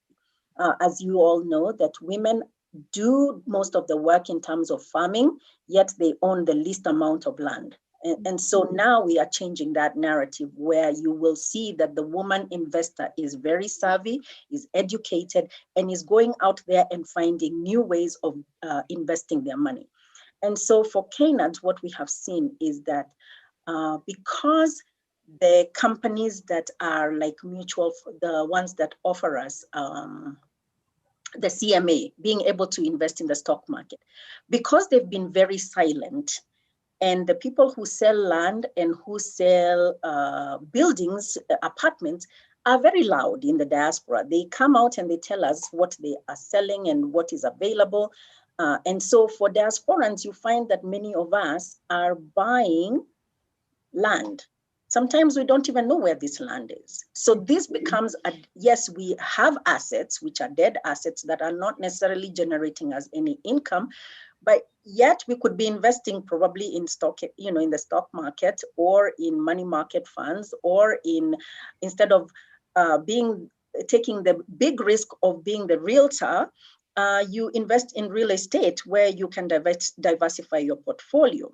So those are some of the other new things that we are finding as diasporans. Those markets have not been exposed to us, but we are going after them seriously. And so we want our members and the diaspora, because we do have a lot of money. They talk about it all the time. They say we are bringing 300 billion, but we can't go to Nairobi City or even many of these big cities and point, this 300 billion that was sent last year, this is what it did. We find that our government continues to take loans from outside sources. Why would they not take those loans from us diasporans who are already generating a lot of revenue back to the country, and they can pay us the interest? We are not going to be greedy. We will give them a reasonable rate, and they will be paying it back to us who are Africans and Kenyans, to speak about Kenya. So that is what I can say, that there's lots of areas where we need to come back and invest. Agribusiness is a great area where we can invest, but we don't want to go and become cultivators and just sell the fruit. No, we need to add value to that product so that when we sell it to the outside market, we get better returns even for the farmers. Right? Being able to also invest in the stock market, be trained, bring these people who are educating, the people from the CMA, the people from the Nairobi Stock Exchange, bring them to the diaspora to explain and teach us diasporans other ways that we can invest and be able to generate money while we are sleeping. Because in order for us to make wealth, our money has to be our employees to go out there and make money for us. And it cannot make money for us sitting in the bank getting 2% interest, whereas the inflation rate is already at 6%. That money is not going to do us anything. So we need to be creative and find innovative ways, and even collaborate with other circles and other organized institutions to do big things and take on big projects. So that's what I would say for right now. Thank you so much, Ms. Rachel. Amazing, amazing. It's so good always to listen to you. And you have heard now, talking about Kenya alone, 300 billion shillings is a substantial, it's a huge amount. It's not a joke. And also you have touched on the issue of loans in Kenya and if diaspora could lend. We need to, what do you think about this? That you see this money, Dr. Mackenzie, we have not sat together and said, we Kenyans this year, we are remitting $300 billion. It's the money which maybe some people have invested, some are remitting to their parents for their upkeep. Really, it's really small amounts. It's 50 euro, 100 euro, but because we are estimated to be about 3 million Kenyan diaspora, so that sums up to a very big amount. Yes. So you have lived in the diaspora many years, like many of us here. You know, the struggle is real, and we know that it's not the big players, the people with a lot of money who are investing back in Africa, because normally, even in the diaspora, when you have huge money, you want to invest in the host country where you can trust the systems. So the remittances which are sent back to Africa collectively are many. How do we help the people knowing that they're struggling sometimes in the diaspora to get this money? How do they divide it between putting that 100 euro in a circle and still supporting their family? Because I think those are some of the things that diaspora are looking for. Yeah, because the money will generate. Like if I put my money in a new circle, I will wait for a while before it starts coming. And in retrospect, it will support my family. That passive income is the one I can maybe convert it to be their remittance. So what do you say about that from your members? How are they going about this? Okay, so what we have found, now I'll talk about women. Women, we have this place that we put money that nobody knows about. So when something good comes to being, they are willing to take that money out of that pot and put it into a good investment.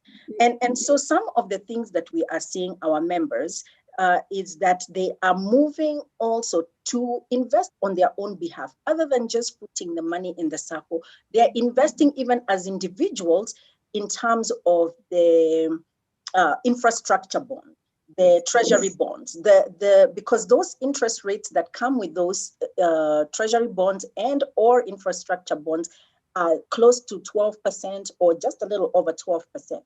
If you put that money in your bank account, you're not going to make that kind of money.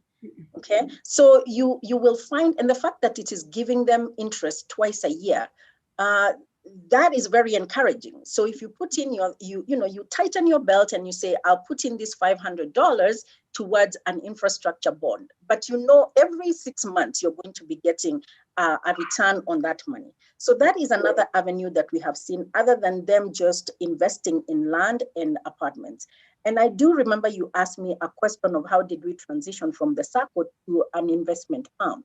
We actually did not transition. SACCOs are primarily for savings and credit. And our members who are in the diaspora are not really into borrowing small monies.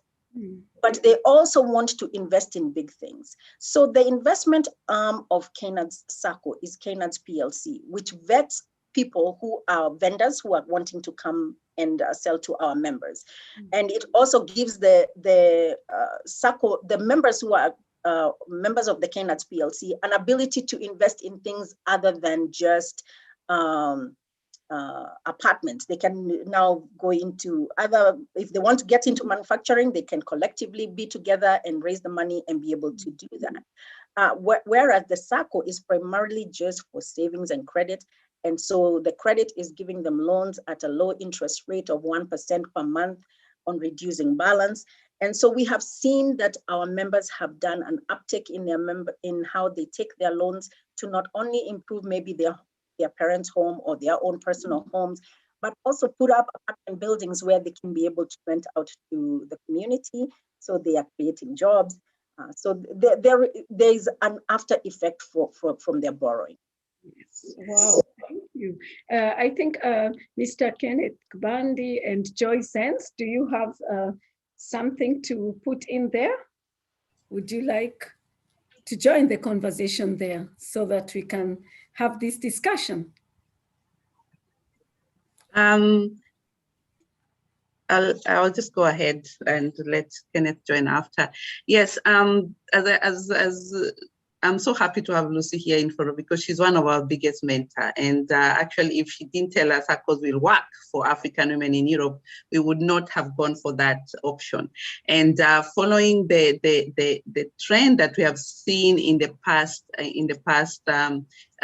area, people are now moving beyond just wanting to just invest and save money, to buy lands and moving in a different direction of investment. As you know, we are not at home back at home. Some of these lands, we hardly even see them. We buy them from here and some of them are underwater. I don't know. I've had so many stories. Families have been spoiled because houses were built but never came out.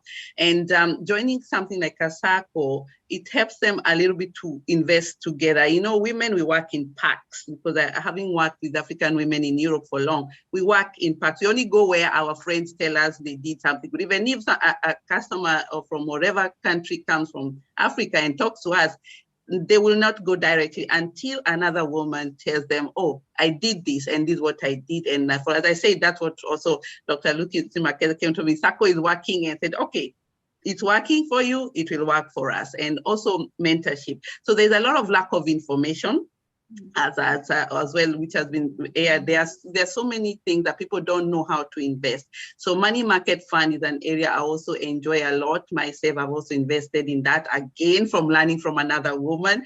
Thank you, Dr. Lucy. And it's all about learning from other women. So looking at it also back to African women in Europe as an organization before we came to a SACCO. We'll come to that. We'll come to that. Yes, I just wanted to point something to direct that, to add that. It's explain the acronym SACCO, because we have Kenneth Bandi here and other people who may be not from Kenya, they would not know what a SACCO is. So if you can just explain the acronym first and then we can go on.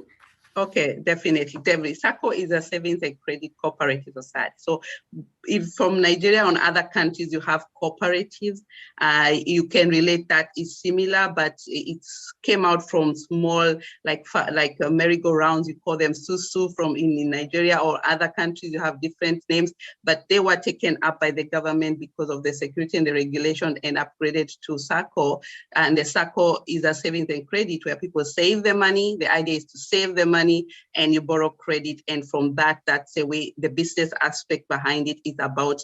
It's just like the way banks gives out loans and savings is the same thing with the women, but only the members of these SACCOs are able to borrow to save and they borrow the credit. It's not open for the public.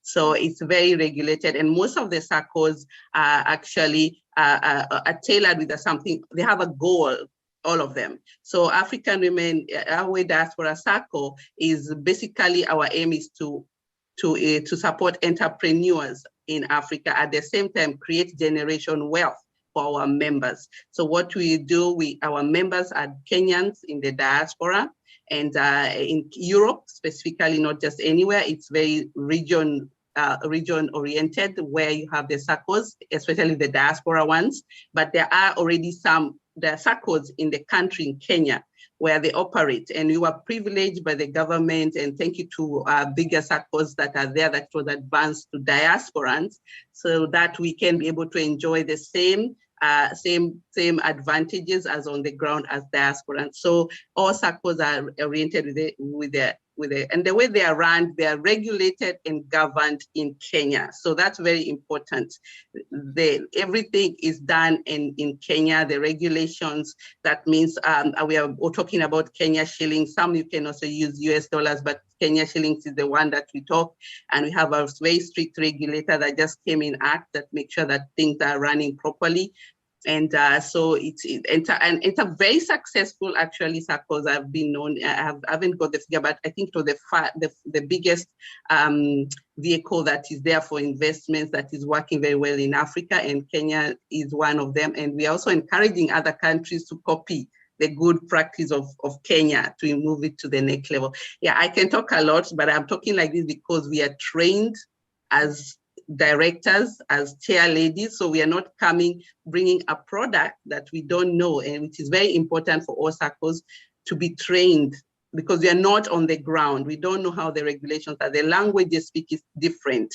I tell you, it's a lot. And most of the circles you see, like directors, we are doing this out of our own time. There is no payment, so you're doing this out of your extra time, and there is no salary, and it's a lot of commitments, time commitments, and following up. But you can also have employees to run the circles as well. So I hope that was a little bit more clear. I hope I explained it well. Maybe my mentor will also confirm if I have already mentioned that correctly. Thank you. I will just go back a little bit behind and see if Mr. Efeanyi Jamie has joined us. Are you there? Would you like to, my fourth panelist, I was missing him. So if you will switch on your audio and video. Hello, yes, I am here. Okay, welcome, welcome. If you could just introduce yourself, because we've already started a bit. I hope you were listening in the background, but I would just like you to introduce yourself, who you are. I know you're from the Africa Chamber of Digital Commerce, and then we'll come back to the questions afterwards so that we keep the momentum. Yes. Absolutely. Hi, great to meet everybody. My name is Efeanyi Jamie. I'm the fund director of the Africa Chamber of Digital Commerce. We're based here in the U.S. in Minnesota, and also on the continent of Africa. I'm based in California, and my background has been in a decade of financial services, first on Wall Street, then came to the West Coast in California, worked in private banking as well as Silicon Valley, and now launching a community development institution for the U.S., meanwhile helping AC of DC, as we call it, the Africa Chamber of Digital Commerce, to pursue our initiatives on the continent as far as economic development through technology incubation, as well as through diaspora investment. So excited to touch on some of that today. Wow, fantastic. We can't wait to hear from you. You've mentioned something that touches me a lot when people mention community development, and what I'm happy my heart beats, because I'm more of a social entrepreneur who's really tending towards, I tend to navigate towards especially rural communities in development. But thank you. It's nice to have you here. So I will now jump on, first of all, to Mr. Kenneth Bandi. I think he's been silent too long, so we can have something in between, all the way from Nigeria and Germany. Mr. Bandi, you're welcome. I'm happy to have you here today, and you will tell us from which I know you're multifaceted and you have quite a lot running. I left you with even a magazine that used to report really nice things about the African diaspora. And we are happy to have you here today. And I hope you recognized me. I know you nicknamed me the landlord of Cologne. I don't know if I'll become a landlord here in Norway, but welcome, Mr. Bandi. Nice to see you. Thank you, Rachel. Yes. As a matter of fact, when I saw, it's been very funny that we've been communicating, but it's like when you appeared on the screen, I said, that's Rachel. Cologne, I know Rachel of Cologne. What's she doing in Switzerland now, or in Norway? Anyway, thanks to have me. It's been a great pleasure listening to all the great diaspora experts. Like the first speaker and actually the second speaker, Dr. Lucy also mentioned, it's always good to network in the diaspora continent, the African continent, especially in the diaspora. I was privileged to be in Paris. That was in 1999, if I'm not mistaken, when the African Union African Diaspora was launched in Paris. I was one of the keynote speakers on media. And the essence was actually to organize the diaspora to play a very important role in the African continent, having recognized the diaspora as the sixth continent of the region under the African Union. So I think everybody recognized that the best resources of any nation are the human resources. The diaspora are the epitome of every nation's human resources, both human and social capital. with international best practice and network. I think Rachel and Joy has demonstrated that over the years, also in the diaspora. So the diaspora play important role of any nation. Israel, India, and Rwanda are very, very good example. And I'm very, very excited at what I'm hearing from Kenya about this SACCO. Nigeria, being one of the biggest diaspora network, has not been able to manage such a very impressive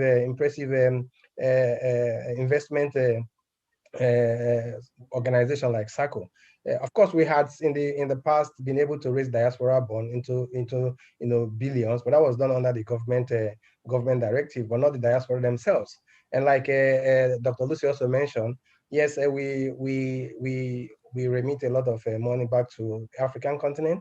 But the question is, when you point out what have these big remittances been able to do for us, one cannot point out anything. So the idea has been, how can we organize ourselves in a way that we can still help our parents or our families back home and still go into an investment project or capital project. And I think SACCO is doing a very wonderful job on that. We have to reach out to them to see how they're able to do that. And they probably will have to introduce that on the Nigerian platform. But most diaspora that I know in Nigeria, we have about, say, 22 million Nigerians in diaspora. Over the years that I have the contact with some of them, especially the leading ones, the first thing in their mind, I think that also started with the keynote speaker today, is that irrespective of how bad our country is or are in Africa, everybody is thinking about Africa. Everybody is thinking back home. What can we do back home? How can we help people back home? How can we, both politically and investment-wise? So it's always in the mind of everybody, how can we contribute to the development of our continent? And I think they've mentioned a couple of investment opportunities. Again, top on investment that I've experienced with Nigerian diaspora are actually in the real estate business, housing. I think it's there for obvious reason. There's a sentimental attachment to have a roof over your head. When you're thinking about settling back in Africa, the first thing that comes to your mind when you get back to Africa, you don't want to stay with your parents or your father. You want to have your own roof over your head. So that means it strikes first in your mind that you want to have a roof over your head. That's why housing, it becomes a very, very important line of investment. So when I was the chairman of Nigerian Diaspora Organization Europe, we took it as our first prerogative to invest in house now diaspora, what we call diaspora housing project. Well, we were able to secure with our technology partner $2.36 billion on humanitarian housing fund, which we used to be invested in Africa. The fund is supposed to, for the proposed housing project in Nigeria, which is in to deliver a minimum of 350,000 affordable housing in 10 years. Apart from that, it's going to also create about 300,000 additional job every year in Nigeria throughout the duration of that project. In addition to that, it's going to stimulate a small-scale businesses like those people engage in plumbing, in electrical works. Apart from that, also, we intend to use that opportunity to train most of those artisans, most of these medium scale, which I think either you or you mentioned that is it's one of the things in your mind, to see these small scale businesses, how can we bring them together, train them, empower them to involve in this massive housing project, so that they will be able to also to stand on their own, bringing this small development across the cities. Well, I will tell you, unfortunately, which is also one of the things that every diaspora will know. Unfortunately, as laudable as this project is or was, we are supposed to partner with the government. It did not happen. Why? Political consideration. And that's why most people actually said, and I'm happy to know how the Kenyan has been able to manage that. Because one of the biggest problem of diaspora investment, at least in Nigeria, it's not even market entry, which most people have thought would have been the biggest problem of finance. No, the biggest problem of diaspora investment in Nigeria is the government bureaucracies, corruption, having political consideration. And so that is actually what killed that 2.36 billion housing project. But we did not let that stop us. So what happened is that we moved beyond depending on the government, so to say, to bring in the diaspora, few diaspora who are interested in this diaspora project, to say, hey, we can get a piece of land in Nigeria, get ourselves together and put up something at our own financial capability. And that is how the Diaspora Village in Delta State was born. And so we bought about 40, 50 acres of land that will accommodate about 280 housing units. We have a overall plan for the estate. But we allow individual to go there, buy a piece of land and develop it within their own ability and capability. What we are trying to do in addition to that is to reach out to financial institutions and mortgage institutions to see how can they help the diaspora. I think Joy mentioned that, we are struggling, $50, $100. It's not probably capable of building a house, a dream house of our own. So we'll be looking out to see if we can reach out to organizations like SACCO to say, listen, we have this is a massive project in Nigeria. We don't have, the individual in diaspora don't have the ability, to have this massive, huge investment. How can we, collaborate that you can finance those houses, they pay mortgage or they pay, interest on that loan as we go on, so that they can be able to invest that individually. By so doing, we end up, creating housing for the diaspora who want to return home. We help to empower the youth who are going to engage in that massive construction, from plumbing to electricity to carpentry and the rest of them, and at the same time transfer wealth from the diaspora back to the mother continent, which is actually the essence of this program, or the whole of the diaspora dream, to bring investment back to Africa and help create generational wealth. I think that's what we are trying to do in Nigeria, and so far it has been very successful. So I'm looking forward at the end of this program to see how I can reach out to Joy or organize this Kenyan cycle, and how can we also collaborate with such a housing project that will be able to, to key into the financial resources. Amazing. That's really nice, Mr. Bandi. Now I'm calling you doctor, but it's okay. Maybe you're trying to give me a doctor. It will come. It will come soon. Yes, let me give you a honorary one right here, right today, because what you're doing is amazing, and what you've been doing is really amazing. So in a nutshell, because you mentioned the challenges which frustrated your ambitious project of almost, you say 350 affordable houses in 10 years, 350,000. 650,000. 650,000. Oh my, oh my. And that is something really huge. But another thing which you're doing very well is to realize that we need to transfer skills, like what you mentioned, plumbing. I don't know if it's in Nigeria, it's also a challenge of getting a good plumber, of getting this, skilled labor in these areas, in as much as a lot of people have invested in housing. Since time immemorial, diaspora like to put money for building a house for their own or for their parents, but it's still very astonishing that you hardly get good plumbers or something. They are there, but very few, not tallying with the market that is there. But I would like you to tell us in a nutshell, so that we can be in good time, that I can go on to the rest. What are the good best practices fellow Africans and friends of Africa can adopt to facilitate a structured way in how we approach development in the African continent, especially being cognizant of issues like corruption and frustration, diaspora really answering the call that come back and build Africa. And then you raise the money, because Dr. Lucy Mackenzie said rightfully, diaspora has the money and they're willing to come together. But what is really stopping this? Is there a rift? How can that be breached between diaspora and the governments? Can you tell us? Yes, like I just mentioned, the challenge, which is very obvious. But I think the best practice, I can reach out again to SACCO. I'm just marveled how they managed to put that up. If you get 7 Nigerians together to talk about investment, you get 7 lawyers and seven different opinions. And so at the end of the day, you end up not getting a consensus on that.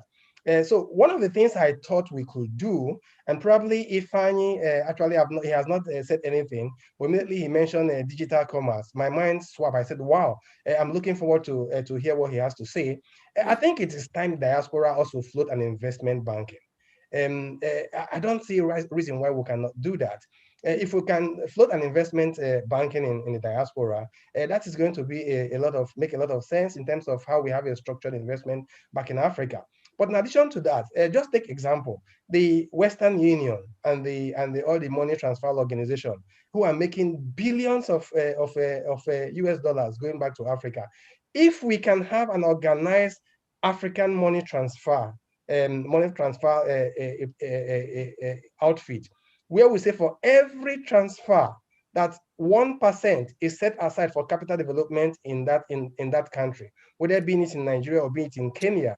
And you can take for instance that we remitted 300 billion Kenyan shillings in last year. Take 5% of that amount into a fixed capital project. You can imagine what is going to do for the African continent. So I think the best practice is for Africans to begin to take it individually, like what SACCO is doing, or like what we're trying to do. Locate a business venture in Africa, which you trust those people who are running that, and you can be able to buy into that investment. Agriculture or the housing seems to be going on in Nigeria. Get involved in diaspora remittances, but also the money in the bank is a wasted money. And so we should begin to look at the investment projects in Africa and see exactly how we can go into that. But most importantly, diaspora must come together, not relying on their government, to be able to drive investment. But people like probably the digital commerce that Ifan is going to talk about, and how they can help us to organize a kind of a SACCO version in Nigeria will be what I will advise every diaspora to look out for. Yeah, thank you. Thank you so much. You have mentioned some key things which we won't go back to now, but at the end, I will come back with them. You have one important one that you have suggested. If this remittance, if Africans can have a remittance front where a dollar can be put aside for development, but what is hindering from approaching the existing ones and just asking them? Well, it's money politics. They will never allow that in the first place. So then if they don't allow, then it's when we open ours, and then we all migrate there, and we hit two birds with one stone. But important, make sure that the charges are really low. Anyway. Absolutely. But the government, while the monetary organization will probably not allow that, but the most important that because some of our people in government are benefiting more from that, and that's why they are not in collaboration with them there. But like you said, if we are given the license to do that, which of course we have the opportunity to do that, I think we can address those issues. All these ones just started, we just need to get one which is backing that, and then we do it. Yeah. Just begin. I'm already inside there. Thank you. I would like to ask Mr. Ifemi Jemi. You're part of the Africa Chamber of Digital Commerce, which is focused on using technology to ensure development in our continent. And it is championed by the African diaspora. What is your take on how we can work together collectively to find and take up investment opportunities? What are some of the success stories you can share that you see happening at the chamber? Welcome. Thank you. Thank you for having me, and thank you for organizing this excellent conference. So, I really like the comments that Mr. Kenneth and everyone has said here today. We really are focusing on this angle of remittance channeling. We really do two main things, which is on one side, the development of the entrepreneurs and the startup ecosystem, particularly as well with rural. How we can affect the rural, because there are many who are working on smart cities like ACONs of the world, but the difference between, the African cities and, like, let's say like Dubai is there's a much larger rural population to take care of. So we focus a lot on also how can we make sure that the rural is going to be able to keep up with the pace of technological adoption or to be able to benefit from that increasing pace. And so there's that side. And then there's the other side, which is the organizing of investment. And we do this through a number of ways. We do this first through business matchmaking, but the second way that we're working on now is, like Mr. Kenneth has suggested, a licensed path. And for us, what we believe is the best way to do this is a licensed entity that is able to, like you said, create structured investment product where the diaspora can easily channel some of their remittance funds into these investment products. Okay, and we have some members of the chamber who are already actively doing this. And so part of the chamber's job is to showcase these businesses as well as to organize some of these business leaders around strategic joint ventures. So that's something we work very much on. Some of our members are involved with the AU, the African Diaspora Investment Fund, which is currently using this approach. They have, for example, they use an organization called Remit Fund. The Remit Fund essentially works with banks to channel a certain portion of remittances into, based on donation, into their fund. And the African Diaspora Investment Fund then brings on diasporans and then seeks projects to invest in. So currently right now at the ACFDC, we have members involved with that. We're also doing a project-based approach right now through the fund, which is helping specific projects get launched in, as far as community development. But the reason why we really like the remittance project that we are developing is because when we work with, when we work with licensed partners to start, as well as government, we can create private-public partnerships in this way through the banking associations, the microfinance bankings, and the traditional banking associations and agencies, in order to work with them to plan and develop the technological structure that will enable the banking institutions, particularly those that are located in and working with the rural communities. So we call these the microfinance institutions, to better be able to serve their mandate through having a shared standardized systems, which will enable them digitally so that people can begin to send their money rather than to the big city banks over to these microfinance institutions where are nearer to their families, so that the family members who are in these rural areas can have access to cash without having to go to black market necessarily, can go to their bank and have a record of cash inflow from their family members, as well as cash outflow for their expenditures, which will enable them to build up a credit history. So from there, when we have all of the community banks and microfinance banks as well connected, now we can create our own credit algorithms, credit scoring, and we can create that infrastructure in countries where it lacks that. And we can work with government to create policy around that. So part of what the ACFDC does also is policy re-engineering and policy advocacy. We're talking to central bankers and other groups and agencies every week, and very active on that front, because we realize that this has to happen as well from a policy perspective for these things to be able to remain in place. Also to be able to compete with the large players who are already doing remittances, such as Western Union in the space, right? So we have to provide the banks, the small banks, an opportunity to be better capitalized. So when you have the digital platform, you have remittances coming in, they now increase their deposits. From that increased deposits, they can lend more. From that data, they can lend more. They can decrease their cost of capital, meaning the interest rate that they charge, so that they can effectively meet their actual financial mandates, which are to improve financial inclusivity in our communities.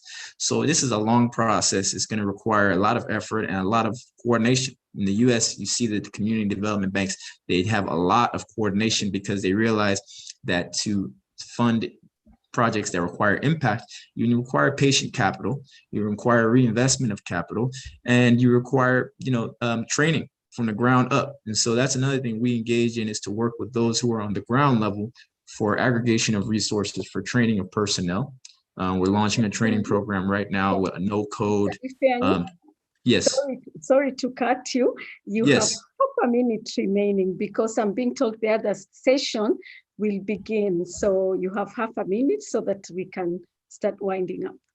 Okay, yes. And so that's really we're launching a training program for no-code tech development, which we believe is going to be the future no-code app development, and working with the partners in this space as well, so that you can have an ecosystem where people in these communities are also being trained up to continue to run these digital ecosystems.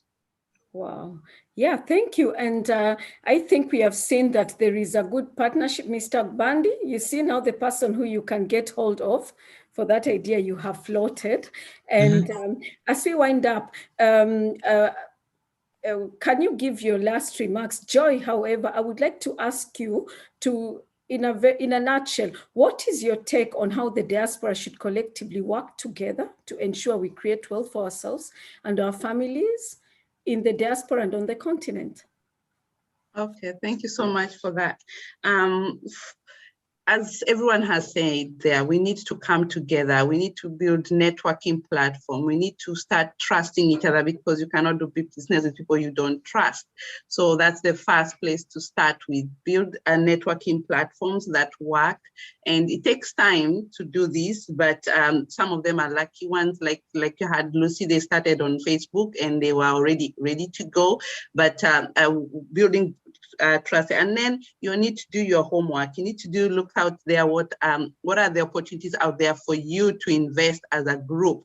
It's much better when you invest as a group. You are much safer, and if you build a case, if something happens wrong, if you're investing back at home, and I've seen this with so many small chamas, they're called, or susu, they put money together and they are able to invest together. But if you do in a more organized, regulated bodies like SACCOs or other organizations, that your money is protected, because we are losing a lot of money as diaspora. We are sending money home. I know they're saying we're sending a lot of remittance money back home, but this money is already allocated, as you all know, for our families, for our children. But we are asking them to save the little money as extra. So when you're looking at diaspora money, you also have to think about, if you do it collectively, it makes much more impact, especially if you're going to the government bonds. You get better interest rates and things like that. So those are the two ones. Yeah, thank you. Thank you so much for that. And Dr. Mackenzie, your remark?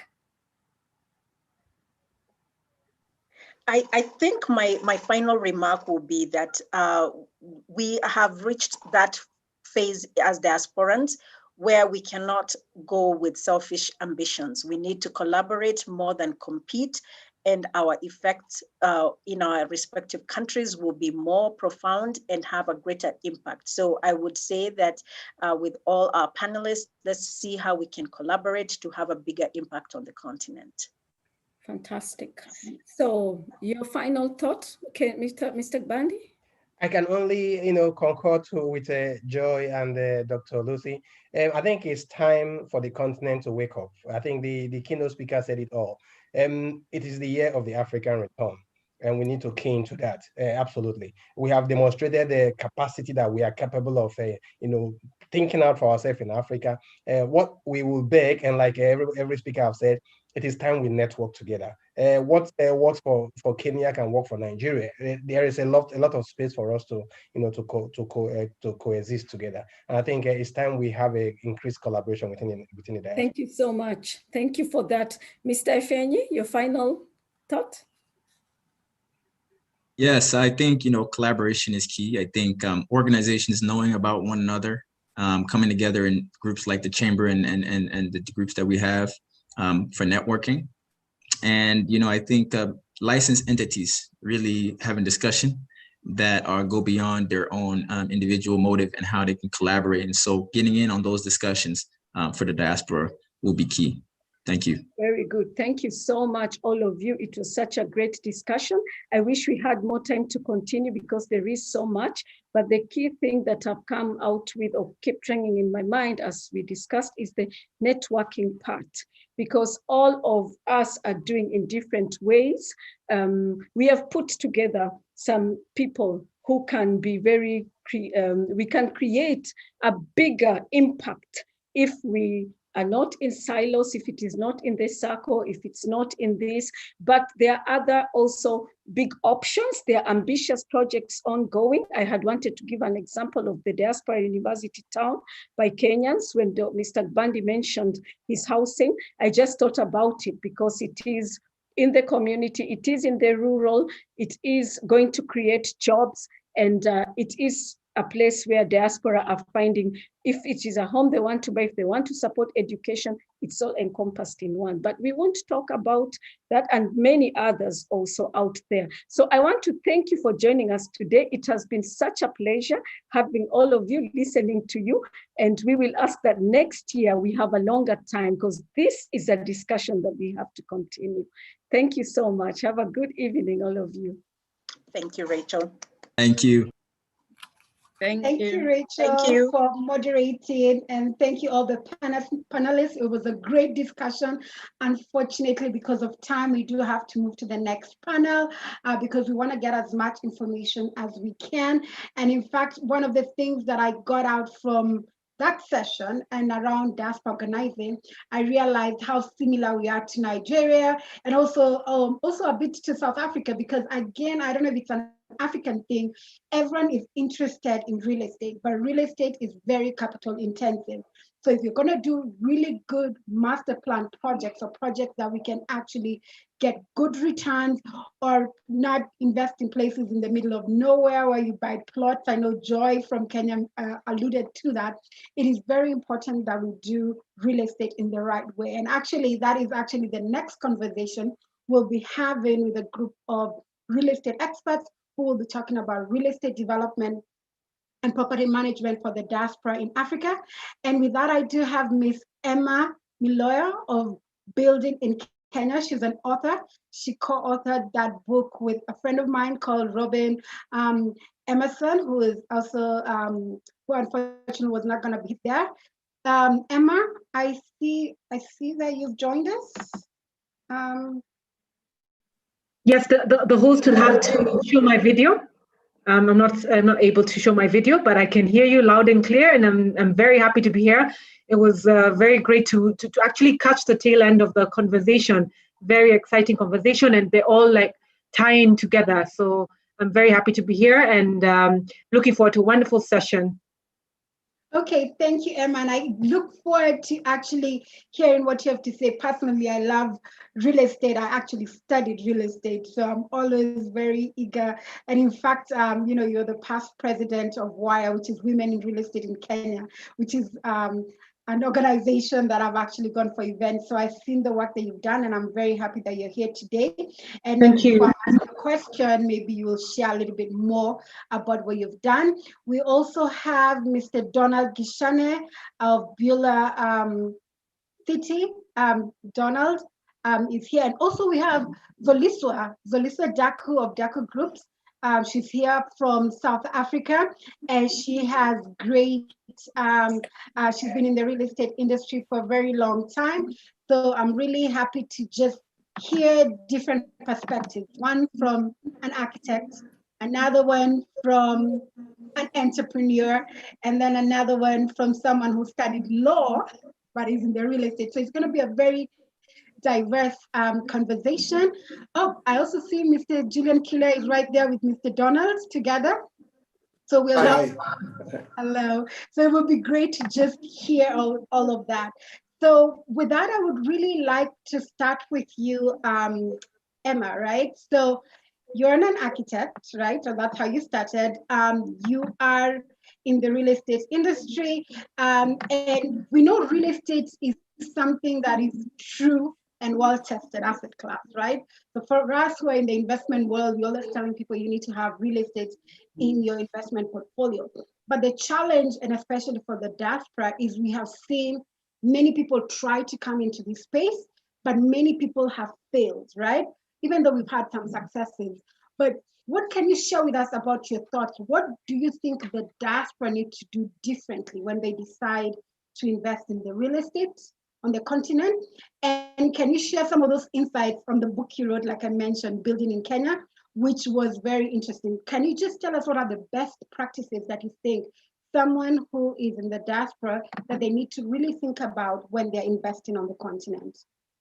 Yeah, thank you so much, Anne. And I mean, you said it. I think all Africans, maybe from a sense of we've always built, you know, people, just one generation of our grandparents and maybe part of even some of our parents built their own houses. You know, it was a community effort. I think the way Africans are tied to land is the way Africans are tied to what in Kenya, in Kiswahili, we call mjengo. We just love it, you know, whether it makes financial sense or not, we love real estate. But you also said something very important, and I don't know whether I can be allowed to share my screen, but real estate is a very sound investment if done correctly. I think I'll just quote one Franklin Roosevelt, who says, real estate cannot be lost or stolen, cannot be carried away, cannot be, and if purchased with common sense and paid for in full and managed with reasonable care, it's about the safest investment in the world. And I think that is true. Many times we've seen with all the fads that come and go, investing in building is one of the most sound, and you actually see what your investment is, and it appreciates. The need for housing, as long as people are still popping them babies, we're gonna need housing, but the thing is if done with common sense. So that's a catch. And I think you said it, that there's been a lot of so many cases across, at least in the Kenyan sector, not only of diaspora, but even locals, when we're investing in real estate and looking and seeing what options do I have. It's very important to, first of all, analyze your situation. Analyze your situation in the sense of why do I want to invest in real estate? Who am I in terms of personality? And in the book and many presentations you almost need to assess your personality and your risk appetite before you jump into real estate investment. Do I have the time? Because it's you said capital intensive, but it's also very resource intensive if you're going to actually do the construction and do a real estate development project. So much more if you're doing it remotely from the diaspora. What am I going to invest in? Because there's so many ways to invest in real estate. You don't have to actually be the one having to look for an architect, buy the land. There are many products out there that may match your personality. So you have to really ask yourself and see, what's my risk appetite? Who am I, and what kind of time do I have on my hands? Can I take a break and a sabbatical from my work for a year to come and just really do my due diligence before I invest in something? Or and how should I invest? So very fundamental questions when you're investing in real estate. Of course, the usual. Let me just share my screen. Thank you to the host. Can you see my screen? Yes, it looks like it's coming up. Yes. Okay, great. So looking at why am I investing and which one is for me? Am I doing it for the brand? A lot of us, a lot of diasporans sometimes will do it just to invest in something, trying to build something so that you can show people. Nimefika, nilienda maju. I'm saying in Kiswahili, which means I've gone abroad. I've made it. Because everybody expects that of you. Why are you doing what you're doing? Are you doing it for shelter? In terms of, this is something that you want to, when you want to come back home, you want to have a roof over your head, or you want a roof over your relatives or parents' head. So why am I doing this real estate investment? What kind of need is it meeting? What returns am I looking for? And therefore, when you ask yourself, which one is for me? Is it a long term? Am I looking at it for long term? Am I looking at it as self-actualization? I have made it. I want a house. It doesn't have to really make a lot of financial sense in that sense, because what it's the buttons that and what it's hitting for each person is different. Because I want that sense of having a roof over my head. It may not make financial sense. It's purely an emotional and emotive matter. Ego brand, I said that, a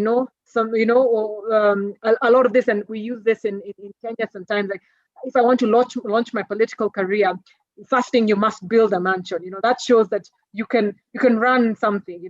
So sometimes people do it for that. Am I looking, short-term, quick income? Then the dynamics, they are very different. And what if none of this is for you in terms of how can I then invest in real estate without any of these, challenges that might present themselves? And there are many, many products.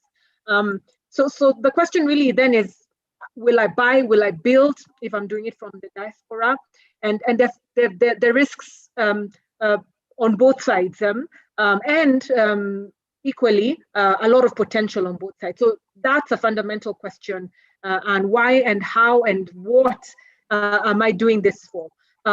So basically, in terms of the book, Building in Kenya, we've looked at it from a perspective of someone who wants to develop. and looking at the personality and what factors do you have to consider when you're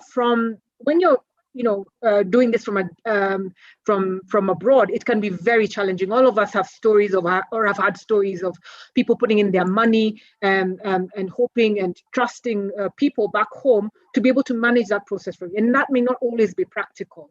So you really have to ask, am I going to do the building myself? Do I have the time and resources to manage all these people? If you look at that, you've got all these factors to consider when you're doing real estate. You've got all the cycle, and the book goes into this, identifying land, and we all know also land buying and due diligence that's required from that is very intensive. The business case for it. Going back to why am I doing this? Does it make sense? If it does not make sense, if there are much better ways of making a quick buck, then don't safer and better ways for you in terms of your circumstances, then maybe real estate development is not for you. So some fundamental questions to ask is from a diaspora perspective, the distance, is it feasible for me to be a real estate developer in terms of managing the process hand on hand, or is buying a more viable option for me? Am I able to adequately carry out due diligence, even when you're buying, because you do have to do diligence if you're buying and ensuring that the buildings have been put up on land that's been acquired in the correct manner. So maybe buying would suit you better as someone in the diaspora, but there's certainly many questions around that, and I'm sure I'll get another chance to just delve into what then you need to think about when you're buying and the opportunities available in that regard. But thank you for that. Thank you. Wow, thank you, Emma, for sharing that. Because it's true. Historically, most people, live in the parents, you're told, go buy a piece of land, and then develop, and that's how it is. But if you're in the diaspora, is that the right way? And we all developers, it's capital intensive, like you said. It is time consuming. You have to do a lot of due diligence on the land, on the requirements. All that is a lot. So again, I really like the questions that you're putting in place in the book and sharing the process, because it's very important that when we do things the right way. And I believe that is what our next presenter, Mr. Donald Gishane of Beulah City, will be talking about. And so for me, Donald, what I really would like to find out from you, you're an entrepreneur, you are a real estate developer, you're a diaspora returnee, and I know on your pipeline you have really great real estate projects under Beulah City. And so can you share with us what it is that your team is doing to ensure that the Africa diaspora is able to access quality real estate projects, affordable real estate opportunities, because I think those are two things: quality and the opportunities. Could you share with us more about what it is that you're doing at Beulah City and how the diaspora can engage to make sure that they get the right kind of real estate project? Thank you, Anne, and evening, everyone. Look, we, as Beulah Holdings or Beulah City, we came together and said, look, we've had a history of living abroad, understood the dynamics of being, African diaspora, not living in the country that we were born and raised in.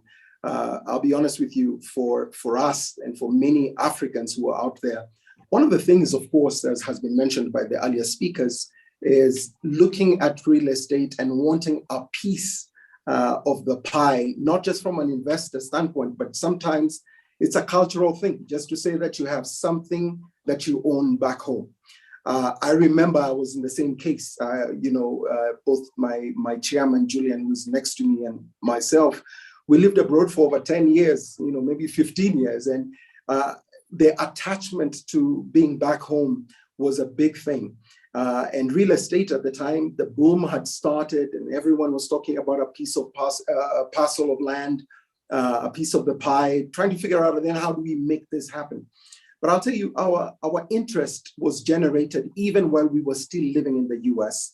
And we looked at real estate completely different, because we even started to look at owning properties in the US. So for us, it wasn't just that we wanted to invest back home. It's just what could we learn and what are the things that we could learn and take with us from living in the US. Now, I want to say quickly that one of the things that, and I'll get to your question, and one of the things that was very vital for us was the fact that quality was such a big thing. Now, where we lived in the US and a lot of the developments in the area, we found ourselves going, out and looking at the real estate developments in the cities that we lived at. And one of the things that we realized was that quality was such a big thing. And when we researched and did some groundwork as far as that was concerned, we realized one thing: the population is the one that drives quality. When you demand quality, the developers give quality. Now, when we came back home and started to look at what was happening on the ground, it was disheartening. As you know, in Kenya, for those who are not Kenyans, let me put it out there that we have a shortage of 2 million homes. 2 million homes are required right now. 2 million units, dwelling units are required right now. Yet this country, with all the developers that we have, with all the influx of people from the East and different parts coming in to do all the development they can, we are only churning out 35,000 units every year. The demand is high. It's insatiable right now because the growth continues to grow. And as Emma said, as long as babies are being popped, homes will be required. And for us, we said, okay, so what is on the ground here? And when we went around and started to look at what developers were putting out, it was actually quite sorry or quite sad that the quality of units being churned out was not commensurate with the price points that were being charged in the market. Number one, access to finance for end user buyers was non-existent. And in fact, with the little that was available from the financial institutions, I mean, you would pay through the nose to just try and own a very small property. And so when we looked at it, we said, look, you go to college in the US, the first year out of college, you got your first job. The first thing you would do is invest in a house because it's accessible. So you get a unit or you get a house in the US for 3%, at a 3% interest. When you compare that and you come back to Africa, you're being asked for 16, 17, 18%. It's not practical. And then the unit quality was so low. And so we sat down and said, as Beulah, well, how can we come up with a product that would rival what the market has?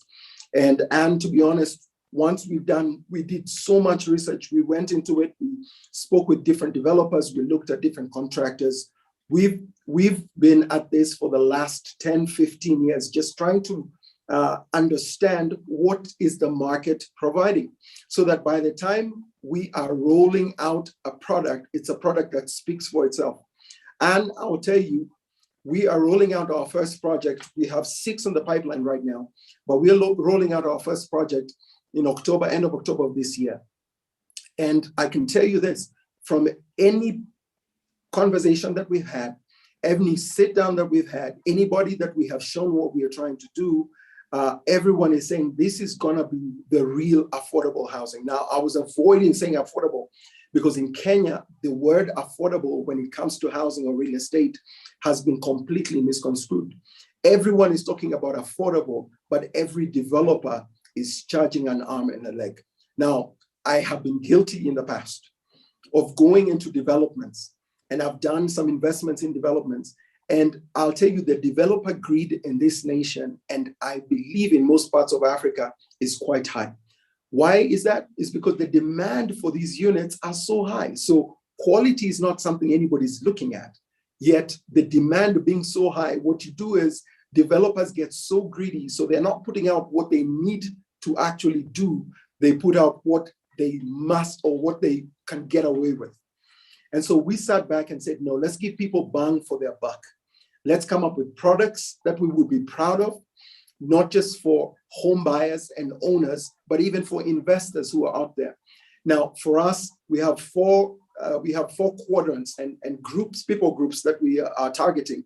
And I want to tell you the diaspora market has a big part of what we're doing because we lived out there. We understand what people are looking for out there. And we said, let's structure our product that the people out there will be proud of.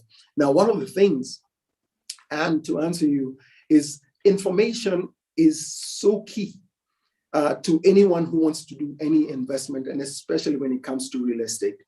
When we were out there, I remember trying to do a project, and I won't mention with what company back here, but of course, the time differences and everything just caused communication to be so lag. So at the time you need real-time data, you're not able to get it.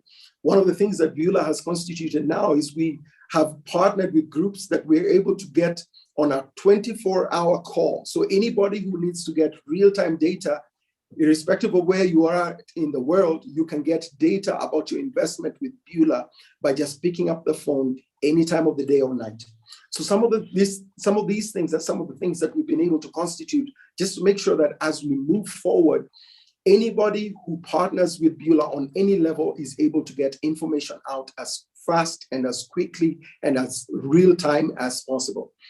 We have also created an app by which anybody can be able to get on, see their project, see what it is that they've invested in, be able to do fly-throughs, be able to understand what is the size of your unit. In Kenya, what I found out is a lot of people don't even care about actual square meters of their house. So many times people say, is it a 2-bedroom house or is it a 3-bedroom house? Nobody knows how many square feet or how many square meters the unit is, which is a far cry from the West. So what happens is developers can come and say, look, we're building you a 200 square meter or a 2,000 square foot home, but nobody quite checks on the ground. And so a lot of theft has actually happened there where developers are concerned. We as Beulah want to set a different mark in this market. We have said we will start in Kenya. We have requests from people even in Nigeria. We have partnerships there. We have in different parts of Africa. But we said, you know what? Charity begins at home. And so we are starting off, like I said, end of October. We'll be launching our first project. We would like you to take a look. Please visit our website, beulahcity.co.ke, and just get to know a little bit more about what we're doing. Thanks, Anne.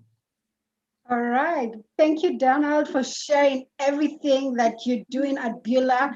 You've done a lot of research. I think what I really liked is about quality, because, the diaspora, when you're exposed out there, you want quality. Maybe people here, like you said, there's such lack of supply of housing that if you get it at what is considered affordable price, then people take it without questioning. But then the diaspora is demanding more, and they're demanding value, right? Because I've been in the real estate space, and sometimes you go somewhere and says it's a luxury house, a luxury apartment, and you look at it, you're like, there's nothing luxurious about this. So it's very important what it is that you're doing, that you're saying will create value for the diaspora, and that you've researched, you've done due diligence, and that's quite important. I think then for me, I'll go on to the chairman of Beulah, who's right there with you. And from what I read is you're the vision bearer of this Beulah City project. And for me, I do have to say I have listened to what you've said a lot about people investing in Africa. You've talked about how the capital is outside Africa. And of course, this conference really is around the diaspora organizing, right? So my question for you is that, look, we have the Africa diaspora out there, which is huge, right? You have these projects in real estate that require capital. A lot of this diaspora want to invest. What is it that you're doing at Beulah to engage with them? I mean, this is a platform that you can share with them and tell them, what is it that you envision around Beulah? How is it these investors, whether collectively or single-handedly, can be able to buy into these projects, and they can be able to create wealth for themselves, create great returns, and really in something that is trusted? Because I can tell you for a fact, what the diaspora is afraid of is investing in things that do not pan out. They have been failed many times. So what is it that you're doing as a chairman, making sure that you're directing your organization in the right way so that the diaspora can invest in your projects, and it's a win-win situation for both you at Beulah City and the diaspora?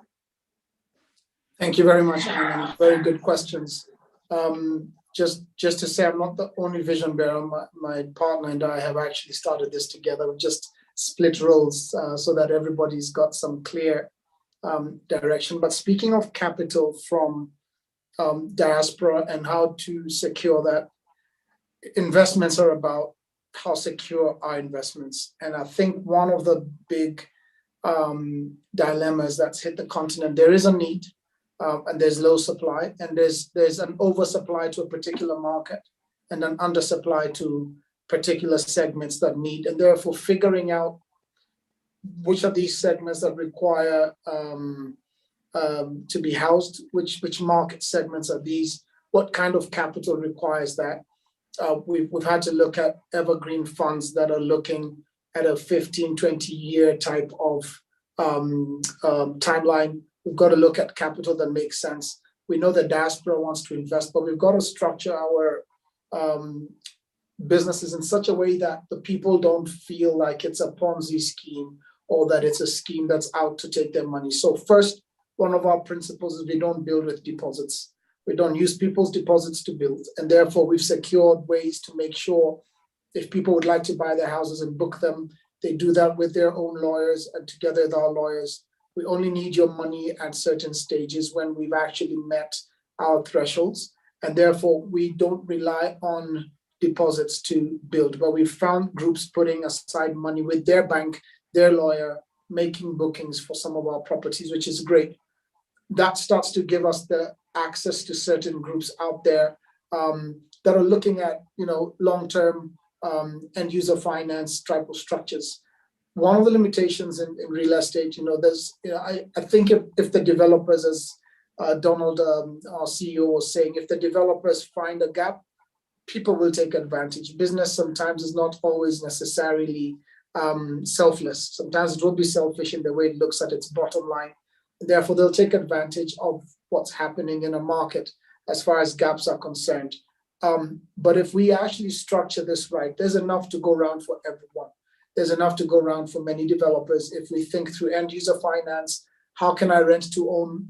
How can I build to own? So there's capital out there that's looking for adequate annual return greater than 2+ LIBOR or 3+ LIBOR. Pension funds, global groups around here in Africa also that, Western funds that have actually invested time in Africa and money in Africa. And so we're tapping a lot into these to start growing that base. Once you do that, then you secure the necessary foundation for people to be able to say, this is a group I'd love to put my money behind, because we don't have a 5 or 10-year view. We have a 40-year view, because we can't solve the current problem in 5 years. It's impossible. And I'd encourage the diaspora to say there's a lot of that available, whether you're talking Kenya, Nigeria, Ghana, it doesn't matter. It's also a world of partnerships now. So we have Beulah coming up in Nigeria. A $2 million investment there is actually a quicker return than a $2 million investment in Kenya. The Kenyan investment is more sophisticated.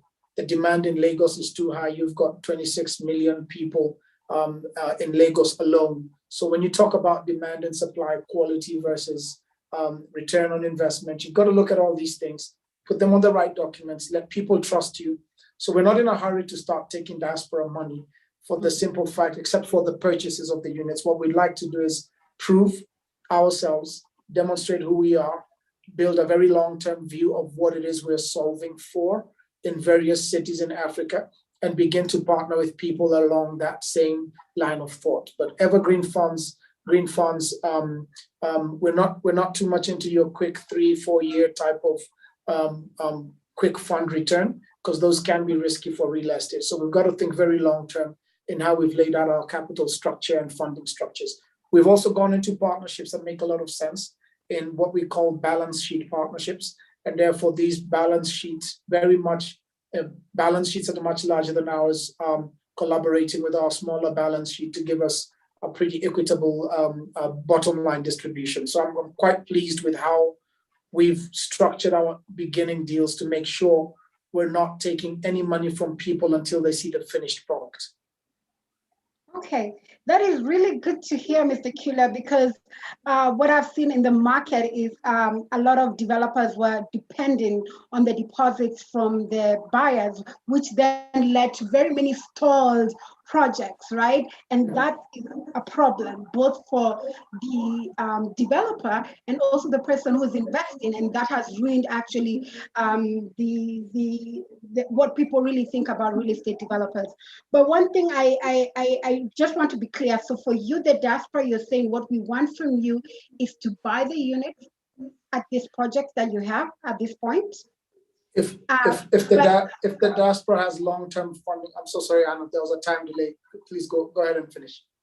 Okay, maybe you are about to answer what I was gonna say. So one, it's either they're buying units, or the other way they can gauge is if they organize, because prior to you coming in, we're talking about organizing the Diaspora.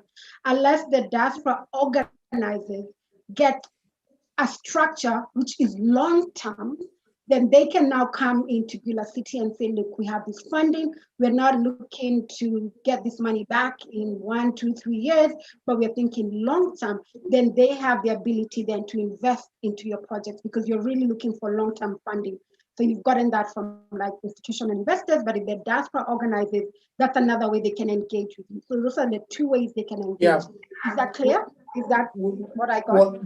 What we've seen from Diaspora is a lot of them are saying, we want to buy a tower from you. Out of all your business, we want to buy a tower because the price points are so sweet for us. We believe it's a good return on investment.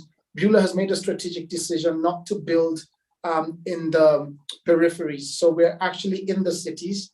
Our price points are actually unbelievable. So we've got prices starting from $20,000 for studios all the way to, $60,000 for 2 bedrooms. And we're talking about within malls, next to the junction in Nairobi. We'll be looking at the same kind of in the city center of Lagos. So we're not saying we want you to go live 70 miles from the outskirts of Nairobi and bring your kids to school at 4 a.m. in the morning. No, we say we think there is a generation, if they got a plan to do that. So what we're seeing from Diaspora is we want to invest in your buildings and then rent out, because the yield makes so much more sense for us. And the price points allow us to buy 5 units as opposed to buying 1 unit as an individual. That's what we've seen. And that is very available for us in terms of that short-term. Well, they take a long-term view on a return that in 7 or 8 years, their unit is paid back because the rent points are very friendly from where we are. The same thing goes for the long-term thinking. For those that have a longer-term thinking, we're also available to do that. So that's the way we would give something to everybody. The short-term is for buy the units. The long-term is for let's think longevity, but we can give the necessary securities for the investments. Okay, thank you for clearing that. So the next person who is on the panel is a friend of mine, Ms. Zoliswa Daku. She is from South Africa. Zoliswa, are you there? Yes, I am. Yes, I do see you. All right, welcome, Zoliswa. The great thing about for you, Zoliswa, and why we are engaged is the fact that you are not thinking small, right? So when we were talking about real estate, most times when I speak to people about real estate, they're thinking about small, tiny plots, an acre. And I was like, I studied finance and real estate. I'm used to thinking master plan projects or at least well-organized projects. And for you, when you told me the kind of work that you were doing in South Africa, I was amazed. And I said, this lady needs to talk to the Diaspora and tell them there are opportunities beyond just small things. There's opportunities to do large things. Like the Beulah City talked about how the Diaspora is able to buy units, the whole tower of apartments. So you've actually been able to do really big development projects. So I would really like to hear more. You can share to the Diaspora what it is that you're doing at Daku, because like I said, you've had great opportunities. You've told me about malls, about student housing, commercial properties. There's so many things that you have available, but then you need capital. So how does a well-organized investment group approach you to be able to take advantage of the real estate projects that you have? What do you have to tell them? Thank you so much, Anne. And definitely thank you for the invitation. It's probably also got to do with networking amongst women, specifically in the Diaspora. So here I am talking to you. being from South Africa, and we've created a relationship. So as you know, that I started in this sector, it's probably now 20 years, as just a mere lawyer. So I saw an opportunity after realizing that, you know what, you get tired of doing transactions for others, but then you note certain opportunities within sectors. And I think because of my traveling and exposure to international markets and the work that I was doing in the economic development space, then I got so much attracted to what we call urban regeneration. So it was more about regeneration of towns, regeneration of cities, and as well as also how do we then model ourselves against the world. You know, from time to time, it could be in Africa, or and at certain times it could be in the US or UK. But then as time went on, we really came up with something that actually works very well currently for the affordable market. And I'm listening to colleagues who are talking, and I'm saying that probably as much as we are focusing on what we call high capital projects, and with them focusing on specifically the residential market, is then to say that the demand currently in South Africa is actually for those that are unbankable, in the sense of being able to attract bonds, to be able to get involved in terms of participating in affordable housing. We call it affordable housing. So it's the other way around. When you're looking at foreign investors, we look at our own local people occupying these spaces. But the advantage is that you get incentivized for taking those groups, you know, because of their salary bands, then government gets involved in terms of incentivizing you for infrastructure. So here's an opportunity. It's exciting. It's a profitable development, where already as an investor, you know that there is some security with regards to grant funding that our government has in place, and it's a policy and it's regulated, and you don't have to have any fears with regards to any high capital projects that you can get involved in that. So the only thing that we then need is then those bonding that are required, which could be any bank that can do it. And I liked one of the colleagues that spoke earlier on, where he said, we need an investment bank as Africa. We don't have these facilities. We are struggling in South Africa. We're working mainly with international banks who tend to not understand our local products and the environments that we've grown up in, which is where we are currently developing. So when I'm revitalizing, I look at the smaller towns. So you'll find that the town that I'm working in, it's similar to a town in Kenya. There's no difference, because we're trying to build infrastructure, we're building hospitals, we're building houses, we're looking at student accommodation. We're really into revitalizing those spaces so that people can have spaces to live, work, and play. But the good part, if you're looking at also some of the members that are talking, already when you're looking at your sale units of $20,000, that's the same market that you'll have in South Africa. Very exciting. So if you've got such an experience, you can come and build in South Africa the same kind of, but the good thing, you'll get these incentives as well with regards to the product. So that is needed. There's quite a huge demand. If you've looked at the news, we have what we call, what I've stolen as a business, as an American model with regards to Chicago, co-living and co-housing. Because what we've realized is that with the digital world that has come on board, where students are no longer going to school, and you've got entry-level workers that are no longer interested in going to the workplace. So what you're having, you're creating what we call apartment hotels, where people can have a bed, they could have a study, they could have a bathroom, and a mini kitchen, but they still want an open space, where a communal, where they could share spaces of eating, utilizing Wi-Fi, laundry services, etc. So it becomes like a student model, but it's geared towards your entry-level workers as well. So if you can't get students, you can be able to get your entry-level workers, which is what is quite big in South Africa, because we've got a lot of migration. Remember, people move from the small cities into the bigger cities. You know, I come also from a very small town called Utrecht in the Eastern Cape. So I ended up staying in Cape Town. So there's always that migration after university, because you're looking for the bigger city and bigger opportunities. So that's the market that we have, and it's quite huge.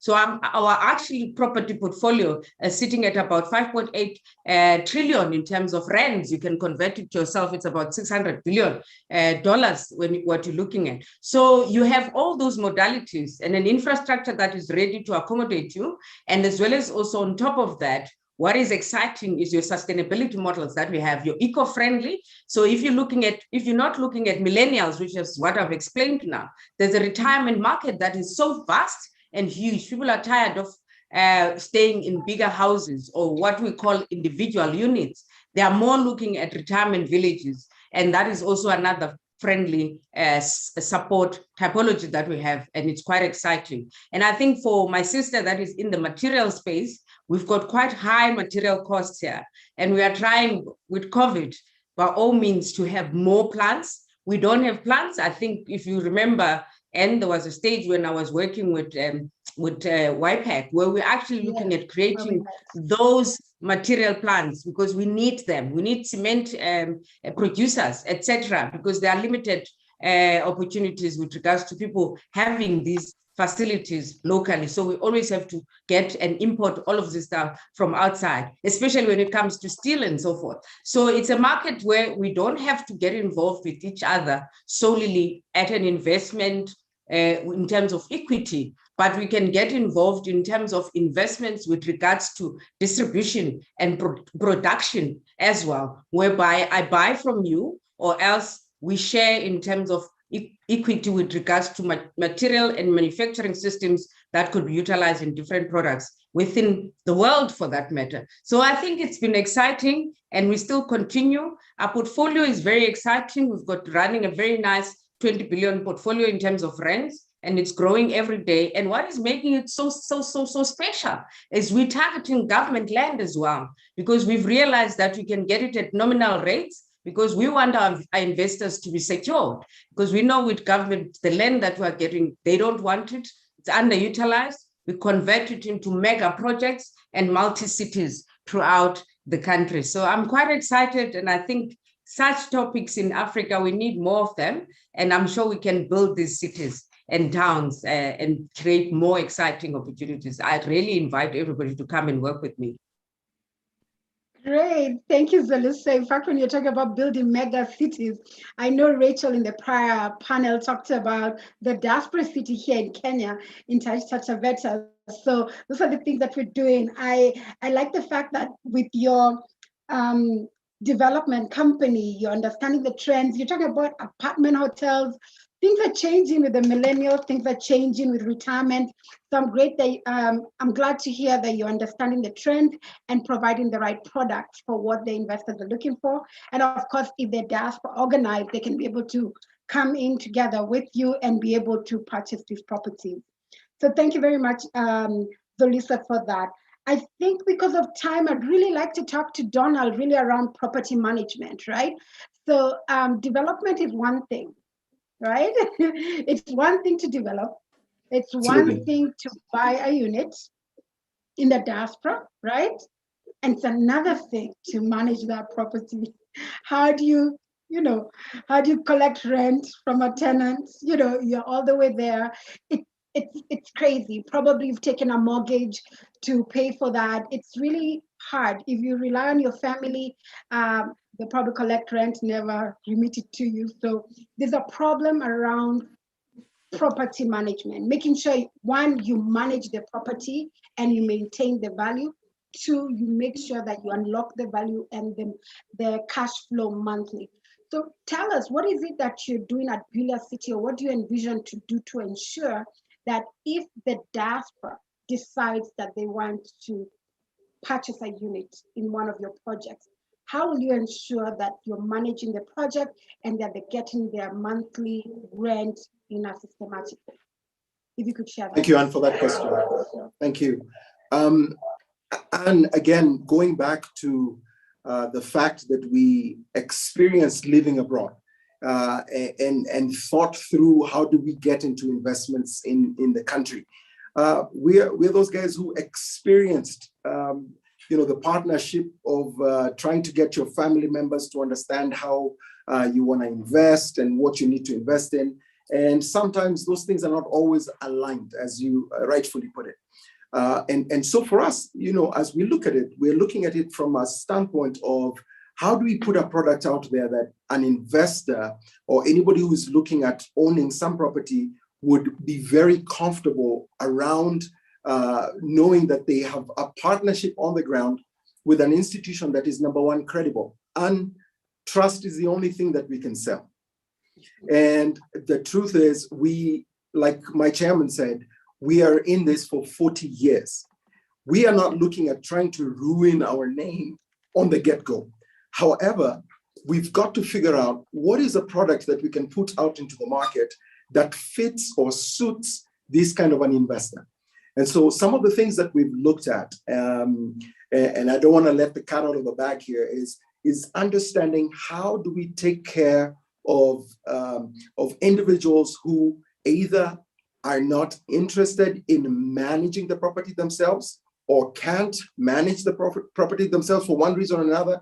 They're not on the ground or are out.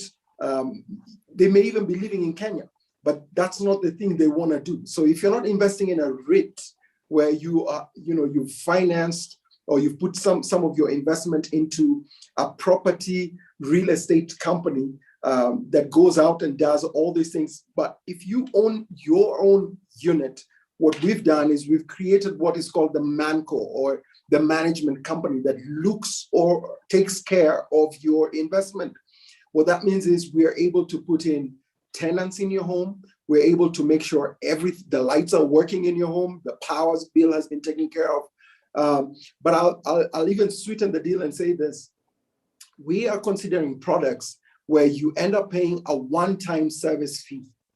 And this is something that we are quickly formulating and quickly coming towards an end, so that your property and the value of your property only appreciates over time. One of the things that we've realized is people go in and buy units, but if your neighbor doesn't care about the trash that's sitting outside in the common area, they struggle to put their service charge on time every time, then it becomes hard for your property value to remain at par or even increase over time. So we're coming up with solutions, and we have 2 or 3 different solutions that we're looking at right now in ensuring that the paint work on the building remains, the lighting on the common areas is working, the water supply is good.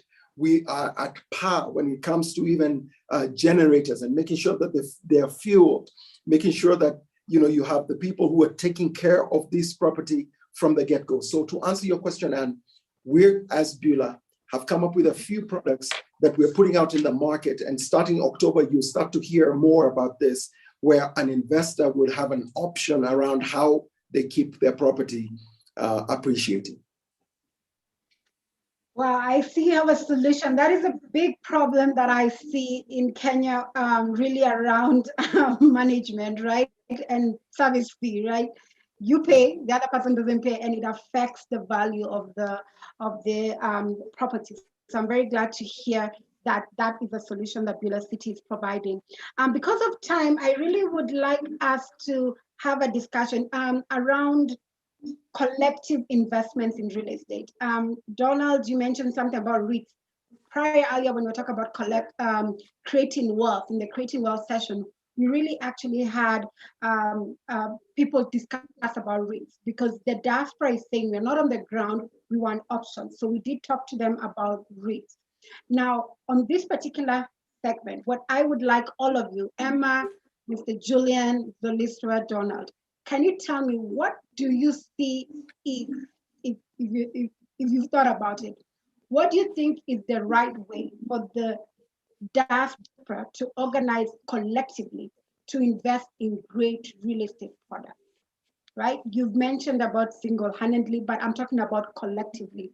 What do you think needs to be done? What would you encourage them to do? Because single-handedly, which is the past, has ensured that the real estate development on this continent is haphazard. It's not really well done. What do you think they need to do and look out for? I think ladies first, Emma. Thank you. Thanks so much, Anne. I think interesting conversations around REITs, and actually it's across. I was just even looking at a map of Africa and seeing how many regulations across Africa have come up around REITs. And I think for us in real estate, we thought it was going to be the the thing that would really take it to the next level.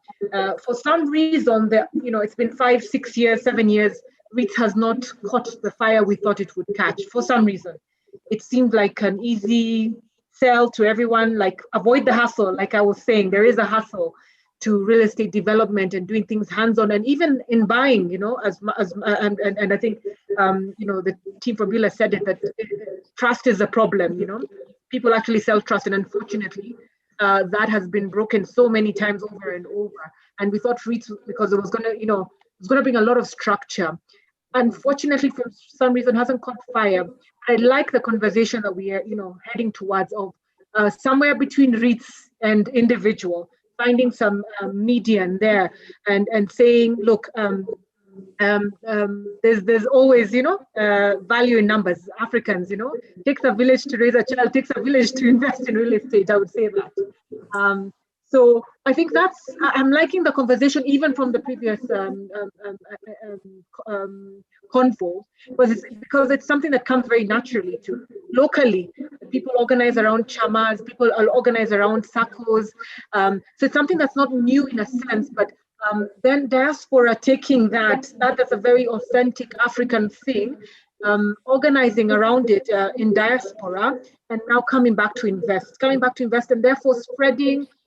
When I was telling you about your personality and being very careful about how you invest and matching your risk appetite. But when you're in a group, you almost spread that risk. You almost have different strengths within a group of people who can organize, whether it's due diligence on a developer, and you're doing it from abroad and checking out, and just the network of even doing due diligence and being able to tap into different resources, and seeing how do we invest. I've seen also an interesting development coming up where actually rather than investing even in the model like we has been proposed here, where you actually buy a tower as a group, as a chama or as a SACCO abroad and invest in Kenya. I've seen some people actually coming together and saying, hey, we can actually build and employ and architects and people on the ground who not necessarily our relatives, but people who can then look out for us. But it takes also someone with a bit of experience in real estate within that network. So and in a sense is just coming back to who we are as Africans, working together and spreading that risk in a sense, as had been said, and then also just matching even that personality of the group itself and seeing what are we going to do? Are we going to buy? And when you're looking at buying, there's a due diligence to be done about the developer. What's their track record? Who can speak for them? Who in that sense, or is it that we're actually going to develop and getting the resources and saying this is something we want to do maybe long term, in a sense what the Donald and the team at Beulah did is actually saw a need and organized themselves even while they were abroad and came to solve a problem while making some money out of it and solving a problem. So there are two ways to look at it, and really hoping that REITs will sort of pick up, have more people and more products also being floated. The few that have been floated have not been very, very successful, and probably just then it's been a downward spiral, at least in the Kenyan market. There is hope in the sense of there was a shift maybe 3 years ago in terms of affordable housing and mass projects and looking at it as corporate developers and big developments, which there's a lot of attention in terms of affordable housing, which is where it should have been 30 years ago. So we really are hopeful in the next 5 years there'll be a lot of changes.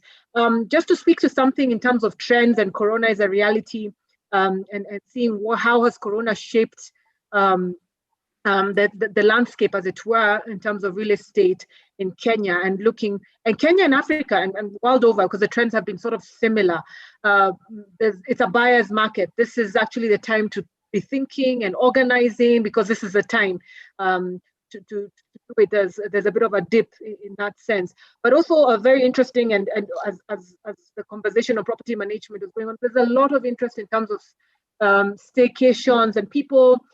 Airbnbs are all the rave now in Nairobi and the like. So there's a lot of interest in that sense of being able to furnish your unit, have it on Airbnb, and also the model that Beulah have talked about in terms of them managing it for you. So you're not having to think about, a lot of things on the ground. So there's been an interesting trend of people not being able to travel far, but sort of traveling within, and I think that's across, even in the States, I've seen that people traveling in state and not, and sort of creating an interest already around where they are. So those are some of the trends that we've seen and we need to look out for.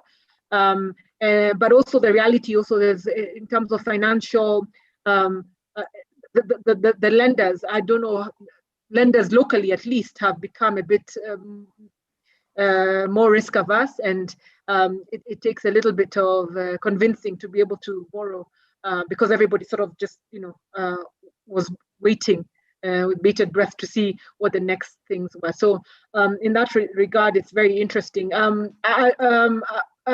are going to be launching an online program, an online course for anyone who wants to relate to, just learn a little bit more and get in depth. So I'm just encouraging everyone on the webinar to look out for that. And speaking to our diasporans, we know you may not be able to be on the ground or come for masterclass in there, but it's really about educating yourself before you make the move, doing your due diligence. Measure twice and cut once. Do your due diligence. It's capital intensive.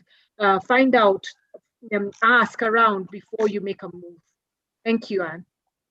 Thank you, Emma, for sharing that and also telling us about the program you're going to be putting together where people can learn, because I think education, knowledge is very important, especially if you're going to get into a really capital intensive or a huge investment. You need to educate yourself, so it's very important what it is that you're doing. Because of time, I would like Mr. Julian to also answer that question and maybe even give us your last remarks. And then we can go ahead to Donald and Soliswa. Thank you. Thank you very much. And the whole aspect about trust, safety, security of my funds, my house, you're not going to do near affordable housing, whether you're going to where the government subsidizes. And I like what Ms. Daku was saying, if the government's subsidizing on some of the infrastructure costs to make affordable housing possible, which I want to say they've done a good job in Kenya. Implementation's been tough, but it's getting there. The REITs are taking time, but there's something in between that we have to crack, that certain groups here have cracked in raising some of these REITs outside of our current limitations. They've gone and raised them on the London Stock Exchange for the purpose of building in Africa. People feel safer there. And therefore, I think we're going to see, we're seeing infrastructure bonds in our countries oversubscribed by the government. That tells you there's a lot of faith in what's happening with this last frontier of the world called Africa. And if we develop that trust, put the structures in place, put the right people together, the back end might be very sophisticated, the front end does not need to be.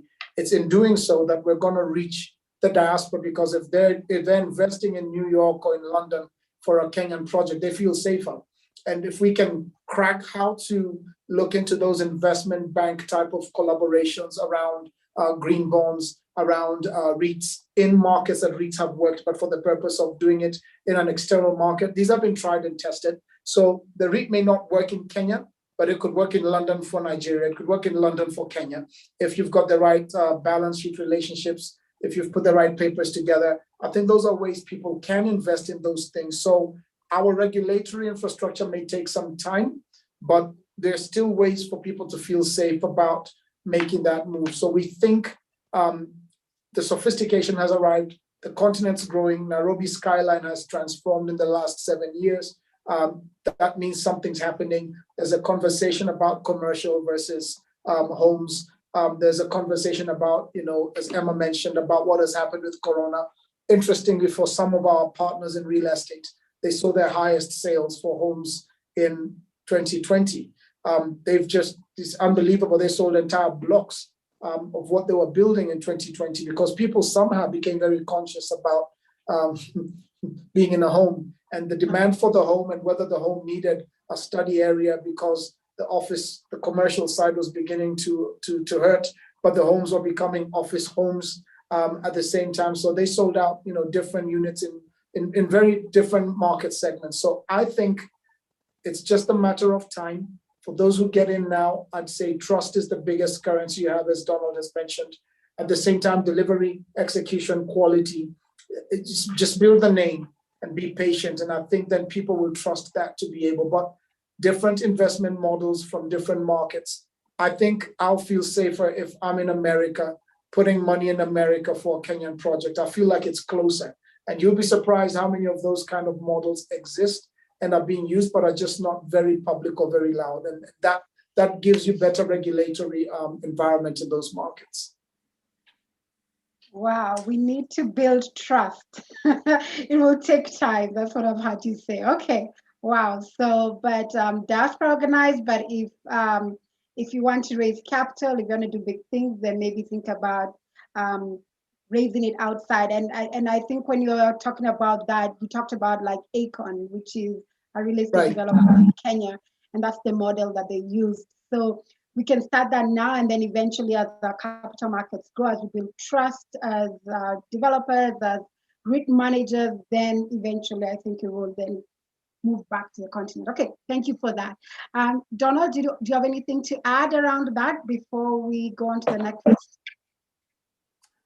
Look, and maybe Anne, as a parting shot, what I would say is, look, there's demand on the ground for housing and good housing.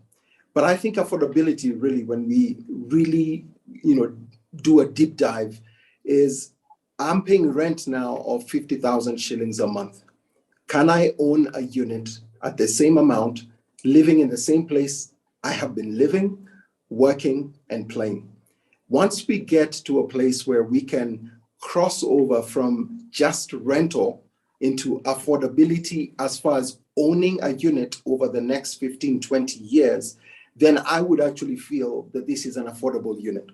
I think there's opportunities out there, as Julian has said, for groups to come together and just figure out how do we create a fund that is patient money, make my money over time, but then be able to meet a need on the ground. I think there are many people who would like to invest in a business or sector that has growth potential in it, but not necessarily want to buy a unit per se. I think structuring something that will be able to allow the diaspora market to be able to look into this and be able to grow it up, not just in Kenya, but Africa is rife for stuff like this, for products like this. We want to start something as Beulah and be able to provide, like I said, for that one quadrant called the diaspora market.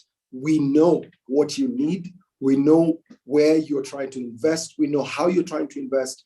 We want to be able to meet your need. Thank you, Anne. All right, great. I heard you talk about creating a fund that has been a dream at Regal Africa, because my background is in asset management. So maybe it's something we can really engage about, because again, some people in the diaspora don't want to own a unit, but they want returns that you get in real estate. How do you do that? How do you structure that? And maybe REIT is not the way to go, because again, the only REIT we have in Kenya is an IREIT. Maybe they're not interested in the South African market. How do you do that? So that is something that needs to be worked on. And the last person on the panel is Zaliswa. I know she has to leave. If you could just give us your last remarks, would appreciate that. Zaliswa? And Zaliswa has already left the webinar, unfortunately. She was in quite a rush. All right. All right. So I will have to say thank you, Emma. Thank you, Donald. Thank you, Julian, for taking your time to come in and share to the audience, the diaspora who really have been asking us. We want real estate. Real estate is not the way it was before, but we know when we think about investing, real estate comes into mind. And when we buy property, we want it managed. How do we do that? And I believe all the discussions we've had the past hour will give them insight about how best to engage with your teams in the future. So thank you very much. And we really appreciate your insight. All right, so with that, I'll go ahead, and the next panel is doing business. But before we go to the next panel, we did have a sponsor who's in the real estate space, which is Certified Homes. I don't know if they are on tonight, but we do have a video which we can share what it is that Certified Homes is doing. And then we will go into the panel around investing in businesses, operational businesses in Africa. So Paul, if we could just share that video and then we can go ahead to the next panel. I do see Terry and King has joined us, and then we can have a discussion around how do you invest in business. Paul?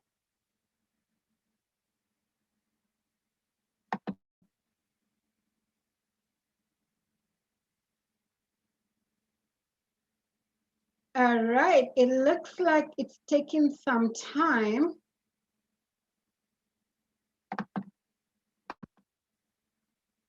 Paul, can you let me know if you have the video from Certified Homes?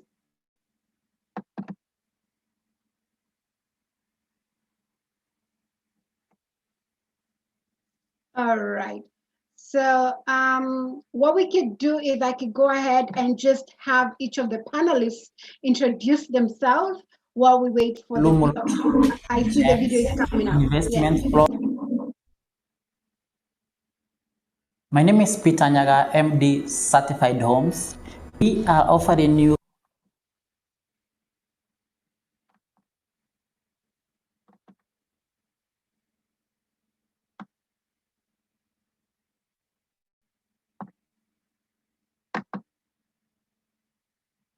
a 360 degrees investment in real estate and properties.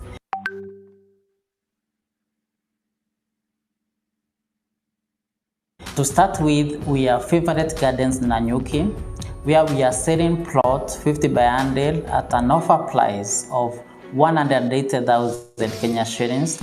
We are on phase 3, so don't be left out. Own a piece of Nanyuki.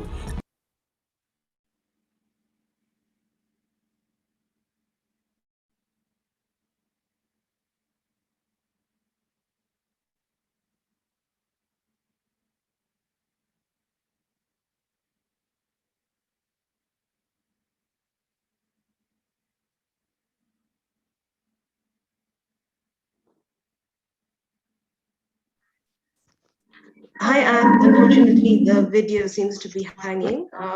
We could have the panelists introduce themselves and try and make sure that it plays seamlessly. All right. So I do have 4 panelists with us today. I would like to then have each of our panelists introduce themselves and maybe go ahead and maybe start off with the first question before we play that video of Certified Homes. So maybe go ahead and start off with Mr. Wilmot Allen. I see him But this is a on video, the okay? call. As in it was just playing Wilmot, I do see. Okay, there you are. So hi, Wilmot. So Wilmot, you know, you are here in Kenya. You're an African American here in Kenya, and you know, you recognize. We've had conversation about you recognizing that the diaspora has the capital, and we all know that all African businesses need funding, right? That's the big thing. Everybody's talking about access to finance. That's a big thing here on the continent. They need access to finance in order for them to grow their businesses. So tell us, what are your thoughts around the diaspora investing in businesses on the continent, especially SMEs? And what is it that you're doing with your company, VentureLift Africa, so that the diaspora can know how to engage? When I think of that opportunity, I think of high impact, I think of game changing, I think of lucrative, I think of transformative, and I think tenacity, I think intentionality. These are all the words that I think come to mind and are applicable to not only the opportunity set, but what it takes to actually see this come into fruition. I'm Wilmot Allen. Thank you, Anne. Congratulations to you on this event. I know the work that goes into these diaspora events, having spent last year and still doing our own. So, and as you alluded to, I run a company called VentureLift Africa and VentureLift Capital Advisors, which is transaction advisory. I'm also an investor through a venture partner role at a healthcare private equity fund. And I'm most excited tonight to talk about what I'm doing entrepreneurially with Indigenous AI, which is a Kenyan-based company that is advancing what's called precision medicine, which is basically looking at the molecular genetic structure of a population of individuals in a population or individuals, and doing what I call what essentially is predictive analytics. about disease burden, reaction to drugs, how to better develop drugs. So, and the common thread, so it's not a digression, is diaspora engagement. And so all these companies are pairing Kenyan in some cases or other African collaboration and ownership with that of the diaspora. And so that's our model, both what we're doing with VLA, but some of the other things I'm doing to kind of facilitate driving entrepreneurship, driving investment and trade. All right. Thank you, Wilmon. So health tech, I guess, is the space you're playing. Healthcare is very important on this. No, it's not. It's not just health tech. It's across the board with VLA. So we should put VLA Capital Advisors in the chat as well, because that's really where they'll find out more about me and about our advisory platform. But we do work across different sectors, and that's very important. But predominantly right now, how I spend my time is work related to healthcare. Correct. All right, thank you very much, Wilmon. So I do see here Ms. King, Terian, we met a little while ago and we had a very candid discussion about how you moved to West Africa from the US, even during times of COVID, and how excited you are about the continent. You've been investing here, you've been encouraging a lot of Africans in the diaspora to invest back home here on the continent. Can you share some of the success stories you've had and how you plan to work with the diaspora through the Africa Wealth Alliance? Yeah, sure. Thank you so much, Anne. And it has been an amazing day today, just following you guys and hear all of the different opinions and stories. So my name is Tarian King. I'm the co-founder of the Africa Wealth Alliance, which is a mega project consulting firm here based in Senegal. I guess the background about myself, I hold a Juris Doctorate degree. I work in international law. And so I've been very much so grounded on the continent for the last 10 years. Working in international business law and also international public law. In terms of success stories for me here in Senegal, let me start off by saying that I think it was like 2017, I started an import-export business here in Senegal. And so I import and export salt. As of 2 years ago, I started working in agriculture. And so I provide poultry to some of the top restaurants and hotels here in Dakar. And I think a lot of my success personally here in Dakar has to do with the fact that I put in the time. And so for the last 10 years, I traveled to Senegal, coming like twice, 3 times a year to learn what the demand was, what was missing, to really connect with people and see like what was needed here. Of course, I think as an African American, I came here and I was like, oh, they didn't have this and they don't have that. I could open this and I can open that. But the big question is there a demand for it? Is it something that the local community would value as much as an American would value? And since, I think I put in that time to understand the market, I was met with a lot of success. And so with the Africa Wealth Alliance, once I launched the investment firm, I knew that, individuals in the diaspora, they will always have business ideas. We all have ideas. We all kind of like know what we want to do. I think the big question is whether or not it's going to work, whether or not there's a need for it. And so believe it or not, although most of my clients, they want to jump right into implementation. They want to like, I have this idea, help me get it started. Like, who can you connect me to? I don't start off that way. I start off with feasibility studies. And with the feasibility studies, it's really, okay, what's the idea? Is there a market for it? Is there a demand for it? Can a local population afford it? How much can they pay for it? How much is it going to cost? What's the profit? Is it even worth it? And so I'm sure you guys all know what a feasibility study is, but that's really step one. And I think most diaspora investors, they forget that you may have an idea, but we need to know if it's feasible. Even more so, I think with my clients, as I was telling you, they may know someone who's from the country that they're interested in investing in.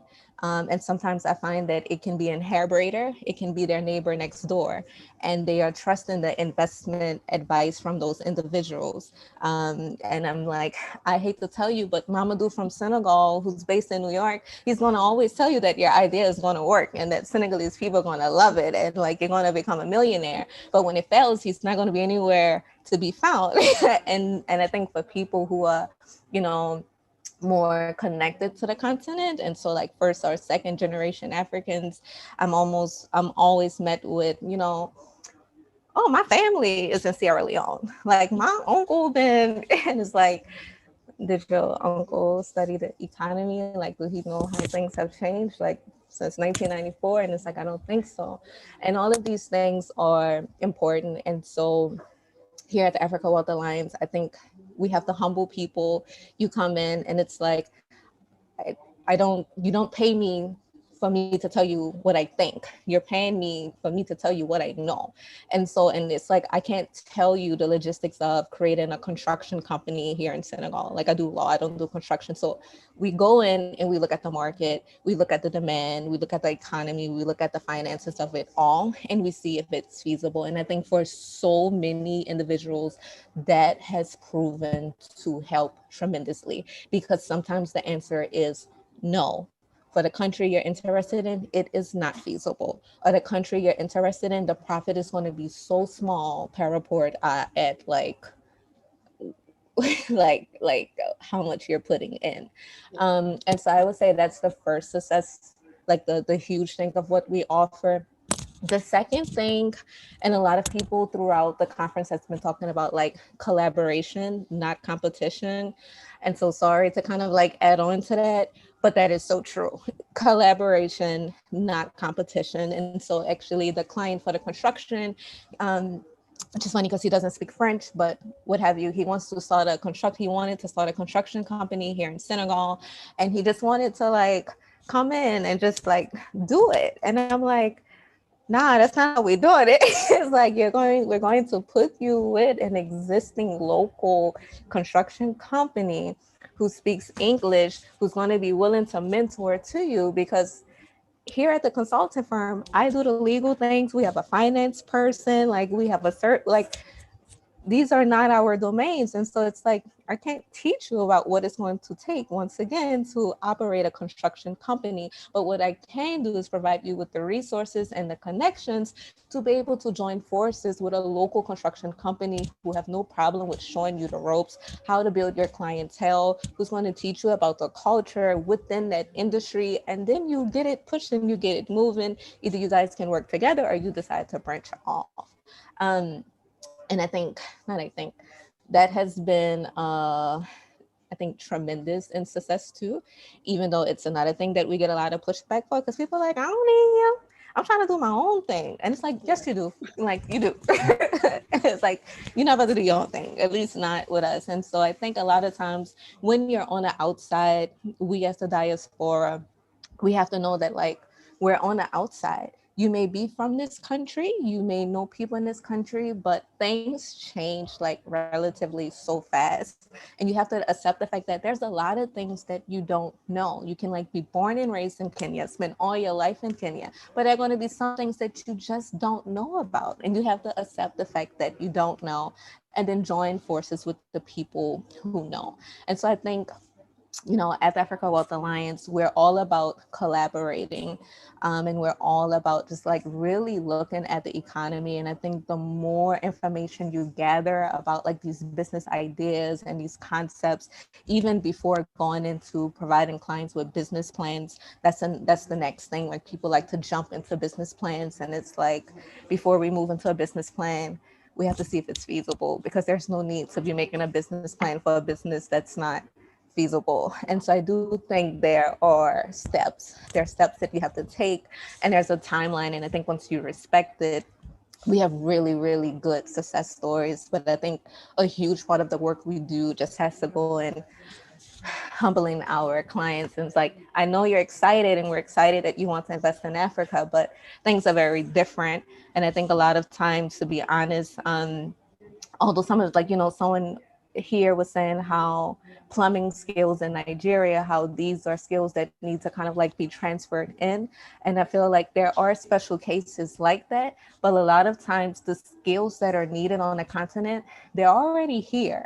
And I think a lot of times we in the diaspora, we think that the continent is lacking, or like, oh, this is something we have to like bring, but it's like, you know, people are super educated. I feel like the average Senegalese person has like 3 PhDs. And so a lot of the skills are already here. And that's what I mean about like, you have to be in tune with the boots on the ground. You can't just come in thinking you're just about to, you know, like be the savior, even if you're Black. Like the continent, it's rolling, it's developing, super educated people, super skilled entrepreneurs, like everything is kind of here. And so I do feel as if when you're investing, you got to get in where you fit in, you know, and you have to see like what you can contribute. And I think it's important to like look at what's already there. So before you start something new, before you open a new business, and so let's say like you're really into smoothies, like before you open a new smoothie business, why not look at a local smoothie business and see if they can use an angel investor, if they're looking for a partnership.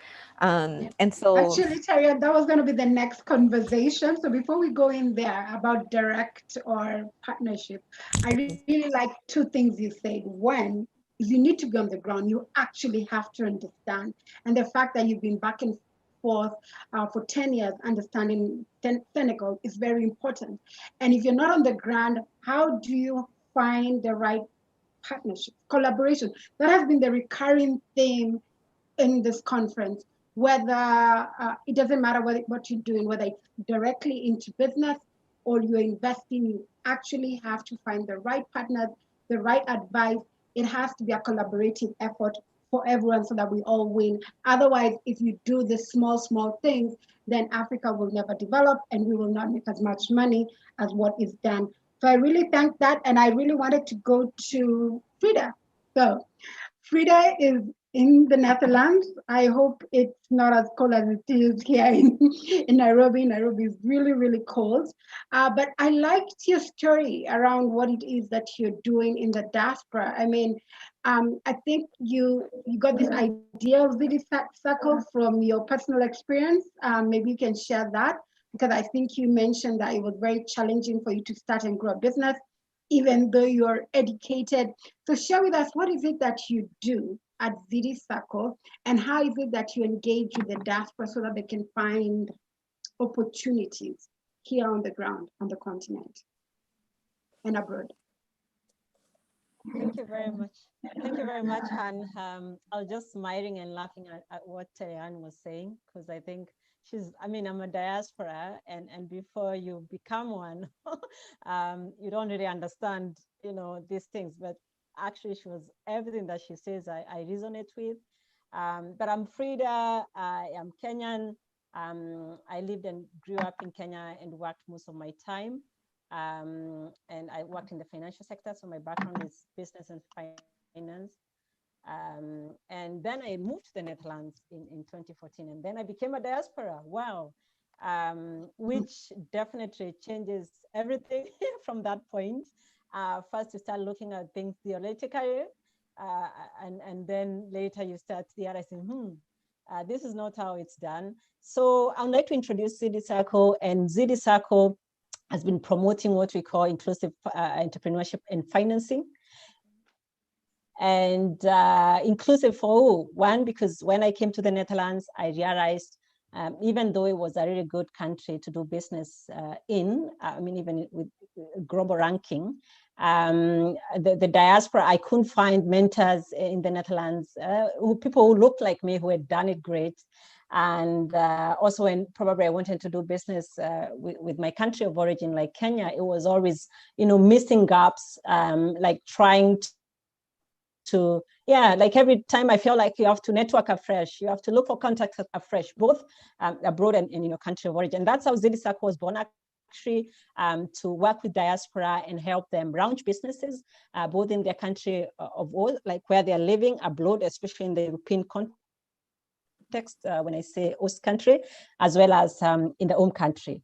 We have done this and we continue to do this through training, business training, because we believe, and I think Terian also said it, like just having a good business idea and some money doesn't make you a business person. You know, you're gonna hit rock bottom because that's not how it works. You need some skills, you need to understand your business model, you need to define it, you need to look for innovative products, you need to do your market research, you need to get your costing right, you need to know your finances, your market, your customer. Like, it's a all big process.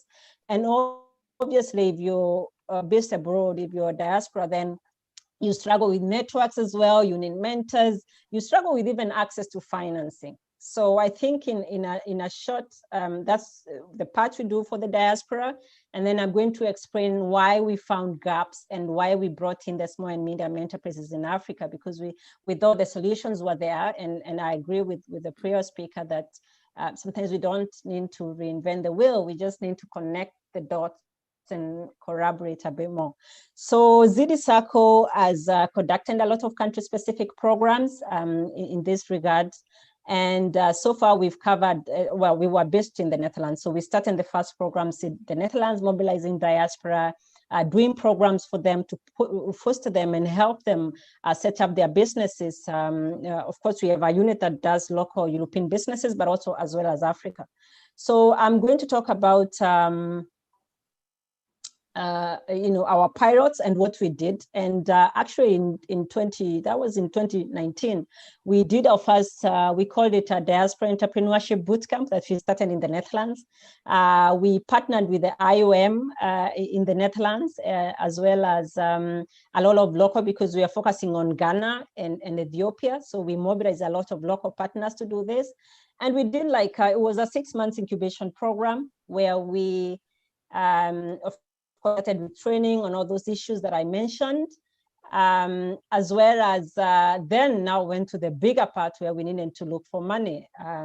So it was 2 months of training, 4 months of a mentorship, access to finance program for about 2 months, connection to mentors. We found a very nice partner, PAM, the Netherlands, who are senior experts who volunteer to do mentoring. So we did this. And I was so excited, and oh, these guys are going to succeed. They were all doing green economy businesses. Most of them, renewable energy, agriculture, food and agriculture was so big. Waste management, but also others like in the tourism and whatnot. So I was very excited for them. We did, the whole program. We did a big event in the Netherlands pitching. We invited financial institutions, and then we sent them home. Of course, we sent them home when there was COVID. So part of it, we can blame COVID. But then we realized all of them were calling me. They're like, oh man, we can't navigate this. How do I find, I don't know, people in my sector, how do I find this? And it was really an uphill task with them. And then I realized our business model was incomplete. And actually the ecosystem was not full or fully inclusive, because we left out a big component, which was now like the local startups in the ecosystems in their own countries, and specifically in the African continent, and the small and medium enterprises, which play a bigger role. So I went back to the drawing board, and I was like, if we have been having all these SMEs, which actually support over 80% of the economy, with a lot of joblessness, almost everybody, even those who are employed, always think about employment. My biggest disappointment was, why then aren't we having big industries? Why are we still importing toothpaste? And sorry to say that, why are we, why are we doing certain things, and why then are we not seeing results? So out of the research now I realized then, for us to maximize on diaspora as a catalyst to development, and in this regard, using entrepreneurship, we needed to find a solution for them to meet and to belong to also the local ecosystems. And that's why we now started having representation locally. And we started obviously in Kenya, because I'm Kenyan, and Ghana.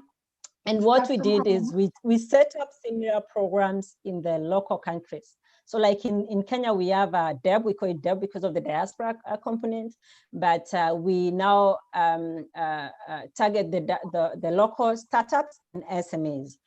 who want to set up businesses. And obviously we try to bring them into the major program. So we have a major program in the Netherlands, and thanks to COVID, we were able to expand this program and include all the other countries. The US, I know we have people even from Japan joining the program.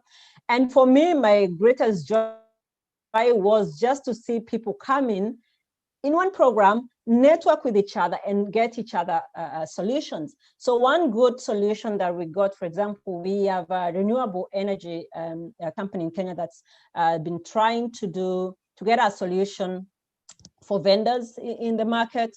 And we had a diaspora person who had set up his business. He's Nigerian, he's not even Kenyan, he's Nigerian, living in the Netherlands, background in engineering, and actually done almost the same concept and trying to launch. And he went in Nigeria and he was like, He came back and he said, no, I can't do it. Why?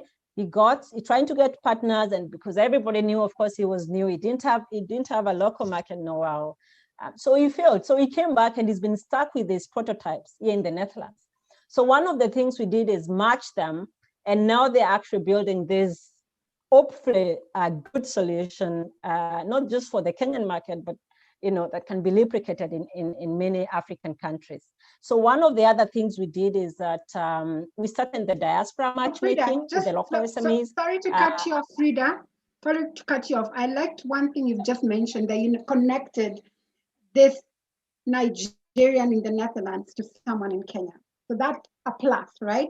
So he had to think beyond where he normally have gone because it didn't work, and then he went into a different country, and it was through your organization, Digifatco. Now, just hold that thought, because I really want Shagan to come in because Shagan is Nigerian. I know he's a fintech expert. I love fintech, and I know he's been working on a way to connect the diaspora to opportunities. I don't know if Shagan, there's something you want to share with even Frida and the rest of the diaspora people to connect. What we need is connecting capital to the businesses, right? The people who have the know-how to the opportunity. What we miss in Africa is connecting, and there's a lot of opaqueness. There's lack of information, or people are not don't want to collaborate. There's a lot of competition. That is something that needs to be resolved. Can you share and give some insights on what it is you think needs to be done, so that then now the work that VD is doing can continue to be done? What is your take on it around fintech and connection between businesses and capital? Yeah, thanks a lot for that, and congrats on the program. I joined a bit early before this session, and I must say that I've learned a lot, and I agree with a lot of the thoughts and insights that have been shared.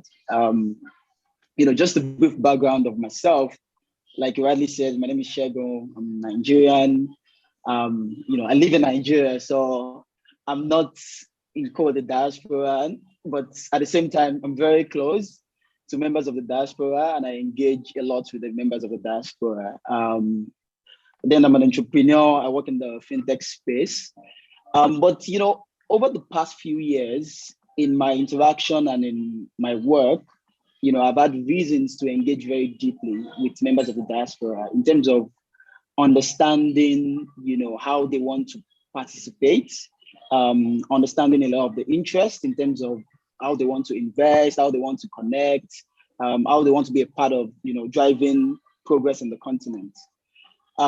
Which a lot of, the things that has been mentioned on this conference has really, really touched them. But for me, because my background and strength is really within the finance and the tech space, I strongly believe that there's a lot that technology can actually play to actually make that process a lot more efficient, both in terms of the connection, exposing the opportunities, identifying, how to aggregate and really access these opportunities.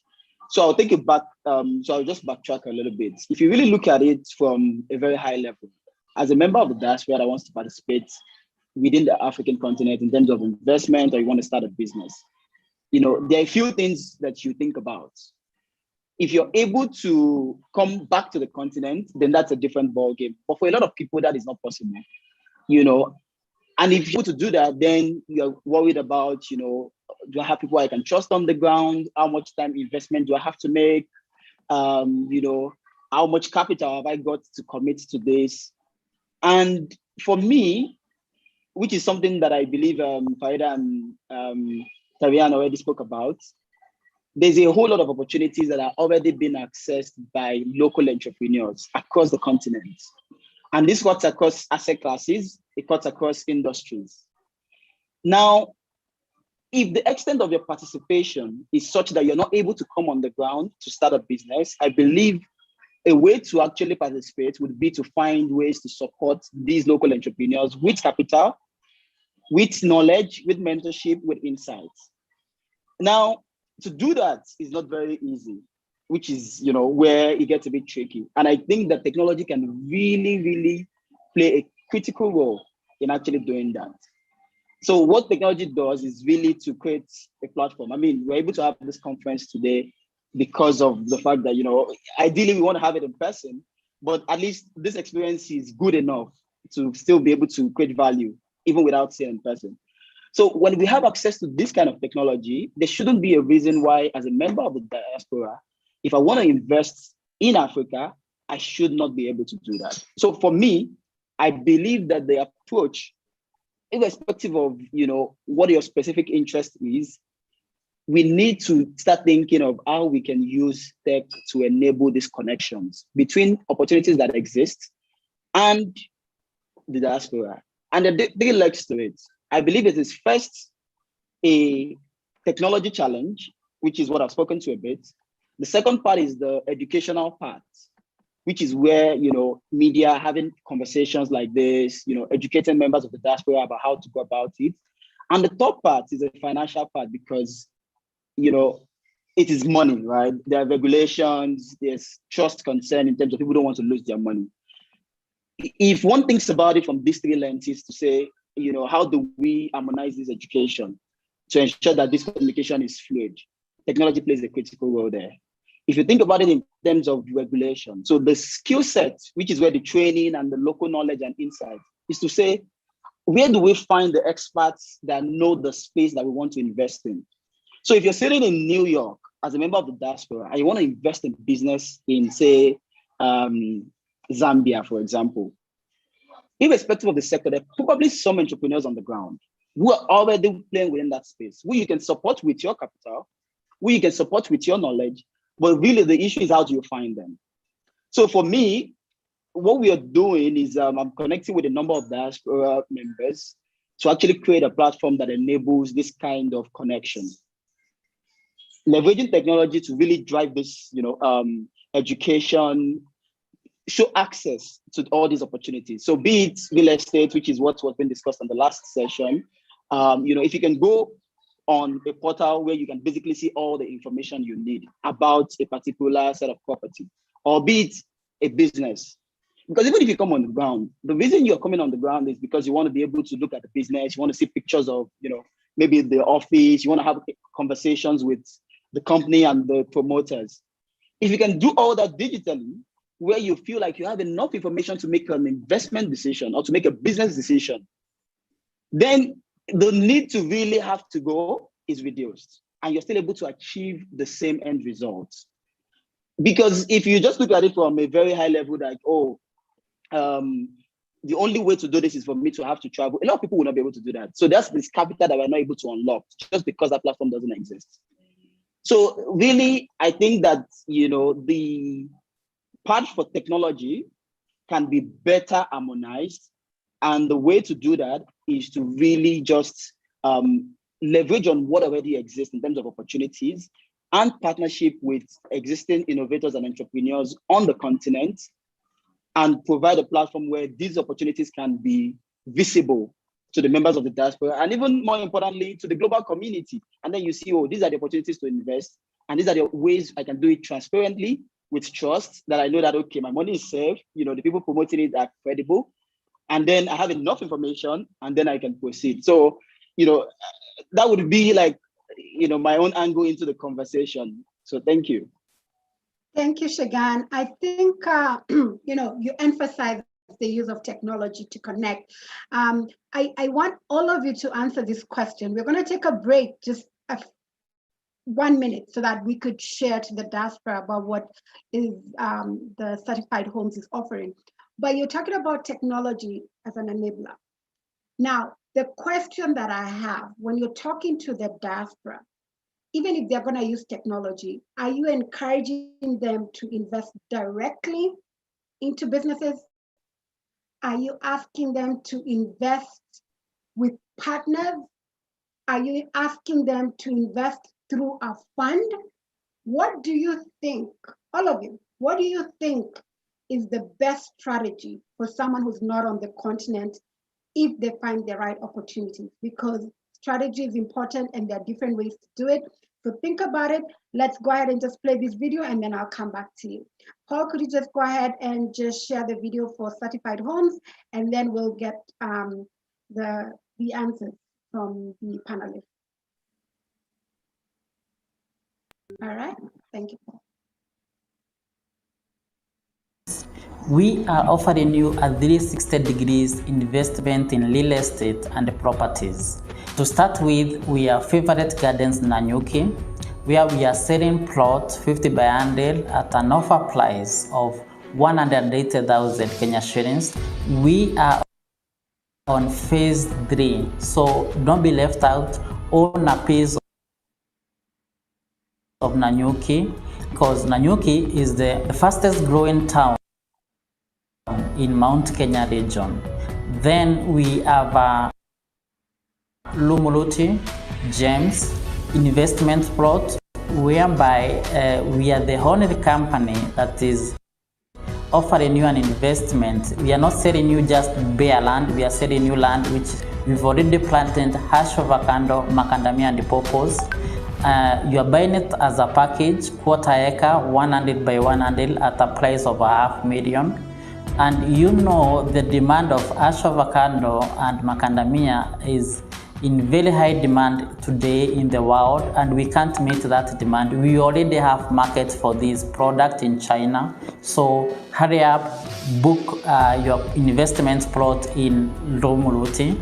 Our mega project, Sukari Heights, we are at 90% sold, so only 10% is remaining. We have studios, we have 2 bedrooms and 3 bedroom plus SQ, a servant quarter, and it's a mixed use development whereby we have having commercial space on ground floor. You have a supermarket like spa, salon, gym, banking services. Then from first floor to 10th floor, we have in the residential unit, starting from 2.95 million. So book your units today.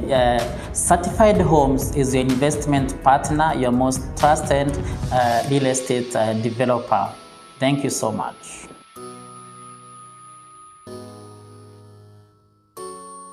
All right. So that was just a tiny little break. You can see there are opportunities in real estate all the way from $5,000 to about $30,000 affordable. So if you're interested, you can always reach out to the team at Certified Homes. And with that, let me go ahead and Wilma, maybe you can start off. Should the diaspora invest directly in partnership or a fund? Or should they do all? What is your take on it in regards to diaspora? Sure, I think it depends on the investor strategy. So for some people that will be that would involve some other dimensions of investment like impact, job creation. For others, it will be pure financial return. But I think the common denominator among all those approaches would be you have to have a good local intermediary, a local market player, and you have to have a certain risk appetite to do that successfully cross-border. And I would say also that it's really important to understand the time dimension. The asset classes here that are investing are now shifting to, I think, a more, I would call it, suitable model for the realities of the African country markets. So that may not be the typical private equity model. It could be an evergreen model, buy and hold for a while, or there are new models being developed, I think, by some really innovative institutions. So I'll stop there. All right. So it depends. It depends. It depends. So at least that's why you need an advisor to make you make sense. What is it that works for you particularly as an investor? Because not what will work for a friend of yours might not work for you. Thank you, Roman. What about you, Frida? What do you think?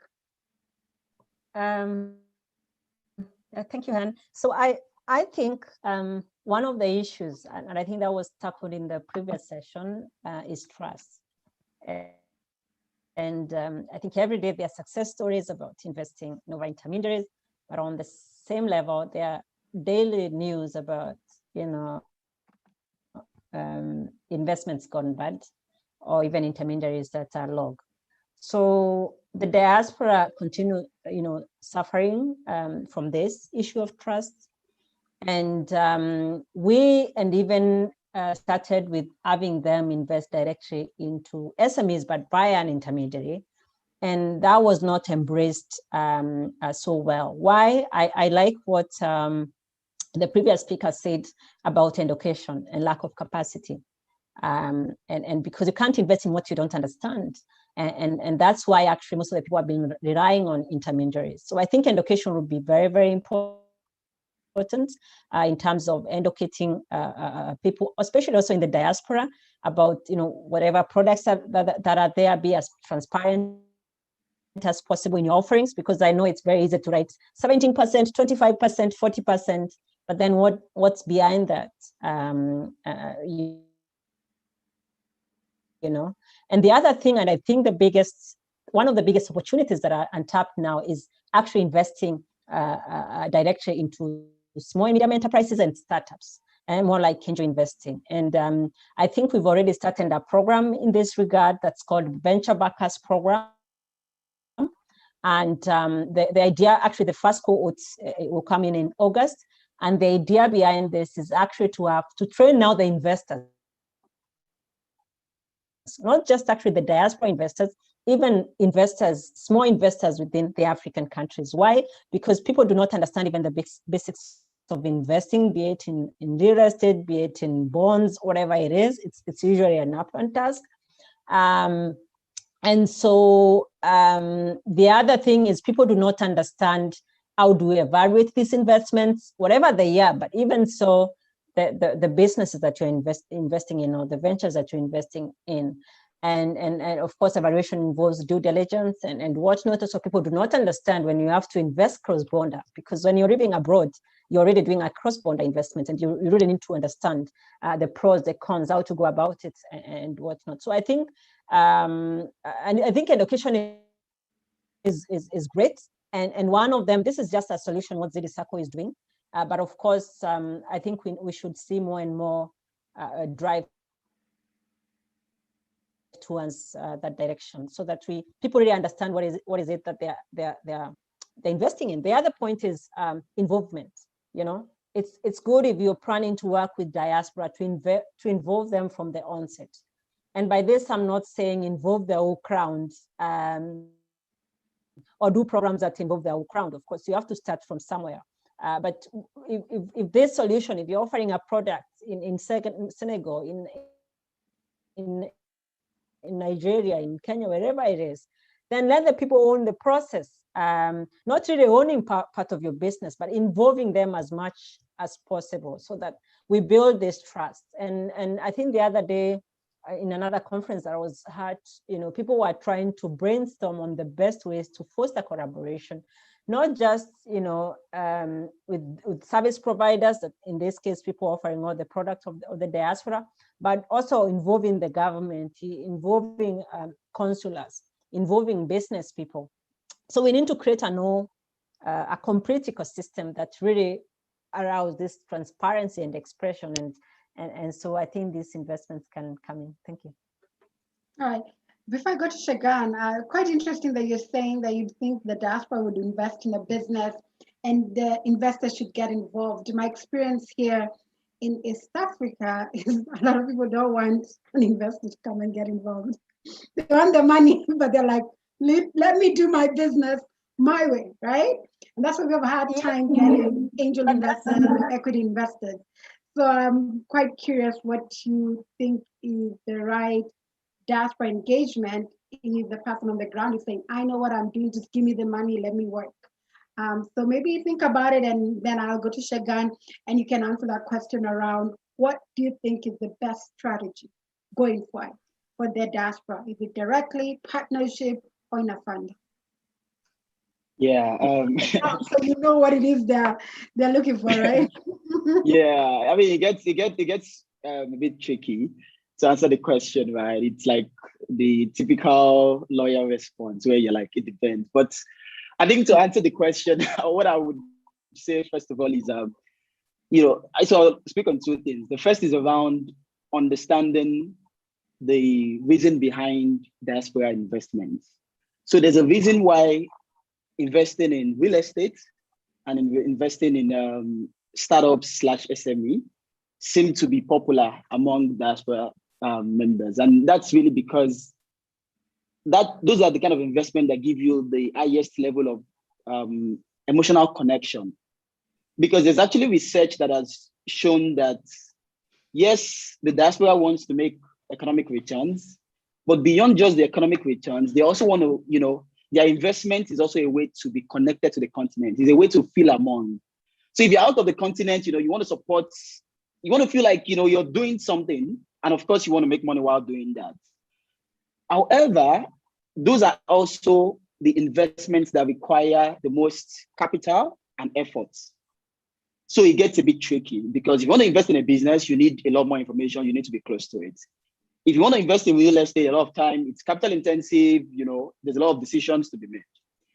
Which takes me to the next part of it, which is fractional investing, which is like a trend that has really picked up in the US and Europe and all that, which is around how do we really sort of securitize these assets and create them into asset class such that even if you don't have as much money, but you want to invest in a startup, you can do that. Even if you don't have as much money to buy a full unit of an apartment, but you want to invest in real estate, you can do that. And still get the kind of benefits and the connection that you would get if you were investing in these assets directly. Now, based on those key layers, would then determine for you as an individual investor, which one applies to you. If you look at it from the perspective of the reason I'm investing is so that I can make pure economic returns. In fact, if I'm being honest, maybe depending on how sophisticated you are, maybe Africa might not even be your best bet. Perhaps you want to go and do crypto or something, depending on how your risk appetite. But for a lot of people, that is not it. It is also about that connection and all that. So you have to look at it in terms of, personal portfolio. What can you afford? You want exposure to real estate, but you can't afford to buy a unit, or you don't want to buy a unit yet, but you still want to get that exposure. Then you have to find a way to do it, which is where technology again comes in. Because how do you do that fractionalization efficiently? It has to be through technology, because otherwise, you have to just go all the way. So for me, again, it depends, but the depending is a function of where you are, within the scope of your investment journey and the objective of your investment for wanting to participate, within in the African opportunity. So yes, it depends on those factors. You say that, Tarian. Shagan has repeated it like 100 times. It depends. It depends. It depends. What's your take on it? Does it depend, or do you think this is the way the diaspora should engage? For me, within my experience of consulting, and I think just being exposed to a number of diverse investors, I have never seen an investor who has been in a position to just come in and open up shop. And so I don't encourage it. I don't think I'm a supporter of that avenue. And I think it leads to a lot of problems. On the other hand, I do believe in partnerships. I think partnerships are the way to go in terms of like direct investing directly into the business. I think that's the best avenue, becoming business partners, providing capital, equity, whatever, like finding some type of deal along those sides. And I think, but if we put that concept towards a platform, because, and I do have some kind of like, not concerns, but it's a legal issue. And so I think it's so easy to say, okay, to have a platform, and then we have these opportunities, and then we're going to have people who's going to invest money in those opportunities. That sounds great. That sounds amazing. Like I've thought about it myself. I've like been in communication, like, you know, I've like started this. And I think like the project was going great. But then when you get to the legal aspects of it, because it's like, oh, now we're hitting like international business law. And if it's American, like now you have the SEC, and depending on how much money is, we're starting to trigger certain things. And when you look at the logistics of those legal regulations, then it's kind of like, well, based on the law, it's maybe easier to invest in this rather than to invest in this. So it's easier to invest this way rather than that way. And I find that a lot of times the legal aspect is kind of like counterproductive to what the continent actually needs. And so that's something that I myself am trying to grapple with and figure out in terms of, you know, plug-in opportunities to investors in the continent and technology, because we have this technology and it's like, it's the missing part. That's what we thought, like, right? It's like, if we can just get this on a platform, it'll be great. And I think my personal project now is like, okay, how can we do it with it abiding the legal regulations for American investors, European investors, Canadian investors? Because if you have that amount of money coming in, you best believe you're going to be targeting a lot of regulations. And so that's my 2 cents. On one hand, I'm all about partnerships. I think that they should just invest directly to entrepreneurs, invest directly to the businesses. But I do understand legally, so that's very, very complicated, especially when you have investors coming from different areas. Even if the platform is registered as a foreign LLC or a corporation, if you have a lot of American investors, once you hit a certain threshold, you're legally obligated to have to register under the SEC. And so, you know, not to get legal, but it's that's a whole different thing. And, you know, maybe eventually your girl gonna figure it out, and I'm gonna come to y'all and I'm gonna be like, yo, I figure it out. This is what we have to do. And so I'll keep y'all updated. Yes, definitely legal issues is a problem, especially with the US, with the SEC, the retail investors. How do you undertake that? Because it's a very sensitive matter. So until we overcome that hurdle, we need to figure out there are ways, maybe organizing the diaspora in the States and then coming in as an institutional investor. I don't know, but we'll have to figure out around that. So you're the lawyer. Maybe next time you'll tell us what you figured out from a legal perspective. You can share that with the rest of us, and we can definitely engage. Now, because of time, what I would really like is really your last remarks around this whole idea around investing in operational businesses by the diaspora, okay? It's critical because the only way I believe that Africa will develop is through business, not aid, trade, not aid. We need to support these businesses. The businesses are small, the businesses are informal. There's so many hurdles. I'm in this space, even trying to get them to put their financial records is the problem. Governance is the problem. All those things that are required for you to invest into a business are a challenge. We're seeing Frida doing a lot of around capacity building, training, so that we make them prepared, but that's still a challenge. What do you think the diaspora needs to do, right? If you're talking to the diaspora, because you're talking to them right now, they're either on the Zoom or they'll watch later on. What do you say the diaspora needs to do in order for them to support local businesses on the ground in Africa? And then it's a win-win situation for both. The African businesses get the money, the capacity, the access to market that they need, and the investors in the diaspora get the returns that they need, which they would not be able to get around the world. What is your take with that? So while you're answering that question, go ahead and give your last remarks. I'll start off with you, Frida, because you're the person who is in the accelerated training, capacity building space. What is it that you think the diaspora needs to do so that we can solve this problem on the continent? So I think I'd like to say it's two-way traffic. It's both ways. There's a mindset issue here. We all need to change the mindset, because even from what we are talking now, whenever people hear the word investing, everybody needs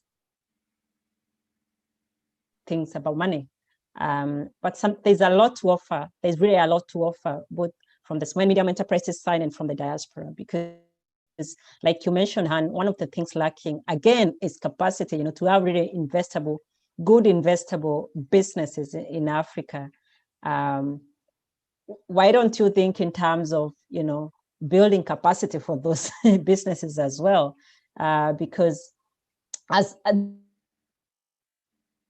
the moment the small medium enterprises or whoever is in Africa understand that the money comes as a last resort. If you put everything on it's very easy to get even local investments. And I think during our programs, a lot of diaspora people have been wanting to offer more. And I go back to what Gun said, that people want something personal, something they can resonate with, something that they feel are manding back value, not just because I want to make money in my country of origin, but because I kind of feel I have a duty to my country of origin. So when you think in terms of that, there's a lot you can offer, even in terms of sharing experience, even especially in terms of matchmaking. A lot of businesses need certain expertise that the diaspora have in the West, but they will never go and apply them locally. So being advisors is another thing. Being team members, I think somebody else mentioned about being business partners. So we need to repackage and just stop thinking about money all the time. I think it's nice to think about money. It's the means that we have, but it's good to think of other resources that we can invest. And then once we invest all these other resources, our knowledge, our expertise, our networks. Network is very, very big as well. Money will definitely come as an addition when everything is okay. So for the diaspora, obviously, and I speak from a practical point of the diaspora, because also there's an over expectation about the diaspora by our governments, our relatives, everybody local, like in our local countries where we come from, thinks about a diaspora who is rich, yes, but the reality is that, the diaspora is not rich. There's no tree in Europe or in America that people get money from. So the moment we understand that also, I think we should lower our expectations about the diaspora and start thinking about other things that they can offer the continent, that they can offer our businesses, that they can offer our governments, that is not monetized. And I think the moment we are the level ground in terms of thinking, then we're gonna put in the money. You know what I mean? So the trust building, it's a long process. I definitely agree. There are things in business that you need more than just money. There's someone to invest their time, right? Their treasures, which is the money, and their talent. Because sometimes you take that money and go and hire a human resource, right? So instead of going to hire that human resource, you can actually get that partner in to work on that business. So I definitely agree with you. And thank you for sharing that, Frida. Now, Wilmont, I know you do have to leave. If you can just share with us your last remark and just talk to us, what do you think the diaspora can engage in with African business to make sure we solve this? It's a dire problem. Yes. Yes, I'm going to approach this from a different angle. And so I'd love to stay in touch with all my panelists. Thank you again for having me. I do have another call. But I'm going to piggyback on what Frida last said about lowering expectations of the diaspora. I actually think you should raise them. And I'll tell you why. It's really important that we understand that diaspora is not a monolith, right? So we haven't unpacked what we mean by diaspora. And I think that's a different panel, and we probably don't have time for it now. But one thing I will say is I do think the diaspora is rich. I do think the diaspora is ready to engage. I think that richness can't just be measured in financial wealth. It has to be looked at in other ways. For example, I'm African American, and it's undeniable that African Americans build brands, which is why we are so focused on, yes, exports into Africa, but taking great African brands into America. That's really important. But I think the thing that's most important for this to happen is not money, it's not knowledge of markets on their own. It's simply this. I think one important element or segment of the diaspora, which I think is really underserved when it comes to African American engagement, I do salute my sister Taryn King for all of her great work, is this. I think African Americans have to be welcomed here, right? I think that's really important, not just to assume, but to say it. Follow the lead of Ghana, maybe to some extent, that's one model, but I think there are other models, whether it's through special engagement from a standpoint of policy, tourist events that target that community. Do you not think that NBA players who are now expanding into Africa through NBA Africa would ignore Africa if the presidents of the chambers of commerce, presidents of head of states reached out to them and said, "We want you here"? That would happen in an instant. And so I think there has to be a welcome, a karibu, and we have to have that. I know there are tensions that some of our brothers and sisters come from Africa, go into America and get educated, have terrible experiences with African Americans. And so the second dimension of what I'll say is what's needed. And this is a spiritual thing. I think we have to bring this into this conversation. It's more love. We have to have more love for each other as Black people, seeing ourselves as people who are agents, who can drive the growth in Africa and don't have to now answer to anyone for that. And can proudly say, we should be self-autonomous. We have the richness in the earth, but more importantly, the richness in what God has placed in each of us and a destiny that's yet to be realized.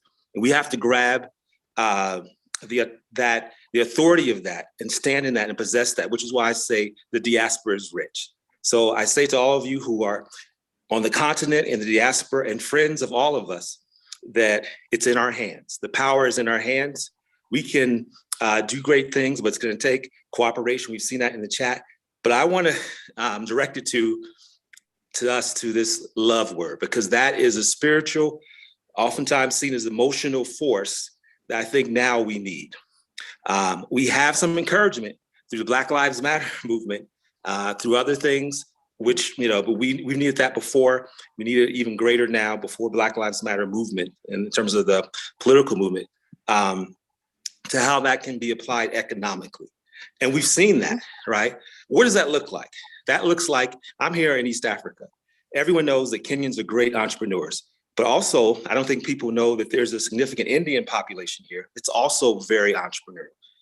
And you can learn from them. The self-love there is beginning of, if you look at how dollars are circulated within the Indian community, right? And no one has to defend that. No one has to say that's anti, no one else is accusing them of being anti anything else. But we all know when Black collective empowerment happens, that people feel that that's a threat, that that's something that you have to stand against. And so the division that we have across the world as people of African descent, we can no longer accept. Some of it we inherited, some was imposed upon us, but too much of it is what we settle for. Harambe. I'll close with those words. Thank you so much. And congratulations again on this excellent panel. Thank you, Wilmot. I know you have to go, but that was powerful. I wrote Black Love Movement in the economic space. We have to work together. We have to support each other. We walk together. We work together.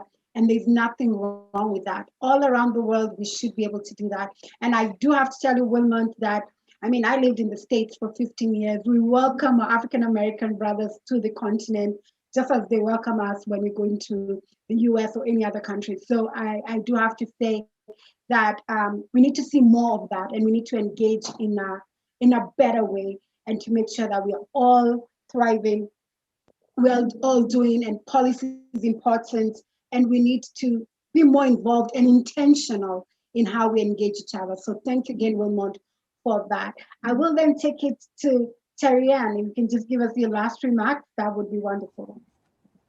There's nothing to say after that. That's like a standing ovation. Don't make me come after that. I feel like he said it all. Like he literally said it all. The only thing I would add to it, in addition to, I guess, on the Africa side, in terms of making the diaspora feel welcome, is for the diaspora to come and visit. I definitely think that. So I guess, I'm kind of on the opposite side, putting a burden on the diaspora, specifically, even more so African Americans.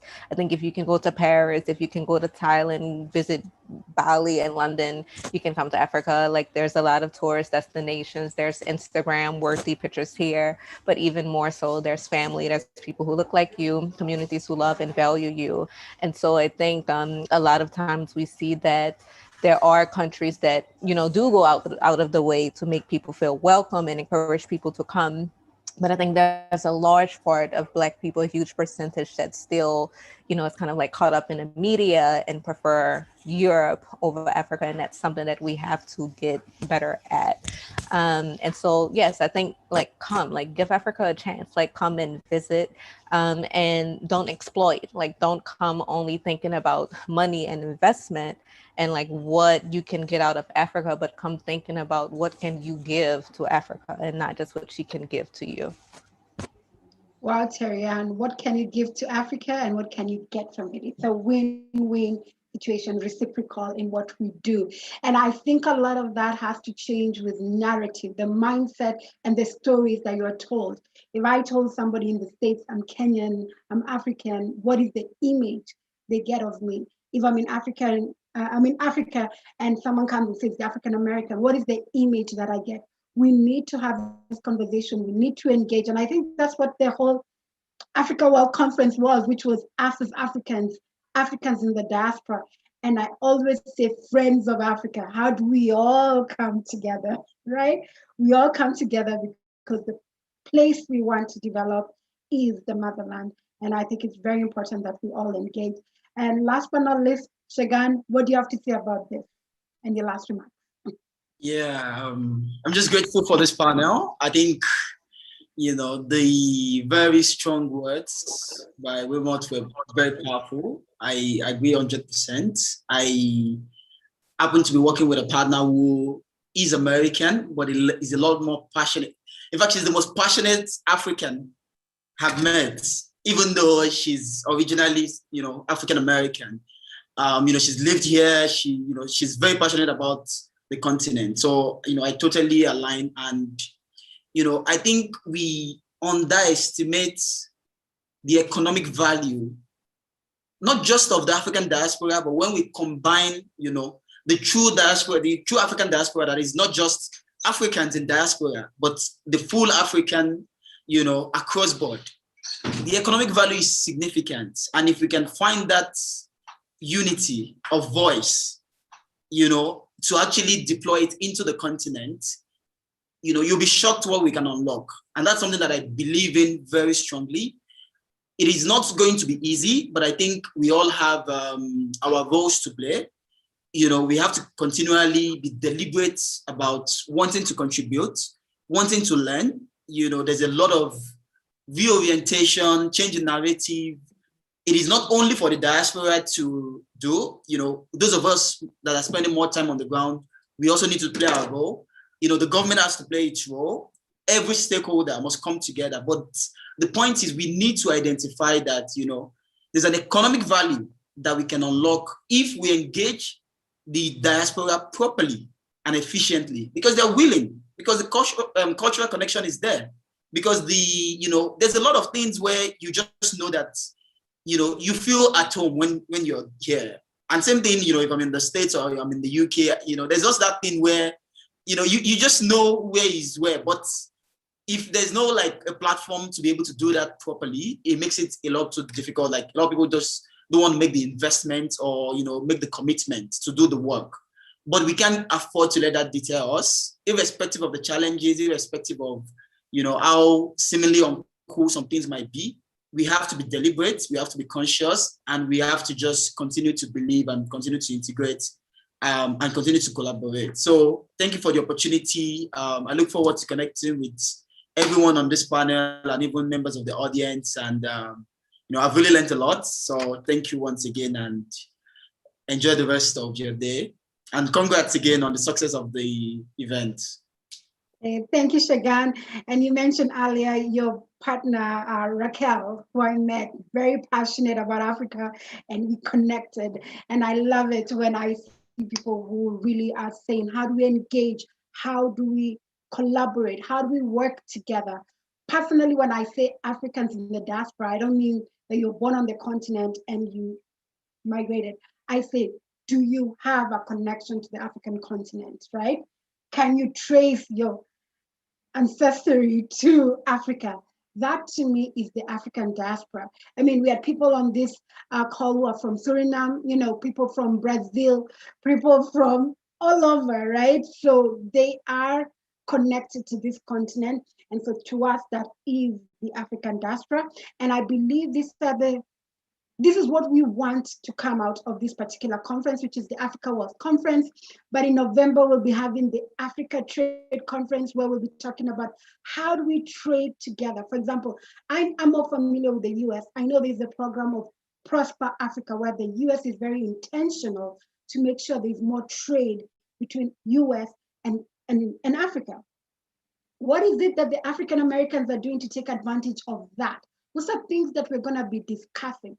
So it's beyond us just making money, but how are we trading with each other? Again, we'll have an Africa Leadership Conference. Again, how are we making sure that we represent ourselves globally? How do we make sure that we have a seat on the table? Those are things that as Africans and Africans in the diaspora, we have to talk about, we have to communicate, we have to be able to be intentional, have a great strategy, so that we can ensure success. And so with that, I really want to thank all of you. I'm excited to see Diana Gaita all the way from Los Angeles, California. Diana happens to be my sister, and I'm very excited that she's joined us right now, and she will be giving the vote of thanks. So again, welcome, Diana. And by the way, Elite Global Branding is owned by Diana, and she's the one who did everything about this conference. So I'm very excited to have her.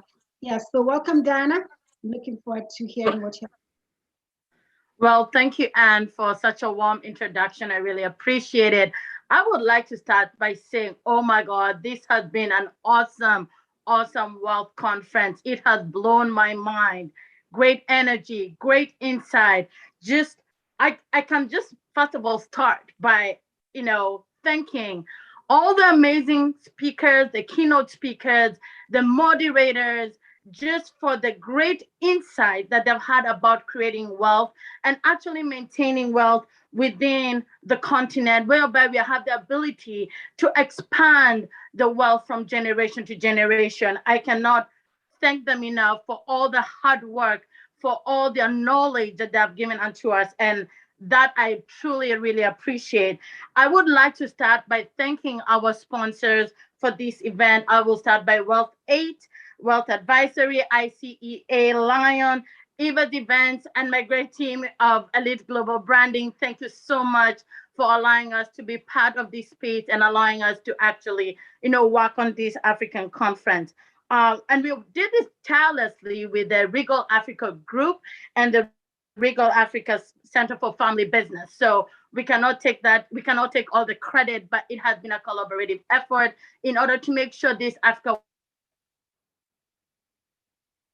I will not forget our dear partners. We have Anjawala and Kana, African Family Farms, Kenya Association of Investment Groups, the Private Client Dining Club, African Warrior Magazine, we have Coins News Extra.com, and of course we have the Capital Market Authority of Kenya.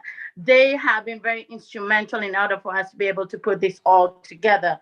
But last but not least, I would like to really thank all the attendees who actually attended this conference and took the time to actually learn, get engaged, to figure out how you can continue to create wealth, not only for yourselves as individuals, but also as your family offices, creating those family offices, creating those African brands within our families, those businesses, whereby you are able to maintain and create that wealth within not just the continent, but beyond.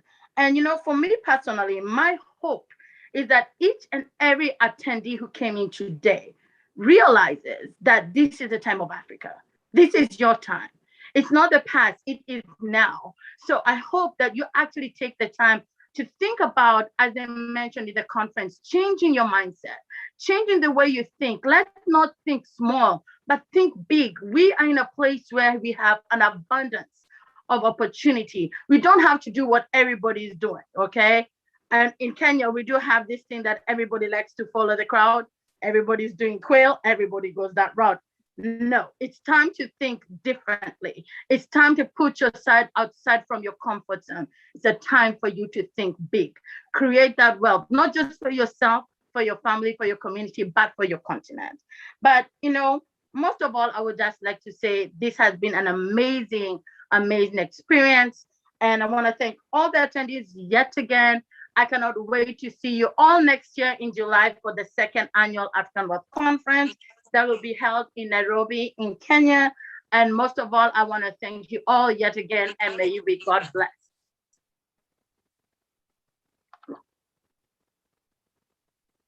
Thank you, Diana, and God bless.